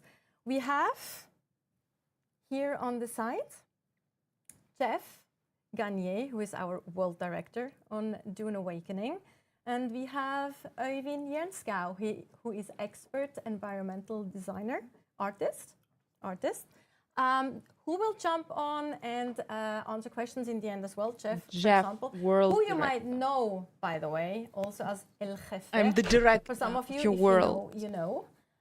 Jeff, do you want to introduce yourself a little bit to the viewers? Yes, I'm Jeff. As Tasha said, I'm the world director on Dune Awakening.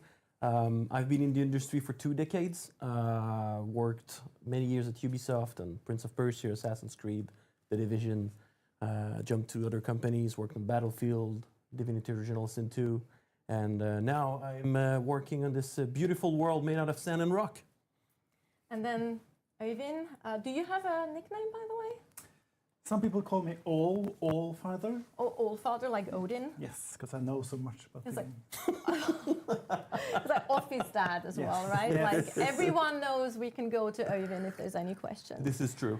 But yeah, introduce yourself as well. Yeah, hello. My name is Øyvind Jernskov. I've been in the industry for 3 decades. Yes. Started with in Funcom in 1996. The majority of my time has been here. I've basically been working on all the Funcom games almost. On all of them, including Secret Worlds. Secret World, Longest Journey, Dreamfall, Age of Conan, Exiles, Anarchy Online. You actually worked on Anarchy Online? Yes. Oh my god. I think a lot of viewers will go like, yes, right now, so that's amazing. It doesn't look like it, but you're that old. Oh my god. We don't do that here. We don't do any age shaming here. I was like, all right. But yeah, so as we now jump into some of the gameplay, we'll have actually Camille behind the camera who is playing for us. We will the actual gameplay. Also emote. Nice, well love done. it, love it. So as we take our first step here into the world, I mean, one of the main concerns that players have, or that we see often asked in the public, is like, Arrakis is a desert planet. Is it going to be boring? You know, like, can you do a lot with the desert? G-Dog sci-fi. I think we can. I think we can actually say that we can. So, what why was not the gay? biggest challenge You feel to make hydrated? our Well, Arrakis? Yeah, it was basically Really? when I started at Funcom, the one of the most important pillar I had for me was for the world was verticality. Not bad. Right? Really not bad. Yes, I was in charge of the world on a desert planet, but I wanted to make sure that we would still have a lot of verticality in the game, right? So we'll see that later also, but there's a lot of rock formation and different biomes. that What we'll explore and about things you like this, move but it bad was and the really worm important gonna to me that come? It was just not a flat space of sand. Look, that right? doesn't look like the movement. And thanks to Øyvind and a lot of people on the world team, we were Okay, able to holidays, manage 20th quite of May. quite a lot of different high elevation with lots of different vistas, like the one that we have right now. And we can see Camille using the binoculars to make sure that you can look at the trade post. Right here we have 4 of them in Hege Basin. The map that you will play many hours. This is a neutral section that. No, the hosts, worm is coming. NPCs. The You worm can is talk already to there. vendors. You can get some contracts. It's our quest systems and other things like that in there. I think it's also interesting. No, to this note is the that bad. Like, while okay, we okay, the explore here surface, and guys. use It's the not a binoculars, it pure does actually desert. add On a the pure points of desert, the interest that worm. you're If looking it's at not a pure to desert, the the worm will compass not at the come. top. Yes, exactly. Show Plus the you fuck can how they also move in the add your desert. In the own, desert, Yeah, they should like absolutely. go, So I just think move. that's also Yes. Oh, I love that one. Yeah, by that's the a way. little garage that we added Yes. because Do not we had attract during the the beta worm. there was a lot of Yes. players going to the trade post Guys with will travel on the their rocks. hard-earned sand bike. You have to do the and, moves. They were just placing their sand bike here there. They were going to the trade post, and then a sandstorm Sandstorm was coming. due When a insect in sandstorm 1 minute. come, the door closes. Yep. And Oh, we are getting a sandstorm now, so we can there actually is a yes. sandstorm, so we'll see. But We'll what see. I think is very cool, like just to like mention that again, we added those garage areas because our beta testers absolutely. actually came up with the idea, and they were like, okay, my sand. Yeah, can I have garage? Yeah, absolutely. Because for us, I So- don't know. We play the game so much, so it's hard to know what we don't know, right? So And we yeah, the actually door have- closes, and then when you're stuck inside and your bike outside, when you go out, your bike is. Oh, the sandstorm! So now, if you put at least your bike in a little garage, it's gonna be okay. Or quite damaged at yeah, least, quite right? Like, damaged at least for sure, right? So we might actually see the doors being. Yeah, very quickly sandstorm, guys. in here. Fuck. Depending Sandstorm if is the coming. actually comes close enough. It Yeah, looks now like it is. You Yeah, so get close inside. everything. Yeah. Fuck, they're staying there and It's gonna eat a chilling. bit of Close time, though, everything. but that's just how it is. I haven't actually tried. Can you get like squished and killed? Ah, here it I- is. The doors? For That's actually real. something I want to figure out now because I honestly don't know. There are I good haven't youths tried outside. that. Are they gonna go in? But, No. I think you're pushed in or out. I don't exactly remember. Yeah. But yeah. Yeah. Yeah, I You hear also the see, people like- are coming in. Well, Yeah, that's funny. last- 'cause The door closed. There's a lot of things that can happen in the environment, and yeah, that just happened during the stream. So it didn't happen earlier, but now it happened. So we're gonna wait a little bit and talk. Because of the So the thing in front sandstorm. of Camille Sandstorm is out. was the What? that's the contract board. So it's one of the way that you can get quest like contract things to do basically. You pick them up and then quest. you do them. You get some rewards. Contract, you can also find contract, contracted okay. world. Some people might have been sent to kill other baddies, and then you just happen there. You steal the contract and you finish the job and get the reward for yourself. You also saw that you have faction-specific contracts as well. They have like specific icons there, of course. So there's lots of things that and then you can of course see your quests or contracts, like we call them here, in your quest log, in your contract log, so to speak. And they have a sandstorm, eat it like a grape. You also have like the faction. Put something tasty in your base, so it would be tasty for the worm. Like for real. More meat, I don't know. Can you like rent hire the mercenaries in this game? Aligning yourself with one of the main factions. Can you like hire a bunch of them and put them all there in your base and invite the worm? You can actually, once you have a trade post explored or unlocked, you can actually use a pilot that flies you to one of the either Arakeen or Harcourt. Call the worm. You can go to Shai Hulud, we all pray to you. I need a worm costume. Guys, do you think I will look good in a worm costume? There, more NPCs to talk to. You have access to the exchange, which is the Dune auction house, where you can buy and sell things the worm from other players. Yeah, because generally you actually need an ornithopter, right, to go there. So we made sure that even newer players can actually enjoy those areas, even if they don't have the ornithopter unlocked. Exactly. It takes a lot of time to get the topter, so it's worth it. It's worth it. Absolutely, 100%. Absolutely. It's a really wow moment. I remember when I made myself my first ornithopter. That was a long jump. I broke my leg. Really cool moment. Sometimes when I test bugs, I just stop and I just fly around. Really? Just go into do the booster. Enjoy your work. Takes longer to fix bugs because nobody knows that. Exactly. Well, now everybody knows. You need to, Absolutely. So in this case here, we do have a sandbag already, and we have like a few things that we're checking out now in the base. Camille deposing blood that he harvested from enemies before. That's the best first way to, second way I must say, to hydrate yourself. First way is to suck up sap plant at the start of the game. Google in the worm outfit. Tools to be able to harvest blood from enemies, and then you can process it into water, where you can then drink. You can also drink blood if you're really desperate, but it's not really good. It's not suggested at least, or it's not exactly. like. So we've shown a lot of the Haga Basin South in many of our videos before and other things. So Camille is gonna move away from there.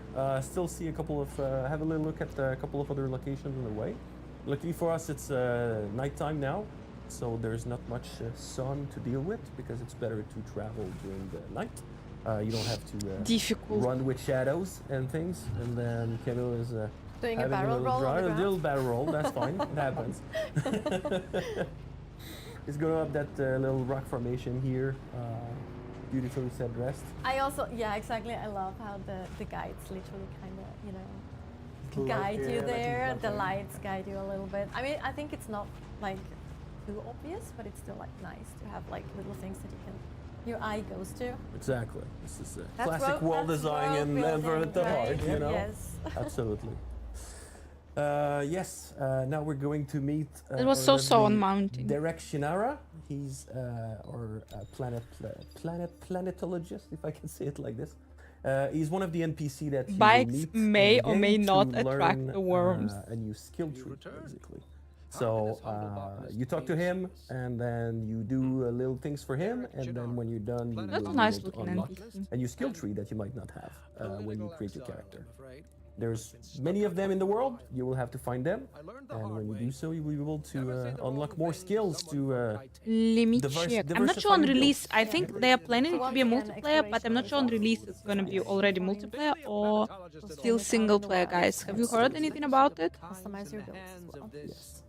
Because as we know, you can mix and match with different skill trees as long as you have skills unlocked. Exactly. And there's lovely little set dressing there done by the. It's multiplayer, already on release. Emphasize that this guy's growing some plants in the harsh world of Arrakis. Now. I'm gonna jump back on our bikes. I mean, we also saw Camille use the Shigawire Claw earlier. So Yeah, the start. Because traversal and traveling is going to be a big part, obviously, for players. They will spend a lot of time doing that. So we also wanted to make sure it's actually fun. It's multiplayer, yeah, Both multiplayer in terms survival of how the world looks RPG, like, yeah, they do. but also in multiplayer. terms of the options they have to do that.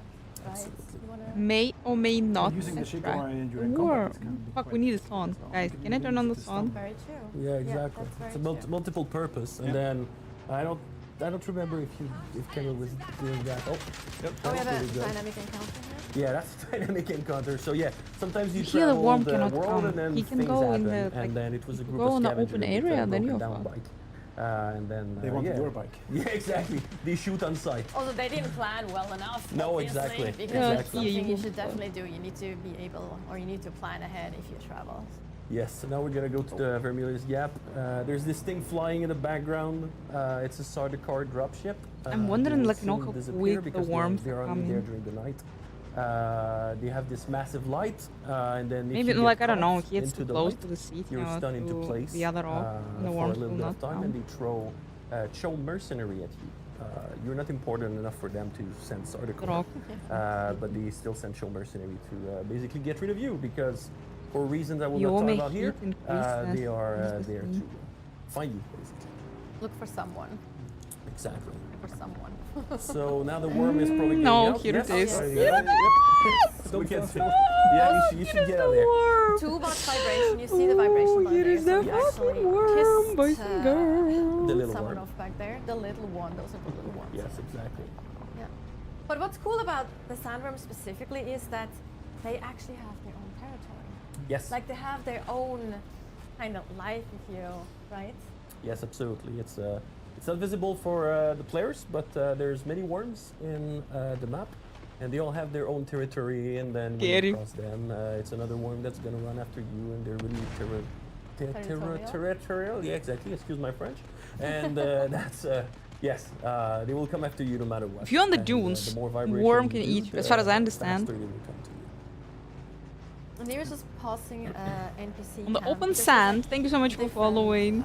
Slices For and the different worm, wells. we're team worm. So we're going into, I think it's The actually open in- sand, worm can eat. It's a camp. It's Yeah, an NPC exactly. camp. Yes. And now we'll see the beauty of You see, I see the shadow, and I'm like, design. maybe There's four, a beautiful maybe four. arch that when you pass Guys, it, they don't need to do look this at whole this. live There's stream and this beautiful. PvP. The only thing that they need to There show you go. how That's the what I'm worm, talking about. how the worm is Here, eating go a off your player. bike, enjoy it. Exactly. Enjoy it. We spend a lot Stay of in time the on shade. this. Stay in the shade. Stay in the Make sure. shade. But also, what we just saw here was that there is an icon there, like at the camp as well, because The Kirab? the Kirab symbol? yes. So, for example, the camps have different factions, or Hello. we have different factions in the game, different NPC factions. They might Like, even fight hello, each other as hello. well. You will Yes. notice that as you explore. But more importantly, there's a reason and that they look different as well. Yeah, yeah. We have to diversify the camps, right? So they have the Kirabs, they like the broken machines, they try to fix them. We have the scavengers, which is like the first faction you actually meet. They're just trying to survive, like you, of course. And later on, you get more and more advanced factions, and they all have, you know, their banners, symbols, and kind of way of life, and how important they are on the hierarchy. So you need to fight your way up to the top. Exactly, and they use different abilities also, and yeah, the higher you go in the factions, basically, the harder enemy gets, and was you have okay. more abilities to attack you, and different weapons. Oh, there you go, got stunned a little bit. But now Kemo has a shield, so he's pretty much invincible to bullets, even though there's a power drain when he gets shot at. But that's a really good way to survive against melee, against range weapons.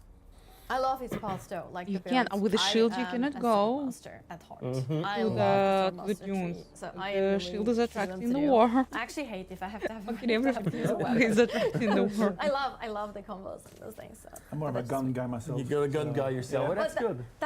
That's the beauty of things, right? You can play like you like to play, Yeah. like your approach. You can also be more sneaky. Yes.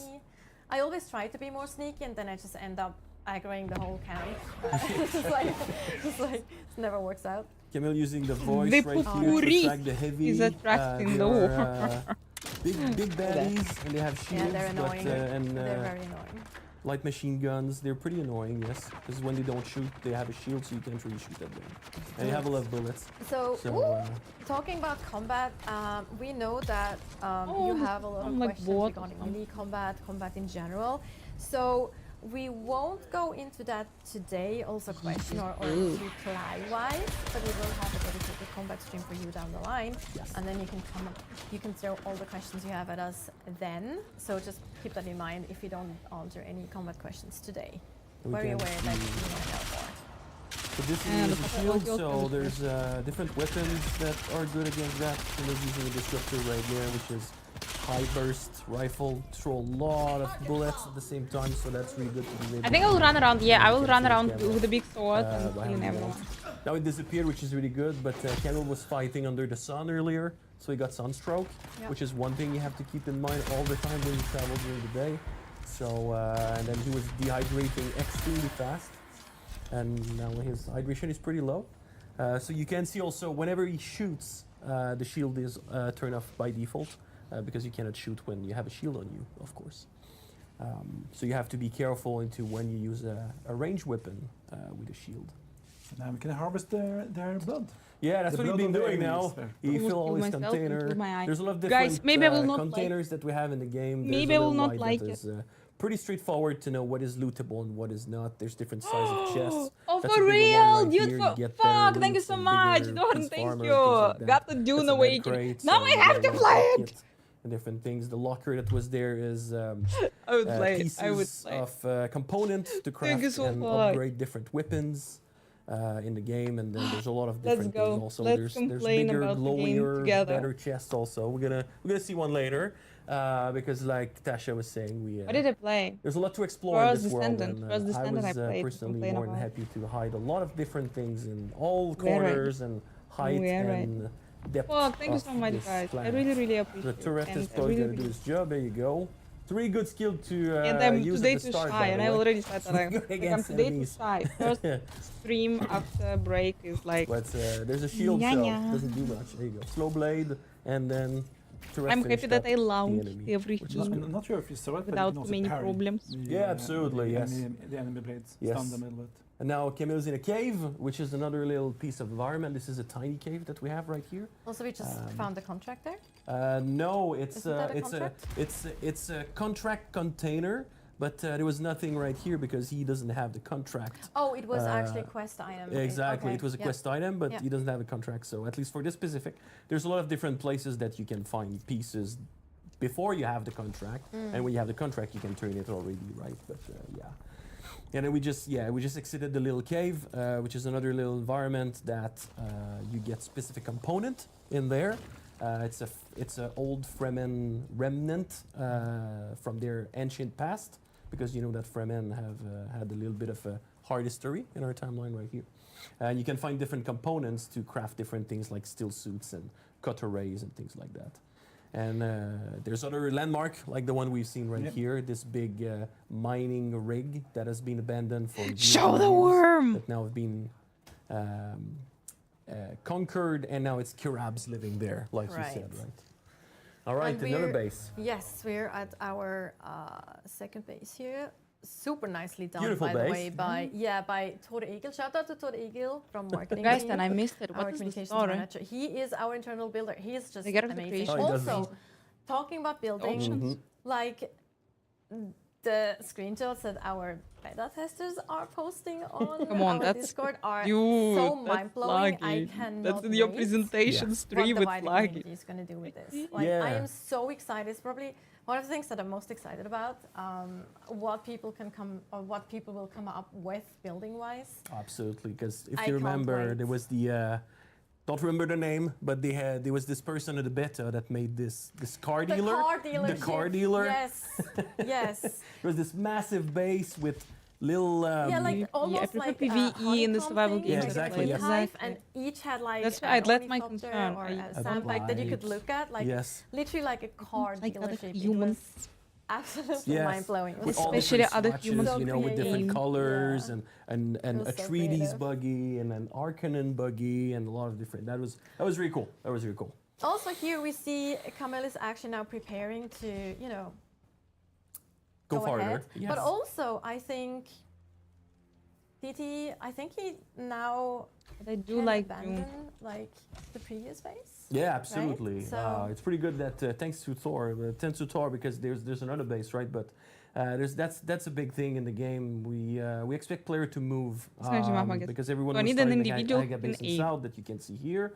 That's but his old base. yeah, that's Who his in this old chat base, can and aim, you can just abandon guys? it, and then it's gonna be. But I'm warning you, I will cleaned up by the storms. Yes. And, accidentally it's really try cool to because shoot well, you he doesn't have in to get case back if there you're in because my he brought team. all his things already.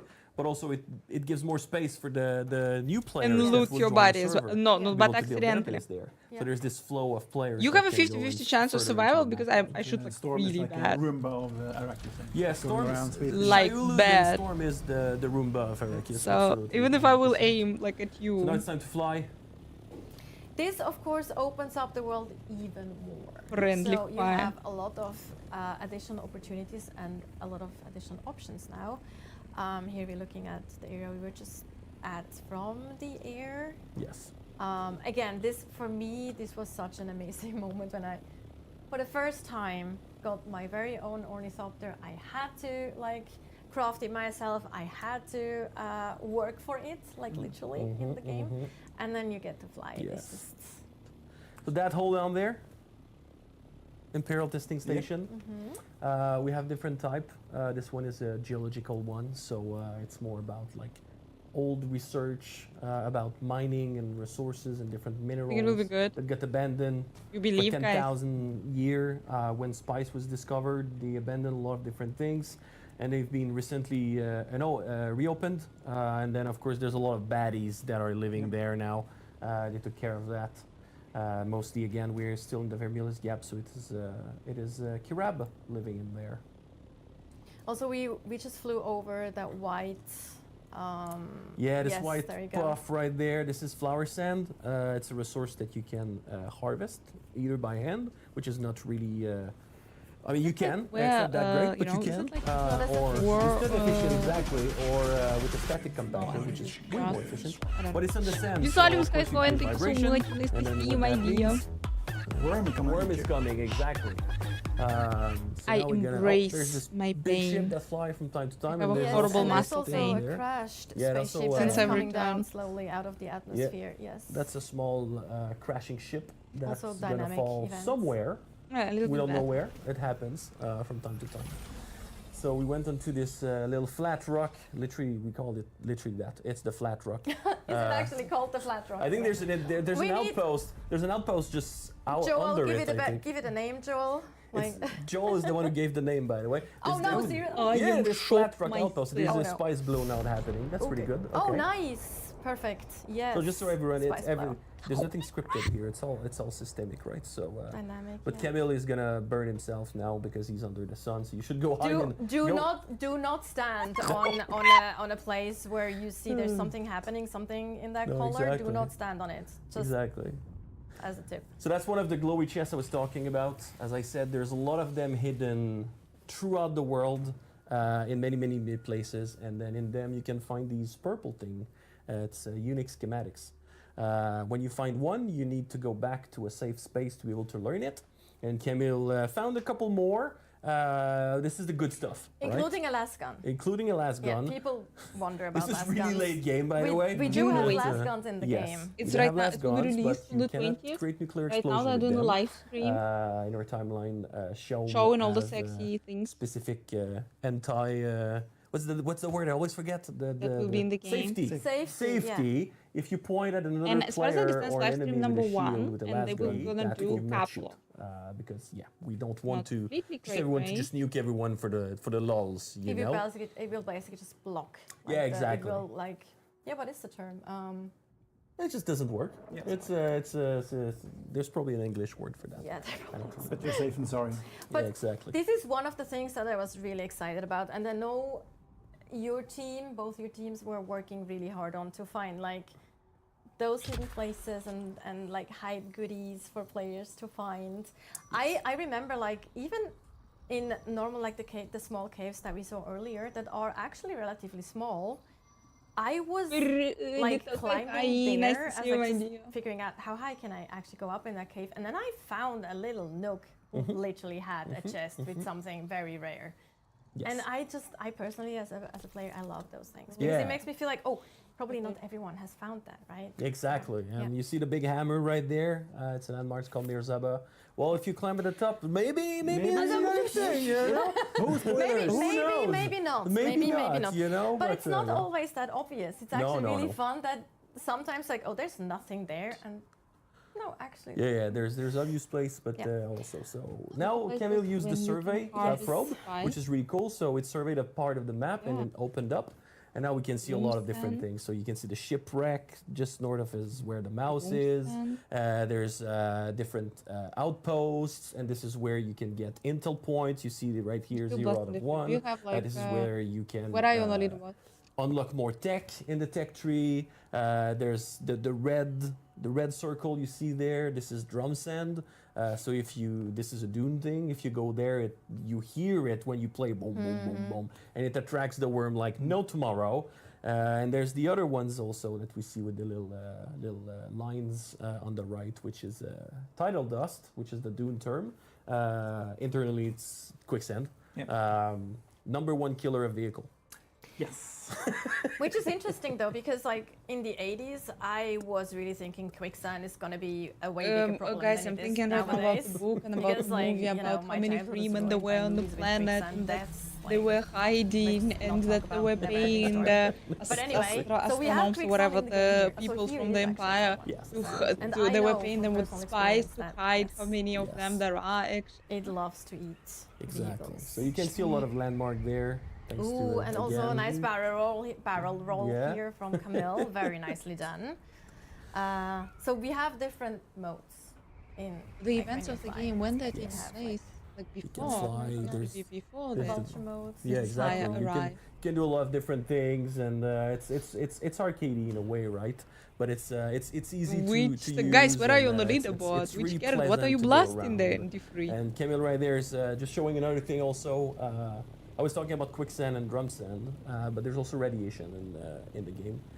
You can see it with this little cute fuzzy thing that looks like Northern Lights, but you don't go there. Don't stay in there. No, exactly. And actually, but because we have more things to show, obviously, we're gonna fly to some other areas, but we would like to start a poll here and open it up to Twitch chat. What would you like to go see between Imperial testing station or a shipwreck? Like those two. Like maybe we can also explain what the difference is. 100%, absolutely. But also, so we open a poll, and if you do exclamation mark vote A or vote B, so you can vote for either of them, and then at the end of like I don't know, maybe 2-5 minutes, we see how long we're gonna run it. We'll see what you voted for, and we go with. Unfortunately, boring creators. No, you can like be just a high-end thing that we're gonna show we're going you, into a little higher boring tier. human and, EGV. I would also fully love equipped to for be a that, but worm. that's fine. He's gonna I'm get good, team and worm. It's gonna be great. Yes, it's gonna be great. I hope the worm will arrive. Now we also see like different rock textures, right? In the end of the broadcast. The inspiration to go with specific rock textures. Maybe you can talk about that a little bit. Oh yeah, rocks. My Owen's favorite topic, rocks. Rocks and sand. I love blazing rocks. Smoky hi. Yeah, the body dome is kind of the inspiration. Thank you so much. I hope you're also rock well. shapes.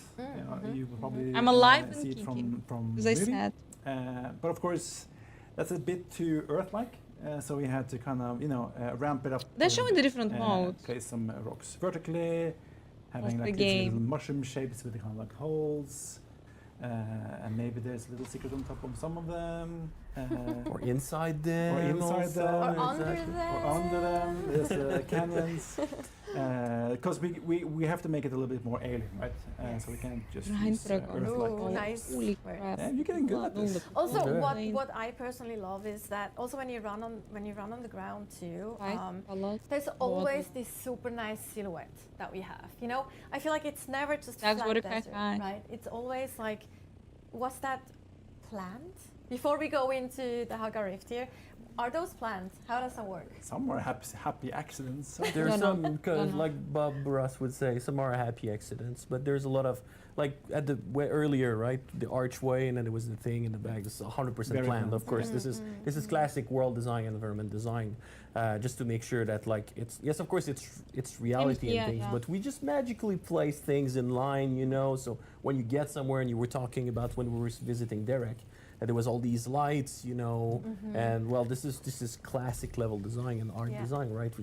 We guide you with things, you don't really think about it, and then magically you just reach it. Yeah, you choose your house. Camille is scanning for things now. I guess it's time. Come on, everyone knows to go. ARPGs. So that's the other thing. Do you know anyone else? Like, we actually have verticality in the game, so it's not just flat desert, it's on one level. So talk to us about this. Yeah, Ivan, talk to us about how we.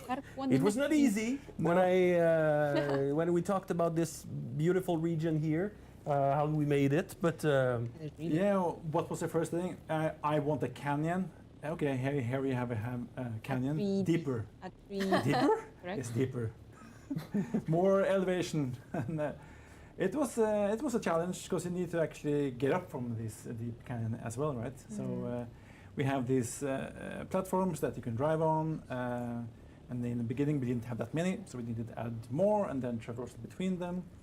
And these tunnels, which are cool, but then we needed to make them cooler with the mining galleries. Exactly. And then we wanted a bit dark. Yeah, at some point which is cool.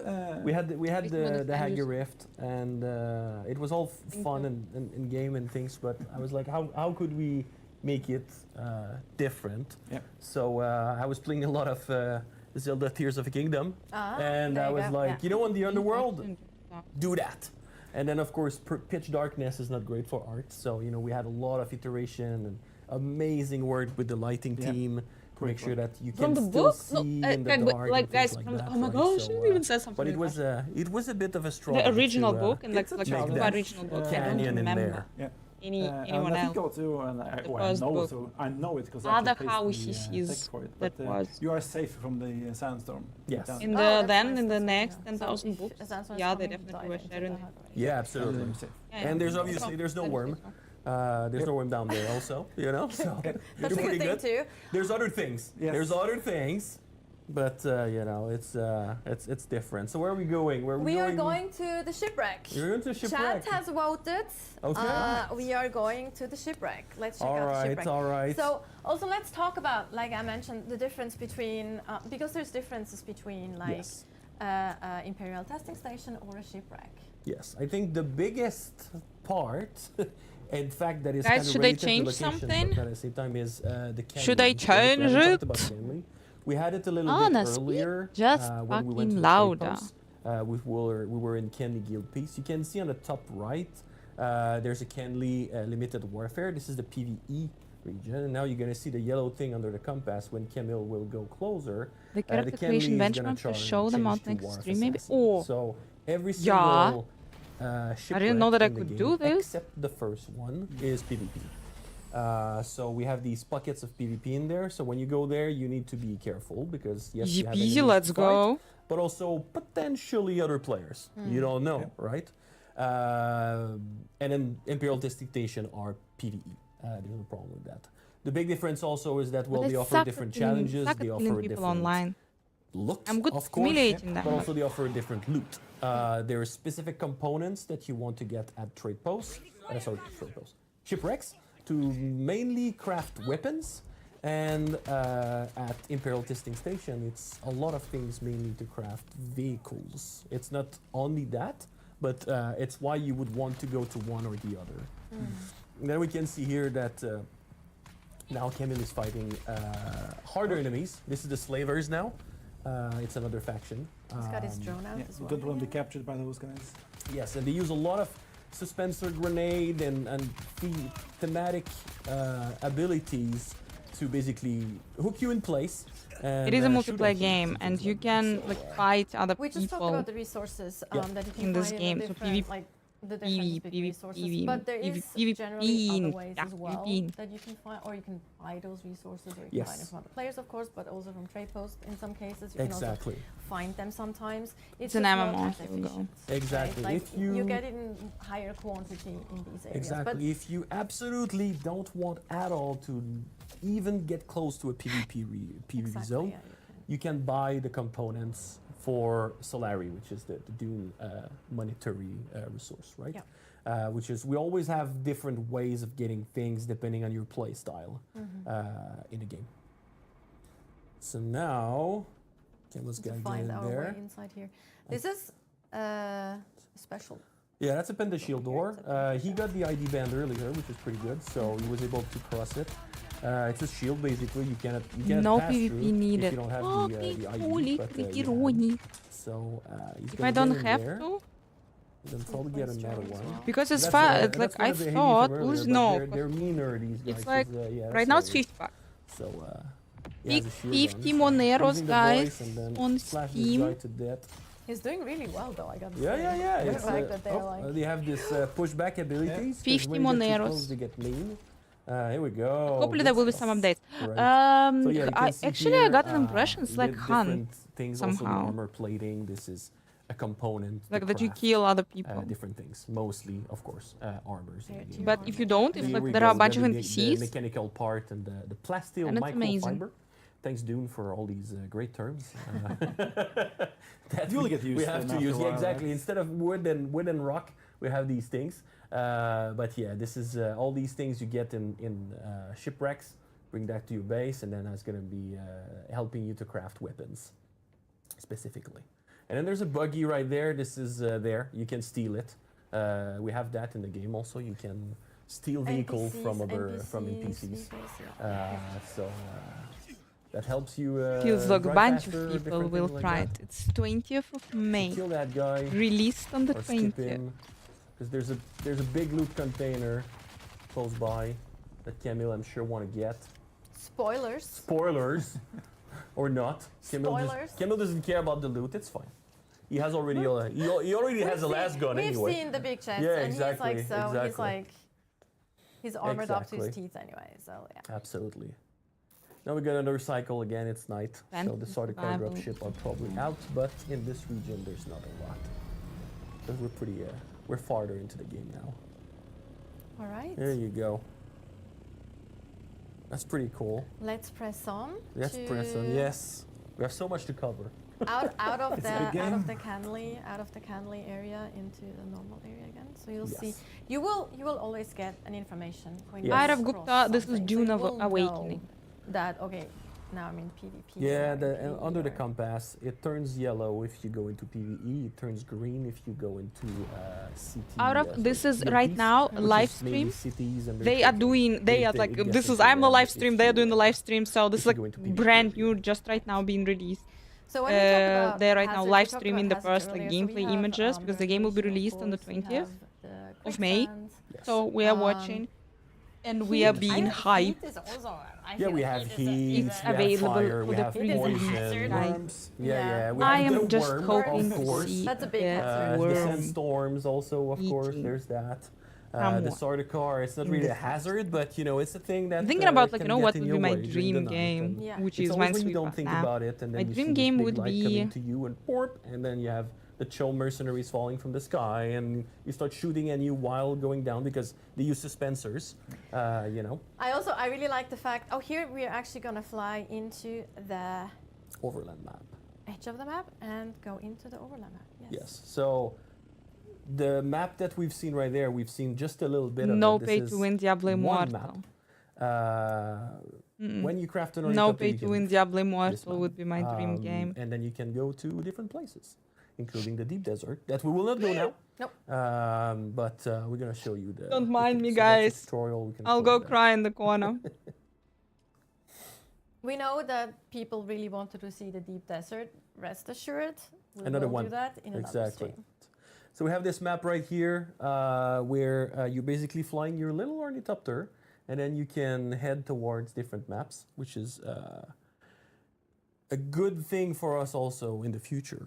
We will be able to add a lot more content. Yeah, not kill me, but I actually really enjoyed it. That's the Hagabasin map that we were in, and then Camille will now head south towards Harko village. So Camille is piloting his little thing. You have water on one side and fuel on the other. And, a little bit of a swirl there. Oh, guys, even now they have regular content update. They added a couple of new characters. Here, so you can just they stop there are adding new bosses, new like big, like epic boss fights and everything. Here, you're still a survival game, so you know fuel and water is important. And now we're gonna enter Harko village. As we saw earlier, we had at the first trade post, we actually have NPCs that can get you there too. Yes, before you have an ornithopter, or you can fly yourself if you have one. Exactly. It costs a bit of salary to get to cities, of course. We don't do that for nothing. No one does anything for free on our Oh, absolutely not. Absolutely not. No. And Here we go. Well, your character, that's what happens sometimes. Someone chose Harkonnen. Oh, hello. Hello. All right, she forgot to dress. Okay, there we it go. happens. Yes. Loading. It took a bit of loading, but yeah. So Harko village. This is where they're drinking beer. The they would live stream now, drinking beer in the game, and we'll not. We're not gonna spoil too much here, but that's probably a really nice area to. Yes. Close off this section. Yeah, absolutely. Yes. One of the city, lots of things to do there, lots of people to talk to. Yes. Hey, you should We're share. actually playing on on our own servers, right? On our own server, we're not playing on the beta, or we're not playing on, especially not on the beta, because we didn't want player come like, hey mom, I'm on camera. You know, like yes. So we just needed to do the things that we needed to do, right? And YouTube, on Twitch, and so that's just a single player. Yes. So that's the reason you don't see any other players you play. Yes. Generally, you actually play for Harkonnen. So, yes, let's wrap it up here for the live gameplay and exploration and the worlds. Thank you to Camille for playing in the back there. That was fantastic. You can't see him, but he did a great job.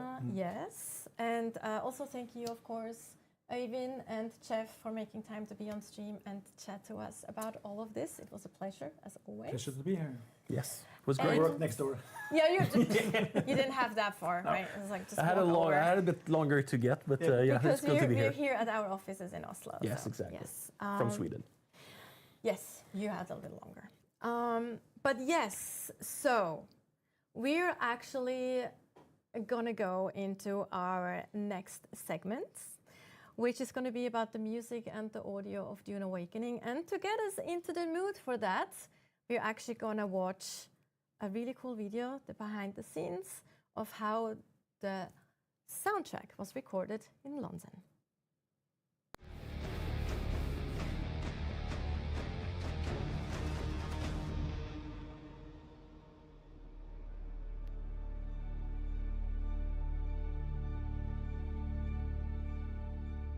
The most important thing music lends to a game is the emotional part. And this is something music does better than any other thing. In the movie, the music was quite good.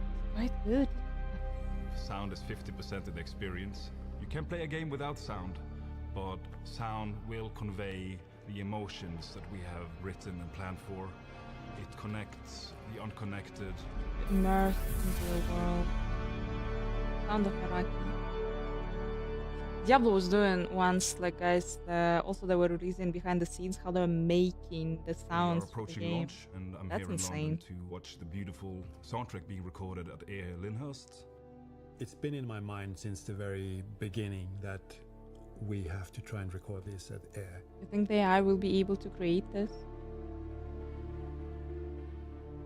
The sound of the hall is, in my mind, it's the best place in the world to record. And also the sense of scale that it lends to a production like this is exactly what we need. It gives us this huge sound that we cannot achieve anywhere else. The other thing that is equally important is the level of the musicians here. It's a level of perfection that you don't really encounter very much. Being there and hearing the songs been a fantastic experience. We're looking forward to get all this great music into the game. When Arild first approached me with this project, he said it was Dune. and I got very inspired to work. I could see so many things that we could do with the music. It is always a bit of a challenge to work on something that other people have worked on before you. Hans Zimmer's score from the films is spectacular music, and you have Oh to shit, guys, for them. Hans Zimmer was writing the music for the movie. He has rhythmic songs, and it was natural for me to get in touch with him when we started this project. So we experimented quite a bit in the beginning. Too much pressure. The Dune books, there is fantastic lore. It's an established universe. Yeah, of course. In every way. We play all the RPGs here, and that's why in April we will die on this tier. No gunpowder in the world.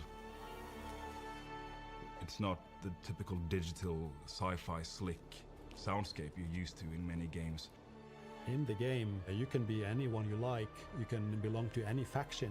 So there are very few areas and situations in the game that are purely Atreides, purely Harkonnen, purely Fremen. You see Atreides, Harkonnen, Fremen, so they don't even kind of have other.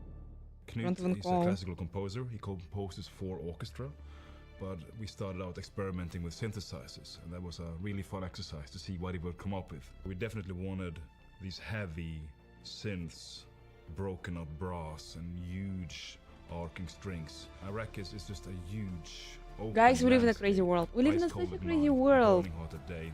You're There are alone like to play, people who and create we really needed the music for the to video fit game. and work with the landscapes. We came up with pillars for what we want to achieve. One of the pillars we wanted to use was flow, which means how sound needs to flow over time, not be too intrusive. The next pillar was information. Information is very important to players, and sound plays a big part of that. And the last pillar is evocation. We want to evoke feelings with our sound design. From the very beginning, we decided that the music Nier should be Automata written has in D because it's a very wonderful practical to soundtrack. write in, with everything recorded in the same tempo, in the same key. We have different parts, we have different layers. Suddenly, we have endless possibilities for variation. The deliveries from Hans Knut Zimmer is too are expensive, I delivered in believe. stems, which are interchangeable and layered, so we can play around with it and adapt naturally to any situation. What we might start with is ambient music, supporting the normal game scenario, a player walking around, maybe building, doing survival gameplay, just beautiful music to support the visuals. Then suddenly a war might appear, or you might be attacked by a terrible scavenger. We need the music to change fast. We have a traditional There are adaptive like music system. two dudes who are writing the music Horizontal for layering, all vertical the most epic movies. It is Hans Zimmer and Ramin Djawadi.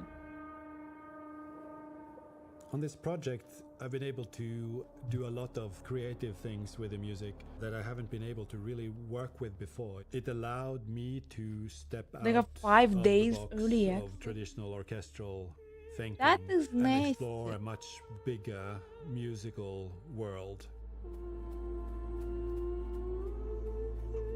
Windsack is an interesting track. The vocalist is very central here. The singer in this track, she represents Mother Arrakis, the voice of Arrakis. For She's real? the voice of the For desert. real? It doesn't become music I see like before you one put the prize. human in there. And that human makes it music. And every now and then you meet a performer that can really elevate your music and your intentions. You just feel in awe. It's like a religious experience. It's just there. You cannot really imagine how you could write it down, because you can't. You cannot write this down. You rely on someone that can actually bring it to life. Yeah, cool. Now I We see, are I extremely see. happy that we were able to do this. That's, yeah, I here see, and, guys. with Yeah, they these have people. The musicians advanced are such a access high will level start that, 15th you of cannot May. really 5 get days that early access. anywhere else. This is shitty when the It's been companies are an doing this. I amazing don't know. experience, This and was nice. it's elevating our game to Early a access and different full level. release, so you don't have to be to get terms of in iconic early? sounds, we try to do what Okay, we think is this right, is and you never smart. know what will become iconic. It could be a small sound, it could be a UI sound reminding you of a sandstorm approaching. There's the worms, which are maybe the most iconic part of the books. It's been very interesting to work with these worms and try to come up with our own soundscape for them. In the books, they are described, sound-wise, as just hiss of sand. What you will hear when the worm approaches is you might hear your vehicle shaking, your building shaking. The sandworms are divine environmental creatures. No. Why invalid for this? You think in 5 days it will be reset? No. Still valid, just not just like people who play, who got fancy people who got the early access do not play with people who got the regular, with not fancy people who got the regular Sound is access. increasingly important in this type Yeah, of different games. service. In general today, I think it's more respected than ever. You have the technical aspects. But why where would sound you? need to convey information. Yeah, Sound new service design drop on the can tell you 20th, what's but not wiping inside a out the box. old one. So what? What's the technology behind this? We want players to be able to close their eyes and just listen to New the service all the soundscape time. and the wind. It's not wiping what's your going on, character basically. You don't have to restart. where they are, whether all it's over again. in Sheol, which is a radioactive area, the Red Desert is known as Vermilius Gap, or the opening area, Hagabas in south. It's truly wonderful to work with sound and have a great team And to use work 7 with. official and release. such an There you amazing go. IP as Dune. With your pre-existing character with some progress on it already. The most important function of music in visual media is to lend emotion to the visuals. And this is something music does better than any other thing. Another very important function of the music is to create a sense of time and space. What it does for the game is that it helps transport the player into a new universe, to a strange new world, to the world of Dune, to Arrakis.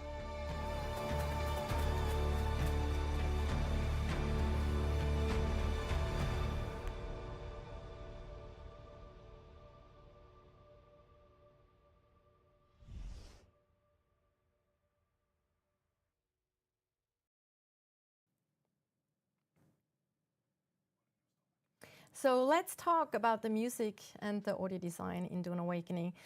Both things that are, of course, incredibly important. And I do have two exciting guests with me now. Sitting here to my left, I have Knut Who do we have here? Haugen, Fresh meat guy. award-winning Right. composer on several of our games, and also Arild Iversen, Ah, who music. is our audio director here at Funcom. Knut, would you like to introduce yourself quickly?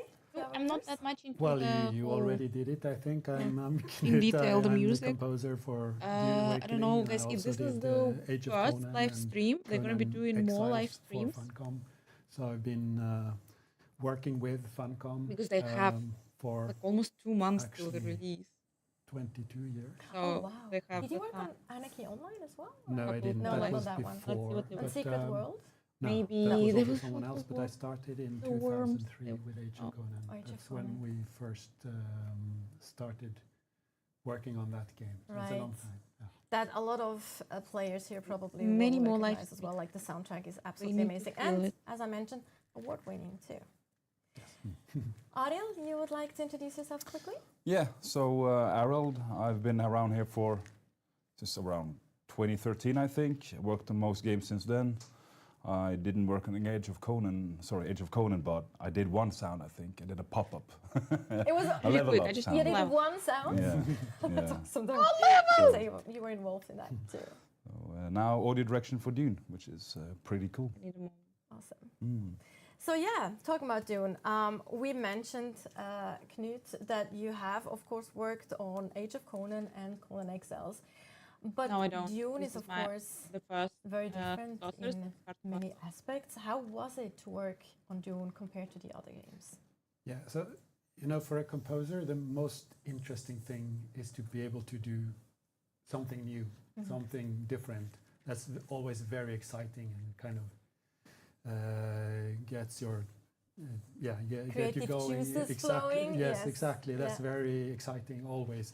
So it was. I was very happy to be able to start working with something like Dune because it allowed me to, well, both the Age of Conan and Conan Exiles, they have ethnic instruments and not just the orchestra, but I worked very much with the orchestra in other projects as well.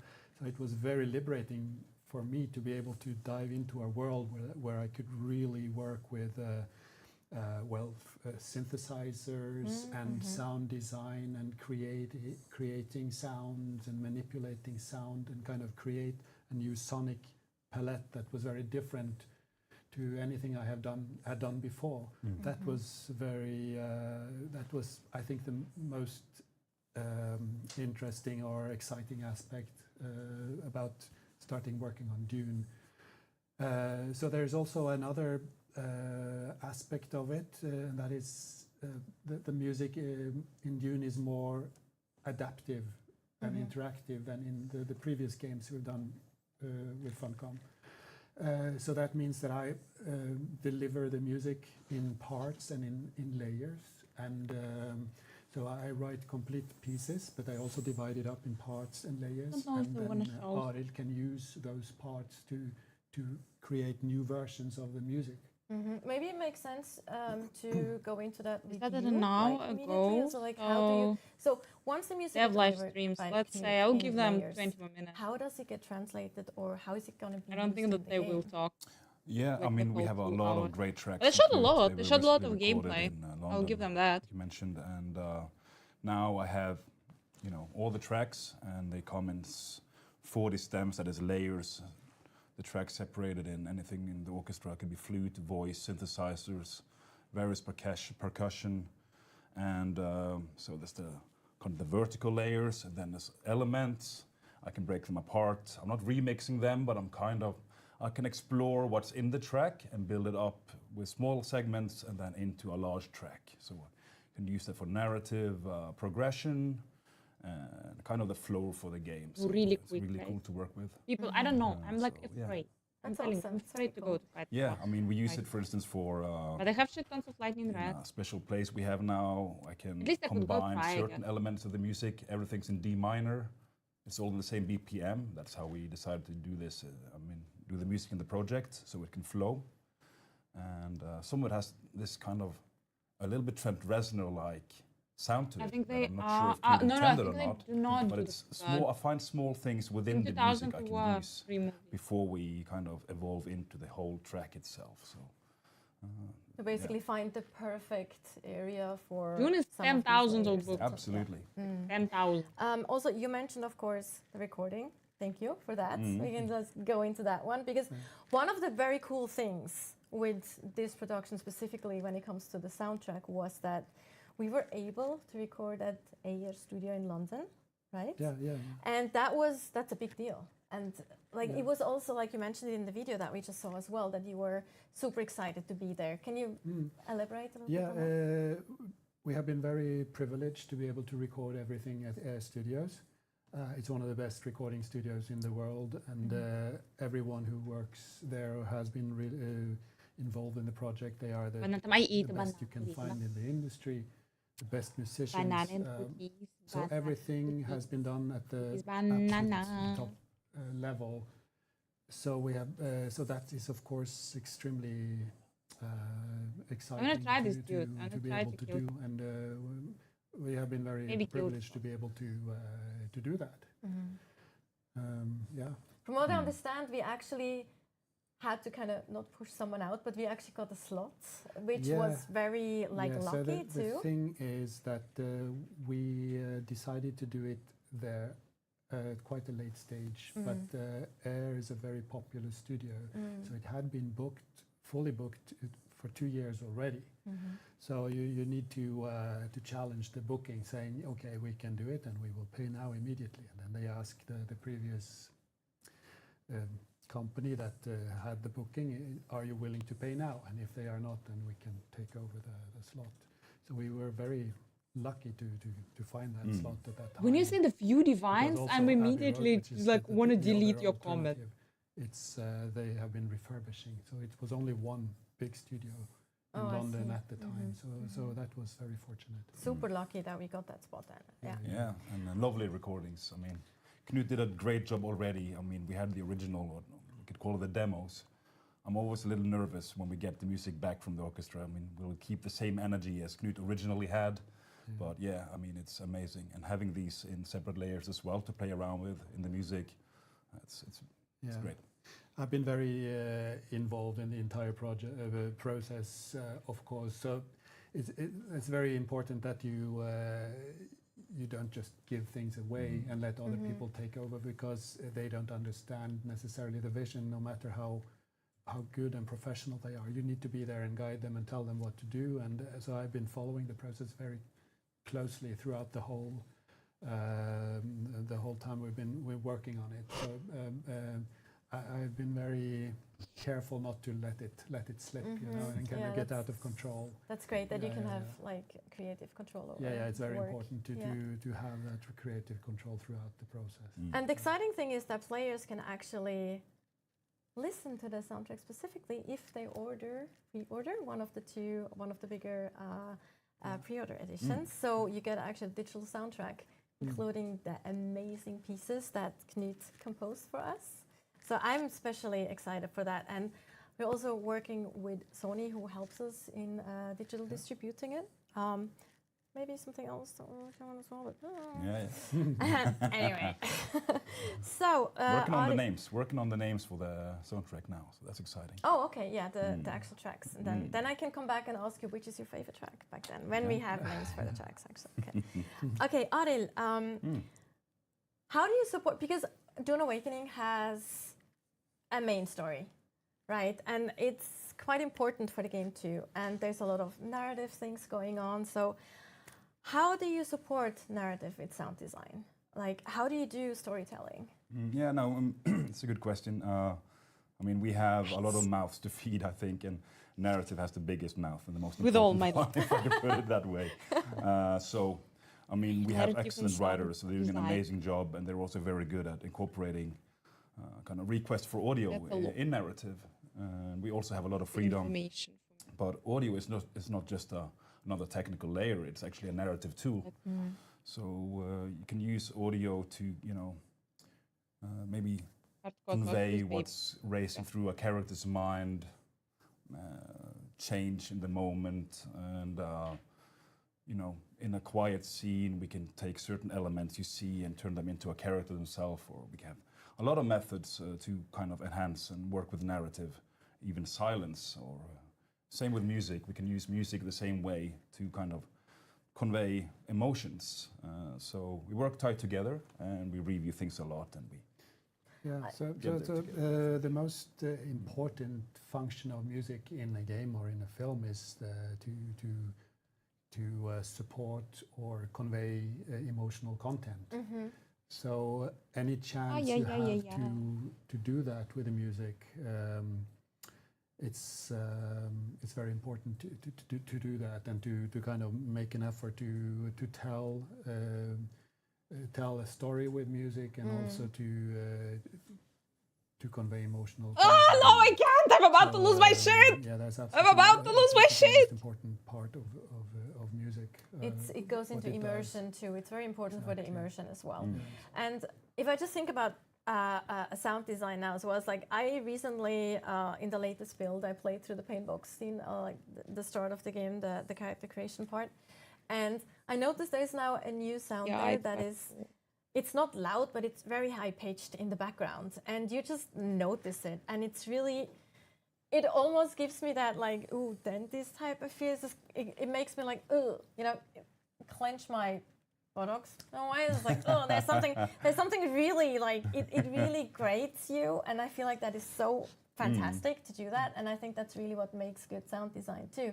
Or like we talk about, what is it called? The brown note for horror movies, right? Which is supposedly a myth, I was told earlier, so you can't it's in there. If people put on their subwoofers and good headphones, maybe they get a bit of those 13 hertz, but... we don't have it in the game yet, though, right? We maybe we'll have it in the game at one point. We'll see. So it's like, yeah, it doesn't actually do what the myth is. It makes you do the brown note, but it just creates this eerie, like... Well, there's this kind of the nuclear furnace in the stomach of the sandworm in the end of it. So yes, talking about the sandworm. So how did you? Oh, come up with the sound for the soundworm, because that is a very iconic thing, right? Yeah, I mean, everything we do is an iterative process. It has to work for the game. Obviously, we're trying to align with the films as well. Amazing sound design in the films. The Worm has its own language, but in our game, it's alive. So it's always moving around. You should be able to hear it from a distance. So we need to find a way where it actually feels good and it's not too intrusive, and that's pretty challenging. But we are developing a language for it, and it feels pretty good now. So it's raw and it's divine. I mentioned it before. It's not really a monster. It's a divine creature. It's part of Arrakis. So, and yeah. it's not, I feel it's not just the audio either. It's like the music builds up when you actually anger the worm, right, in the game. It's similar with sandstorms too. Like after a while, understanding of what's actually going to happen, just through the music, the sounds, the audio, and that alone is like very immersive too. Like it just gets you into the flow of things, and I feel that's also very important. Exactly. Yeah, that's what we're trying to do, and that's why it's important to be able to use the music and to have the music adapt to what's going on. So that also why we're working in layers and parts, and then we can. They do have not quite American names. We needed to start. Yeah, it does, and sometimes it doesn't. It's really cool to work on. So right now we might have moments where you will be in a battle, you'll be attacked by NPCs, and then you have players, and then the worm comes on top of this, and there's different music I've never coming heard. up I'm not sure thinking in English actually. No idea. Yeah, it's So pretty challenging. maybe one last thing before we close off this segment, the community. Oh. I personally really love it. Like you were working, of course, on it actively. So can you tell us what that is? Yeah, in the game we have something called the CommuniNet, which is kind of the platform for communication in the game. In there we have a radio, and we have a fantastic team of writers. They've been making these radio shows that represents each faction. Really fun to listen to, and we have music too, which will pay some kind of tribute to the legacy of Dune music. So stay tuned for that. That's all I can say. So you can turn it on or you can turn it off. So you can listen to your faction propaganda, like Atreides propaganda or Kanan propaganda. There's like podcasts and things. So as you mentioned, the narrative team has been really amazing. This I know. Work on that too. It's really fun to listen to those actually. Plus also, as you mentioned, music. So that's going to be very exciting. And not the least, fantastic work by my designers and the team. So everyone involved, sounds really including good the now, sounds so. and the music, of course. That is also part of that radio. So yes, Knut, to finish this up, is there any are there any specific channels that we can Spotify that we can follow you and find your other work? Yes, well, I'm on Spotify. There are some things there, but much more is on its way. And I also have I've never been a social media person, but I've finally created an Instagram account, and I'm updating it, and there's going to be kind of steady updates there in the time to come. But it's kind of a new thing, but I'm there. Awesome, that's great. I think from what I understand, we also have those links in the chat. So if you're interested, make sure to give definitely the Instagram a follow, so we can build up his community there, and also check him out on Spotify. Knut, Ariel, thank you so much for taking the time. I'm definitely, both of you, very busy. Someone remember, guys, did they mention how many people per server they're going to be? Other projects. So really appreciate you being here. And yes, and we are going into our next segment, which is going to be monetization and our pre-orders. But before we do that, we have a short, beautiful video of Arrakis.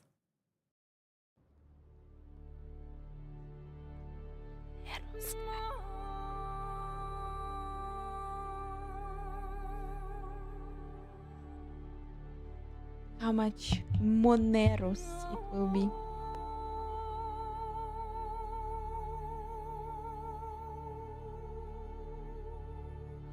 But that's the kind of song.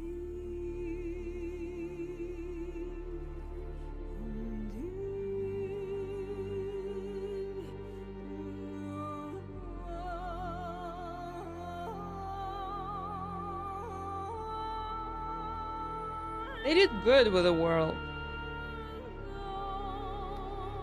Not the place where you would love to live, but the place where you would love to ride some worms. That's a maybe. World looks amazing. Seems like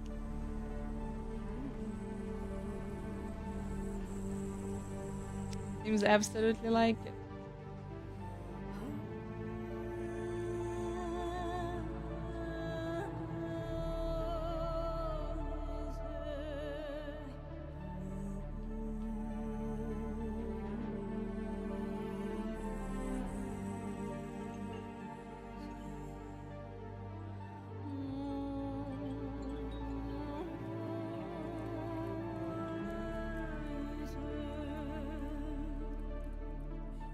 Look how Rust looks like.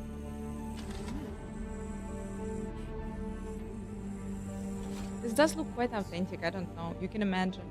But I think too many cactuses looks quite like how the dunes like could look like. Oh, that was beautiful. Fuck, that's beautiful. I want to ride a worm or I won't be happy. Exactly. But I think it's not easy. It's not gonna be easy in this game.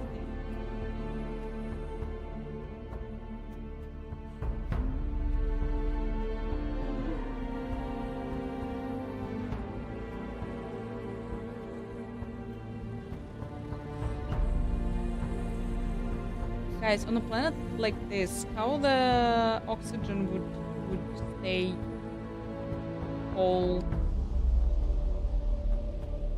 What is making oxygen?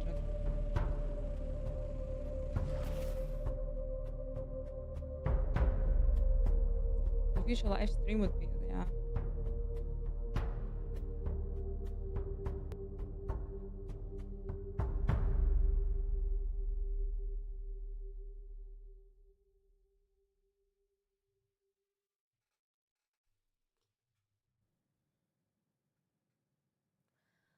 Welcome back, and we are talking now about our business model for Dune Awakening and also the pre-orders that just went live a few hours ago. And here with me now to talk about this, I have Ole Andreas Haley, lead producer on Dune Awakening. Hello. Welcome. Thank Ole you. Andreas. Thank Oh you. shit, that really reminds me of someone.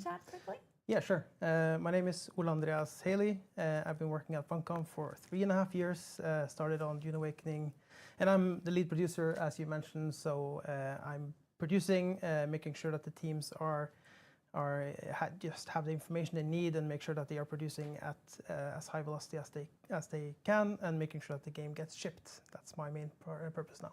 So herding cats, basically, right? Kinda, yeah. They're nice cats, though. Like I was watching this Super stream. nice cats. Yes. I was watching the stream, and I mean, I love this team. It's fantastic. Yeah, I couldn't agree You- more. you I can- absolutely yeah, love makes sense. every single person. You lose that your works for Funcom. ass. Like, we are a fantastic team as well. Yeah. Working really hard too. But anyway, let's talk about our business model. Yes, Wanna let's go? do. Yes, we just recently had a video from Joel, Mm-hmm. but some people here might not have seen that, so maybe it's good to just. Yeah, I dive can into give a it. small little reminder or like a recap of what was discussed there. So the business model for Dune Awakening is just as Joel said it, we're not going to be releasing early access. It's going to be a full game at launch, a full launch.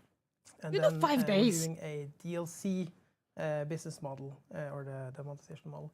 So we're going to be releasing DLCs, and then we're going to talk a little bit about it in the pre-orders. But then there's a season pass where you can get the first 4 DLCs included.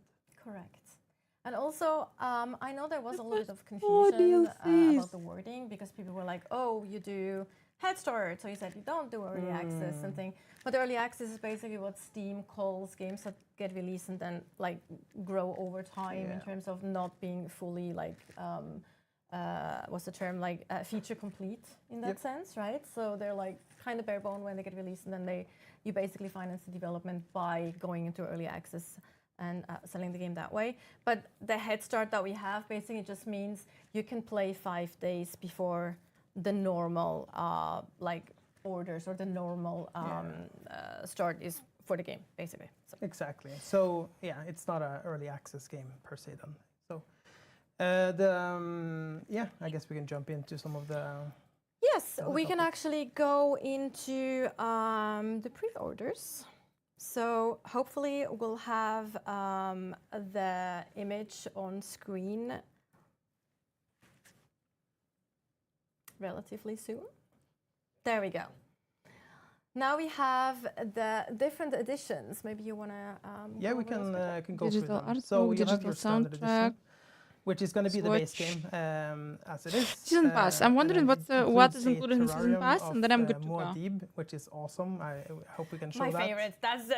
Long story Anyway, short, the well, worms maybe produce the we'll see oxygen. Yeah, hopefully. And then I it'll thought also they include pooped the the Sunset spice. Dye, global swatch. We can talk a And little bit about oxygen? swatches when we get to maybe showcase that. But yeah, we have Ooh, a worms. customization system in the game where you can customize stuff like your vehicles, you can customize your weapons, your armors, in terms of swatches, but also then different. Pooping spice and I guess oxygen. swaps. What do you call it? You see, poop is important, it's a especially 3D from the model swap, worms. basically. Oh, skin. Yeah, skin. A skin. Exactly. Yes. The worms poop the spice. That's Oh, the everyone knows standard that the worm edition, pooped the spice. And then you'll have your deluxe edition, which then includes your head start, where you can play from 15th of May. So that's 5 days, getting access to the game 5 days before the official launch. And then you'll have the season pass, which includes the 4 DLCs. That they're outlined a little bit on the Steam page, I think. So we already have some information out about them. But yeah, and then you have the starter car. So Butter, season pass is armor, DLC, so it's basically. updates. And then you have your ultimate edition, which includes a Caladan Palace Guys, yeah, building the set. I think maybe we have updates like some visuals seasons, for that as basically, well. they're It selling. looks awesome. And then you have the Dune 2021 film still suit, and then the digital art book and the digital soundtrack. And then lastly, you'll have your Blue Dasher Ornithopter swatch, and then the Dusk Rider Sandbike swatch. So yeah, it's Quite a that's lot it. of stuff. It's a lot of good stuff. Quite a lot of stuff. No, this is impossible. Yes. I think so. We can probably go into some of the assets that we can show you, like some of You the like things at least. purchasing the seasons, I guess. My As I favorites. understand it. Our favorites. It's so cute. It's adorable. I'm just gonna like sit in my base and look at it all day. I might not go out. I mean, Just stay the there. worm is out there. It's dangerous. It's gonna eat you. I can just sit inside and watch It's this. just the most adorable thing. What I'm a little bit sad about is the fact that you don't, because it does actually different type of animations. You don't actually see the digging down into the sand right now. So which is super cute it as does a well. few different things. It'll burrow down into the sand, as Natasha's saying, and it looks adorable. So it's an awesome thing to decorate your base with when you're base building and creating your little crib. You New also movies are find good the in Muad'Dibs these. New in the movies are open good. desert, of Second movie I course. didn't like You that will much. find it in the worlds. Because they changed you the can ending and theoretically yeah. kill it again blood, which but I'm new still a movies are little good. bit. Yeah. I don't know who made the Yes, decision, especially but I'm the still a first bit bitter about that. But anyway, yeah, that's another. You, topic for it's a discussion. choice, though. You don't You have to had do it. one job. Here we see Just swatches. So follow obviously armor the has book. Default colors when you It first was craft already them, there. when you Everything get was them, already there. and they then you changed. have like a specific swatch Yep. that you can then use. Like there's tons of different color swatches. Yeah, so that now you you're can use. seeing the armor with the swatch. So if you didn't apply the swatch, it would look have the default swatch on it. It would look a bit different. So this is it's a cool dye to put on your armors. Also good, like for a guild, for example, to have a specific swatch so that For sure. they yeah. can like represent. Then we have an example of a vehicle swatch as well. Also looks awesome. The Blue I mean, Dasher. I love our vehicles. Just You like blue ornithopters specifically? I mean, the blue one one. is beautiful, but I have a preference towards the Harkonnen versions, but Same though. because they look really, really cool. It might or might be the reason that I'm going Harkonnen faction because of the ornithopter. Oh. Who knows? And here we see the building set, which is really beautiful. Yeah, no, this is awesome. So yeah. Do you know which all the different pieces that are part of this building set? Do you remember? Do you know as a? Oh, I don't remember.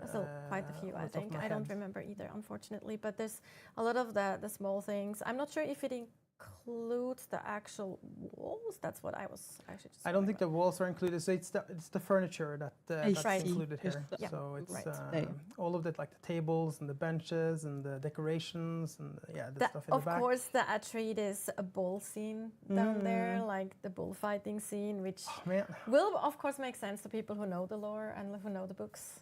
And I think in the segment before, when you showcased the base building, was that a Chome building set? And you can see here, there's like different types of building sets. So guys, plain or not plain? What do you think? Then you can mix and match a little what bit. have you decided Paladin Palace building so far set in your from Chome what building you've seen? or your Atreides style buildings. It's going to be fun building bases on Dune, I think. Exactly. All right, and now we have, of course, the frame blade. So we still have our benchmark and the character creator available for free on Steam as well. No, If it's not you visible one. download Come that and on, if you go Flame through it, you Blade. can make your character for release. You will It's not have visible, a save like. file that you can then import. You can also run the benchmark to see if your hardware is up to speed But it's quite, to run Dune like, Awakening I guess, and how it will run. not the worst And design. if you do that, you also get this unique knife skin, the frame blade. Which Have you is been basically sold skin on the for game so far? First knife, the starter knife that you get, so you can be very stylish. It can be extra cool as you get into the game and start Extra out the game. stylish, Yeah. yes. That's Exactly. cool. It looks really vicious. It looks Frame, really not deadly. yeah, it's Look, like- frame, like all the but it rusted does look like things. it has something red on it. It looks like flame. Look, Is it tetanus shot you need to get before you boom, get stabbed with one? something idea, red and yeah, it looks good like idea. flame. Or rabies, something like that. Red Baron my One dear. thing to mention around the DLCs that might be a question. So there's some information on the store page. I think you can go there and look at it yourself. But yeah, there's some information about the type of stuff you can get in them. Yes. So cosmetics. And So we have like first DLC is cosmetics, second is cosmetics and some side story, yeah, and then there's a side story like there. optional, like nothing that you actually need to buy or need Yeah. to have, and then more cosmetics. But yes, we But I can think it's go in. important maybe to mention, because I think I've seen this discussed as well, is that there's no selling. We're not selling power No, in the DLCs. it's not pay to win.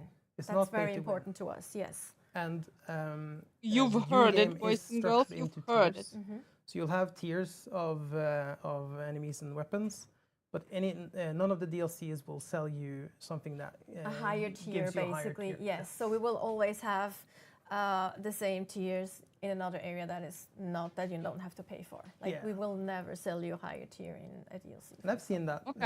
asked someone. So even what it DLCs costs. also. Yes. No, No, like I think that's guys, really come great. on, yeah, DLCs. Absolutely. DLCs. So yeah, another Everyone thing wanna that have we DLCs. actually were seeing here and there is like that people were a little bit afraid about Head Start and like what happens if like some of my guild members start early and I can't.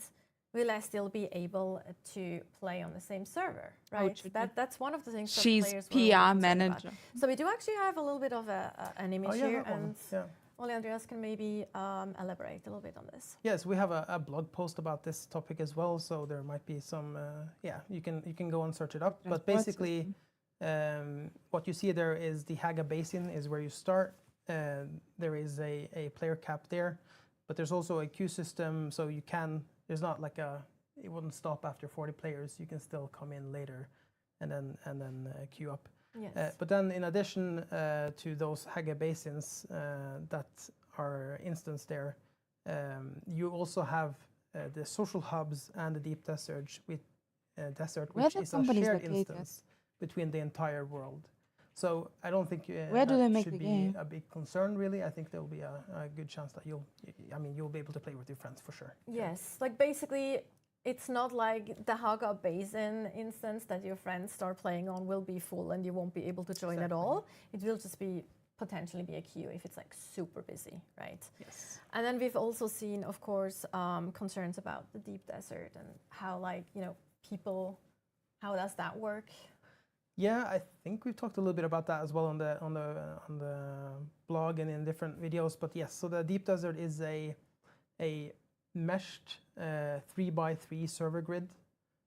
So you go there, it's the same instance for all of the Haga basins. So when you're getting to the end game and you participate in the Lance Rad, I'm not going to go into that, but which is one of our end game systems, you might all be going to the deep desert fighting for the same reason or the same resources, the same territories, and then it's basically a gigantic map that's 9 times the size of Haga Basin, and you go there and you'll meet other people from other Haga Basins as well and fight over that, and it's the majority of it is PvP, so it's the bottom layer where you enter the map is where it's PvE, so you can go in there in safety, gear up, build your outposts and start getting ready, and then you can go out and you can have those PvP I'm so dead. out in the deep desert.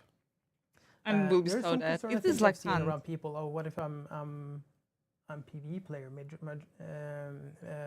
mostly? Can I Here's my still question to you, participate yeah. and go to the deep desert? We've seen this in the beta though. Like people who are PvE players actually go out in the deep desert and they still manage to lurk around and get some stuff out there. Yes, tip their toes basically into PvP. So it's not that come scary. on. Like as long as you It's don't just go like like you're not gonna have- where all the big guilds just In fight beta it you had out not and that stuff. many So people. still, like, there's still opportunities for like solo players specifically as well, but also like PvE players specifically. So it's just- and there's also what I think is really cool is that there's lots of different opportunities and things that a PvE player can actually contribute to the Lanzarote. It's not just PvP. Correct. But yes. more on that later. So there's a lot of things there too. But yes, I do think we have actually covered most of the things that we wanted to cover before we go into the Q&A. So as I mentioned, we have been collecting some questions from chat. And while we're preparing those, we also get Jeff back in, so he can also answer some of these questions. That's of course also the reason that we have, we want the questions to be in regards to the topics that we actually covered today, because we have guests on that can actually answer those questions really well, while we might get questions otherwise that these guests are not qualified to answer, right? They work in different departments, so that's also one of the reasons. So yeah, I think once Jeff is here, he's actually walking in right now. Hello, Jeff. Welcome back, Jeff. Oh, hi. All right. Oh, hi. Oh, hi. It's been a while. It's been a while. Oh, hi. Bonjour, monsieur. Bonjour. Bonjour, Bonjour. monsieur. Canadien. Okay, yes. So we will Because they have, like, start people with from, like, all some over the questions world. that we collected from chat. Just waiting for That's the why, like, first I'm one asking where to the pop studio is up. located. Where do they make the game? Obivana, what a cool name. Obivana asks, is voice chat available in game? You want to Yes. answer that maybe? Yes. Okay, Voila. spoilers. Next yes. one. Yes. Well, it's proximity chat, right? So it's like It's proximity chat. It'll be so you'll have to enable it. Basically, it'll be disabled by default, but you can go in and enable it if you want. Yes. all right. Not Simple true. as that. But Yes, still, I hope Europe. you're all Like, easy I like mean, this. Europe. I'm pretty sure some people are like, no, it should be enforced at all times. You know, like other games have it like a death count. Like if you kill someone and it just opens up their microphone. Yes. Yeah, that would be. Yannick man asked, will we have controller support than 1,000. on release? Yes, Actually, I think one Steam says partial controller support, math. but yes, the game was built with controller in mind. Yeah. So this is one of the things when the UI UX director got on board. That was one of the core directions that he was giving that he was given from the product. So we really want to have really good controller support. So you can pick up your game controller and play everything. Plug and play. Plug and play, exactly. And also because it's way easier to design for PC, mouse and keyboards than it is for controller. So doing that first and get it out of the way was actually quite a smart move. I feel like. Yeah. I sometimes prefer playing it on controller because then you get the rumble as well. From the worm specifically, Yeah, I remember that exactly, too. It actually from the freaked worm, me out yep. because I hate, I'm sorry, but I don't like playing on controller. I'm a mouse and keyboard player through and through for any genre. But I had my controller connected and on the sides and a worm, and it started like, and it freaked me out. It was a great moment. I was like, Nice. really on brand too for the worm. Exactly. So yeah. Shadow Thoughts asks, are contracts forced co-op or can I do them solo? He's wearing Can do slippers. everything He is solo. wearing slippers. Like, yeah. The red sock. 99.9% of the game can be done solo. We've seen we've seen people in the beta doing spice harvesting solo, Oh, like flying the transportopter with the harvester, going out, driving the harvester, coming back, taking the It's thing. definitely more work. So it's a definitely lot not more as work. efficient. Everything can be done solo, but not mention everything that is too, but you efficient. So, can, yes. but yes, 100%. Yes. Oh, Xpades. I hope I didn't butcher that name. If I did, I apologize. How big is Deep Desert? Is it still going to be several zones, meshes, or is population going to be smaller than we expected? I think we answered this. So Did you? Yeah, we did just before you came. It's well, you can do the repeats then. Go for it. Let's see if you see Just the same what thing he's- as us. what The he short said. pants, What he's he just said. sitting like watched this. the thing when Red you were socks talking. and What Well, Deep Desert is big. I think it's 576 square kilometers or something like this. I think but, Jeff is dressed I don't have much more way to say. more He already interesting. talked about it, right? I'm trying Jeff to look at is the other dressed- question. Is population going to be smaller than we expected? I don't know. What are You people can think expecting? about- I am not really sure either. We talked Is about population 1,000 going to be smaller players, than we something like expected? this. So. I mean, we've said several hundreds, right? We said several hundreds. Yes. Yes. And that's still the case. Yes. Um, And yes, it's We'll- several we'll see zones. if- There's several servers stuck together. You can cross them seamlessly, and but yeah, it's a vast open sand area with a little tidbits here and there, right? So it's big. That's really big. It's a lot of little tips. Yes. So it's Viz LA asks, will Haga Basin be full PvP? No. Nope. No. We did touch on that a little bit when we talked about the shipwreck and the Imperial testing stations. So you will have full PvE areas where you can't be attacked whatsoever. Also important, your base in Haga Basin won't be able to be attacked. No. As long as it has shield up, it won't get destroyed either. Yes. The Haga Basin is 98% PvE. The Deep Desert Yes. is So we have the 98% shipwrecks, PvP. and we have the It's the shipwrecks flip, that and we have the are, like, shipwrecks that are kinda- just yeah. a little dip your toe if you want to, and you know. And I guess talked They about it don't in talk the enough stream as about the well, worms, guys. Places in Haga Basin that are PvP are the shipwrecks. They don't talk enough about the Except for the worms. first one, yes. It's concerning. Just to ease people into things. Also, the one we entered was actually one of the smaller ones. Yeah, it was super tiny. Yeah, I wanted to say that. I forgot earlier, but yeah. There you go. We have really big shipwreck, but I didn't want it to spoil anything during the stream, so I was like, let's go to this tiny one small one. instead. It was super tiny, yeah. And Camille did like half of it. So yeah. There you go. Mixer is asking, there will be timers for bases to decay. I know, no, still, like exactly, like this. I also got my big concern we have some because decay no, mechanics they are for the sucking bases. out of So the Dune As long franchise. as your base is powered, It's like it clear, is but shielded. maybe they're doing it good. If As they long do as it it's powered good, and like I shielded, also got my you big can't destroy it. So we concern have some because decay mechanisms. no, they So then, as long as you do Sorry. that, that's fine. And you can fuel your base up right now in the beta for weeks and leave and then come back again. So if you go on vacation, you can plan for that. Yeah, you can plan for that. I think it's 21 days or something like this. Yes. But yeah, and then But once the shield goes down, the sandstorm will start tearing at your base, etc., etc. So yes, and there there's are other two timers. types of sub thieves, but I don't want to go into this. I think you're gonna have a stream later about We're this. gonna have a but- building stream specifically where we talk about. Exactly. Exactly. so it's not going to be like in Conan, but we have something similar to make sure that we get rid of things when people leave the game for too long. And it's also easier to abandon your base too. Like Yeah, just yeah, if you want to move and because we have a set limit of how many bases you can have. So it's also we have a lot of quality of life things there. Yes. That also thanks to a lot of the beta testers, by the way, for their input. Shout outs. Shout outs to the better players. Absolutely. Yes. Salty Scrampy, love that name too. Salty People have such Scrampy. amazing names. Salty Salty Scrampy from Twitch asks, can you build anywhere? Oh, the answer is kind of yes. We have places in the game that we made sure that we have what we call no building volumes, because we don't want players to go build on like the Atreides fortress and then build a base on it, you know?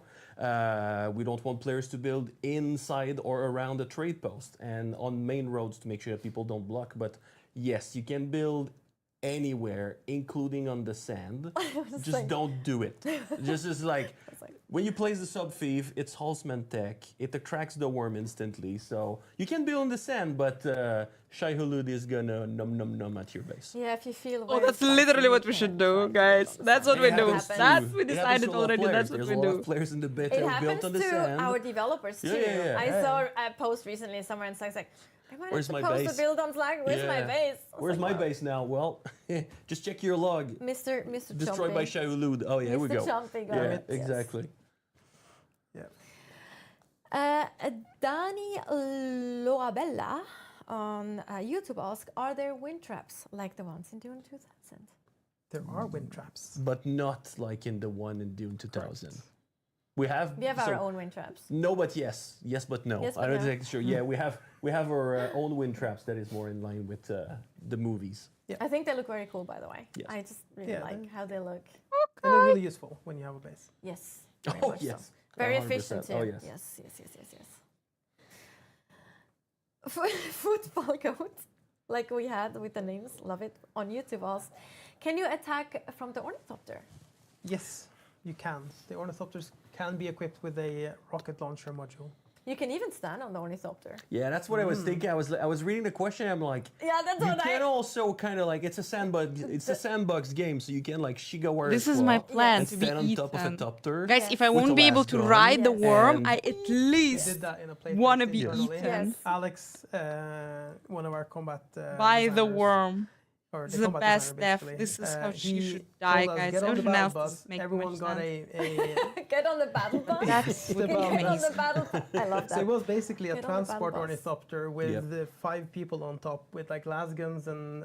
That's something Alex would do. miniguns. absolutely, 100%. Yes. It was So so you fun. An Kinda, I honorable guess, death, yes, you exactly, can guys. attack Couple of from like the before the break, You like can attack streams with ago, the I was ornithopter, and asking you can attack like, what from is the the good, ornithopter as that's the well. cool way to die? One thing worth mentioning, I don't know if it's been Because mentioned before, whatever, but what's you the can also cool way to? attack I from, guess being eaten by the seated worm from vehicles the for free dune if it's is the open. cool way If to it's die. open windows. Shy, Yeah, also if you loot, sit in a buggy, you will can eat you. pew pew with your guns when the other one is. It's I'm the okay same, with yes, this. and you also have guns equipped on the buggy too. Yep.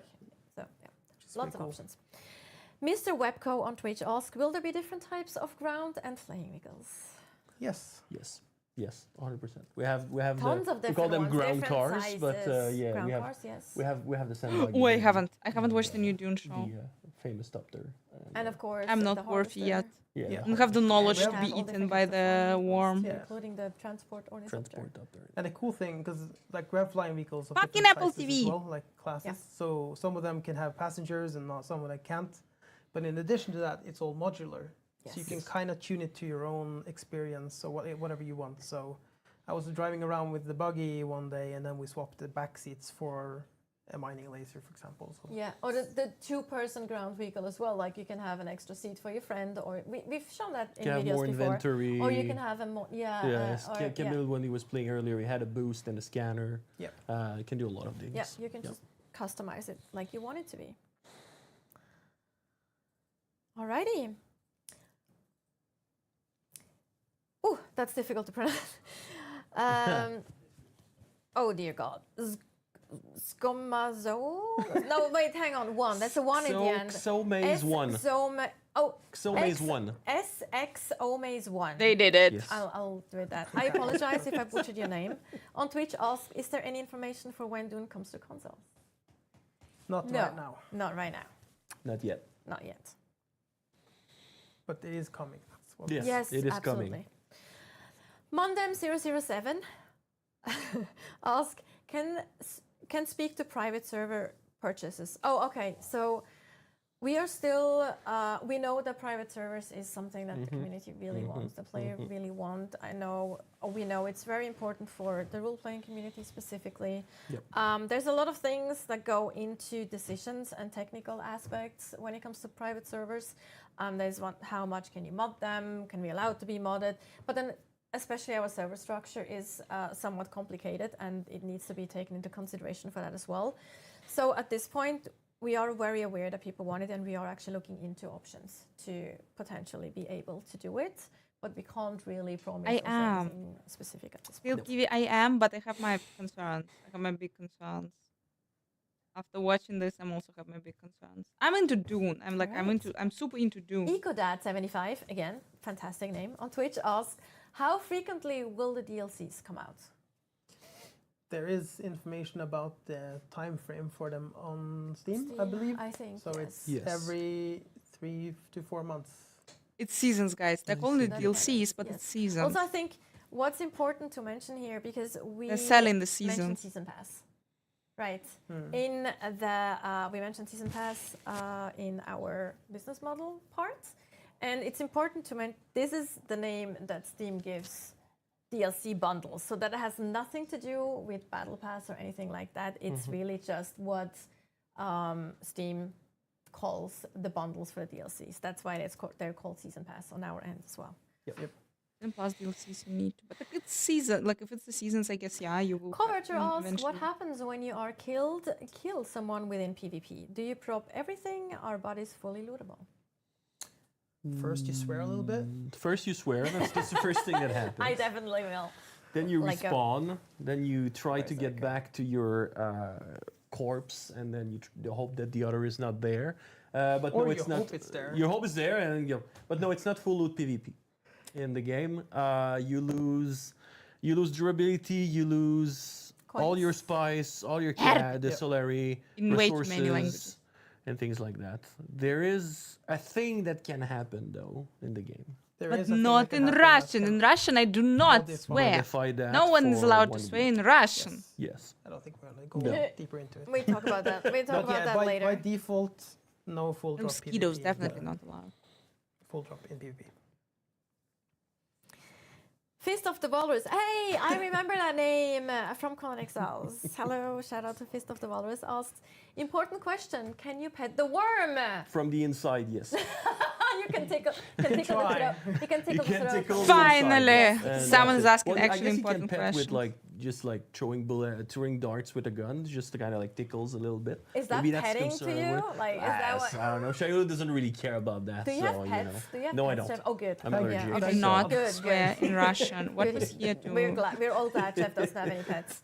All right, On the cool. stool. And I think On this the is the last question. Maybe. Yes. Moxer81 asks, what is the maximum size of guilds? It's 32. 32 now. Yeah, I think 32 that's now. what's going to be. Yeah. Yes, because the servers are 40, and I think, or something like that. 32. You can have It's groups like of 4 groups. and- groups, is it? Like, yeah. So it's 32. So it's, yeah.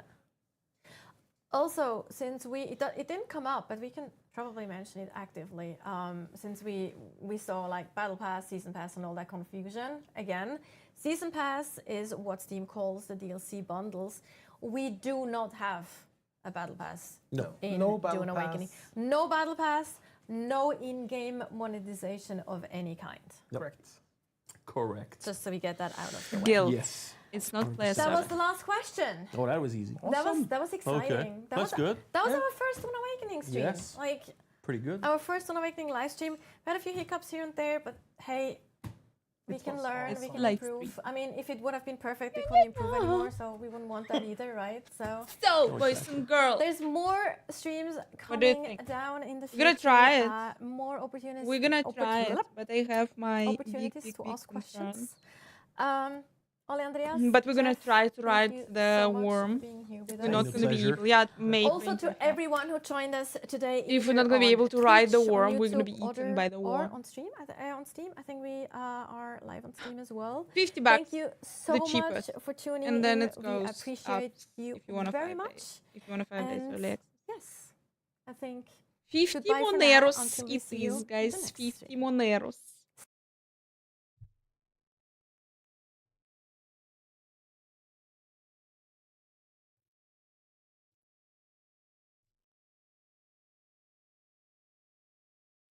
Yeah, I will try it. Like, I guess I love Dune series and I love the books and I love the movies and they announced this game years ago, but like that would be great. That would be great to see. Like the image wise, like the graphic wise, it does feel like you are really in the desert. You are Freeman or you are the Harkonnen. So let's see. Anyway, our calendar. Till the Dune Awakening, we still have to survive. Till the Dune Awakening, a bunch of shit is happening. We are, the next couple of days, guys, we're playing Perfect Exile. We are leveling the sorceress. We are unleveling the sorceress. We're learning, relearning Perfect Exile, practicing for the big update. So on the 27th, okay, in 3 days, there will be the big stream, the big live stream. I think the hype will be enormous. Like, I 90% sure that they're gonna drop something big and something absolutely sexy on us. I believe, I know. No, like this is Perfect Exile, so also GGG. So let's hope. Let's hope. And then we play Perfect Exile big time, then we play Last Epoch big time, then we play Diablo 4 big time. Fuck! Then we play the rest of the Wicked big time, and then we play Dune big time. So we have busy months. Here we are. Beautiful people, leaving you with a sexy boy from the Steepoch world. Yeah, let's try tomorrow. The character creation supposed to be spicy for Dune. So jumping into the raid, boys and girls. Into the raid, boys and girls.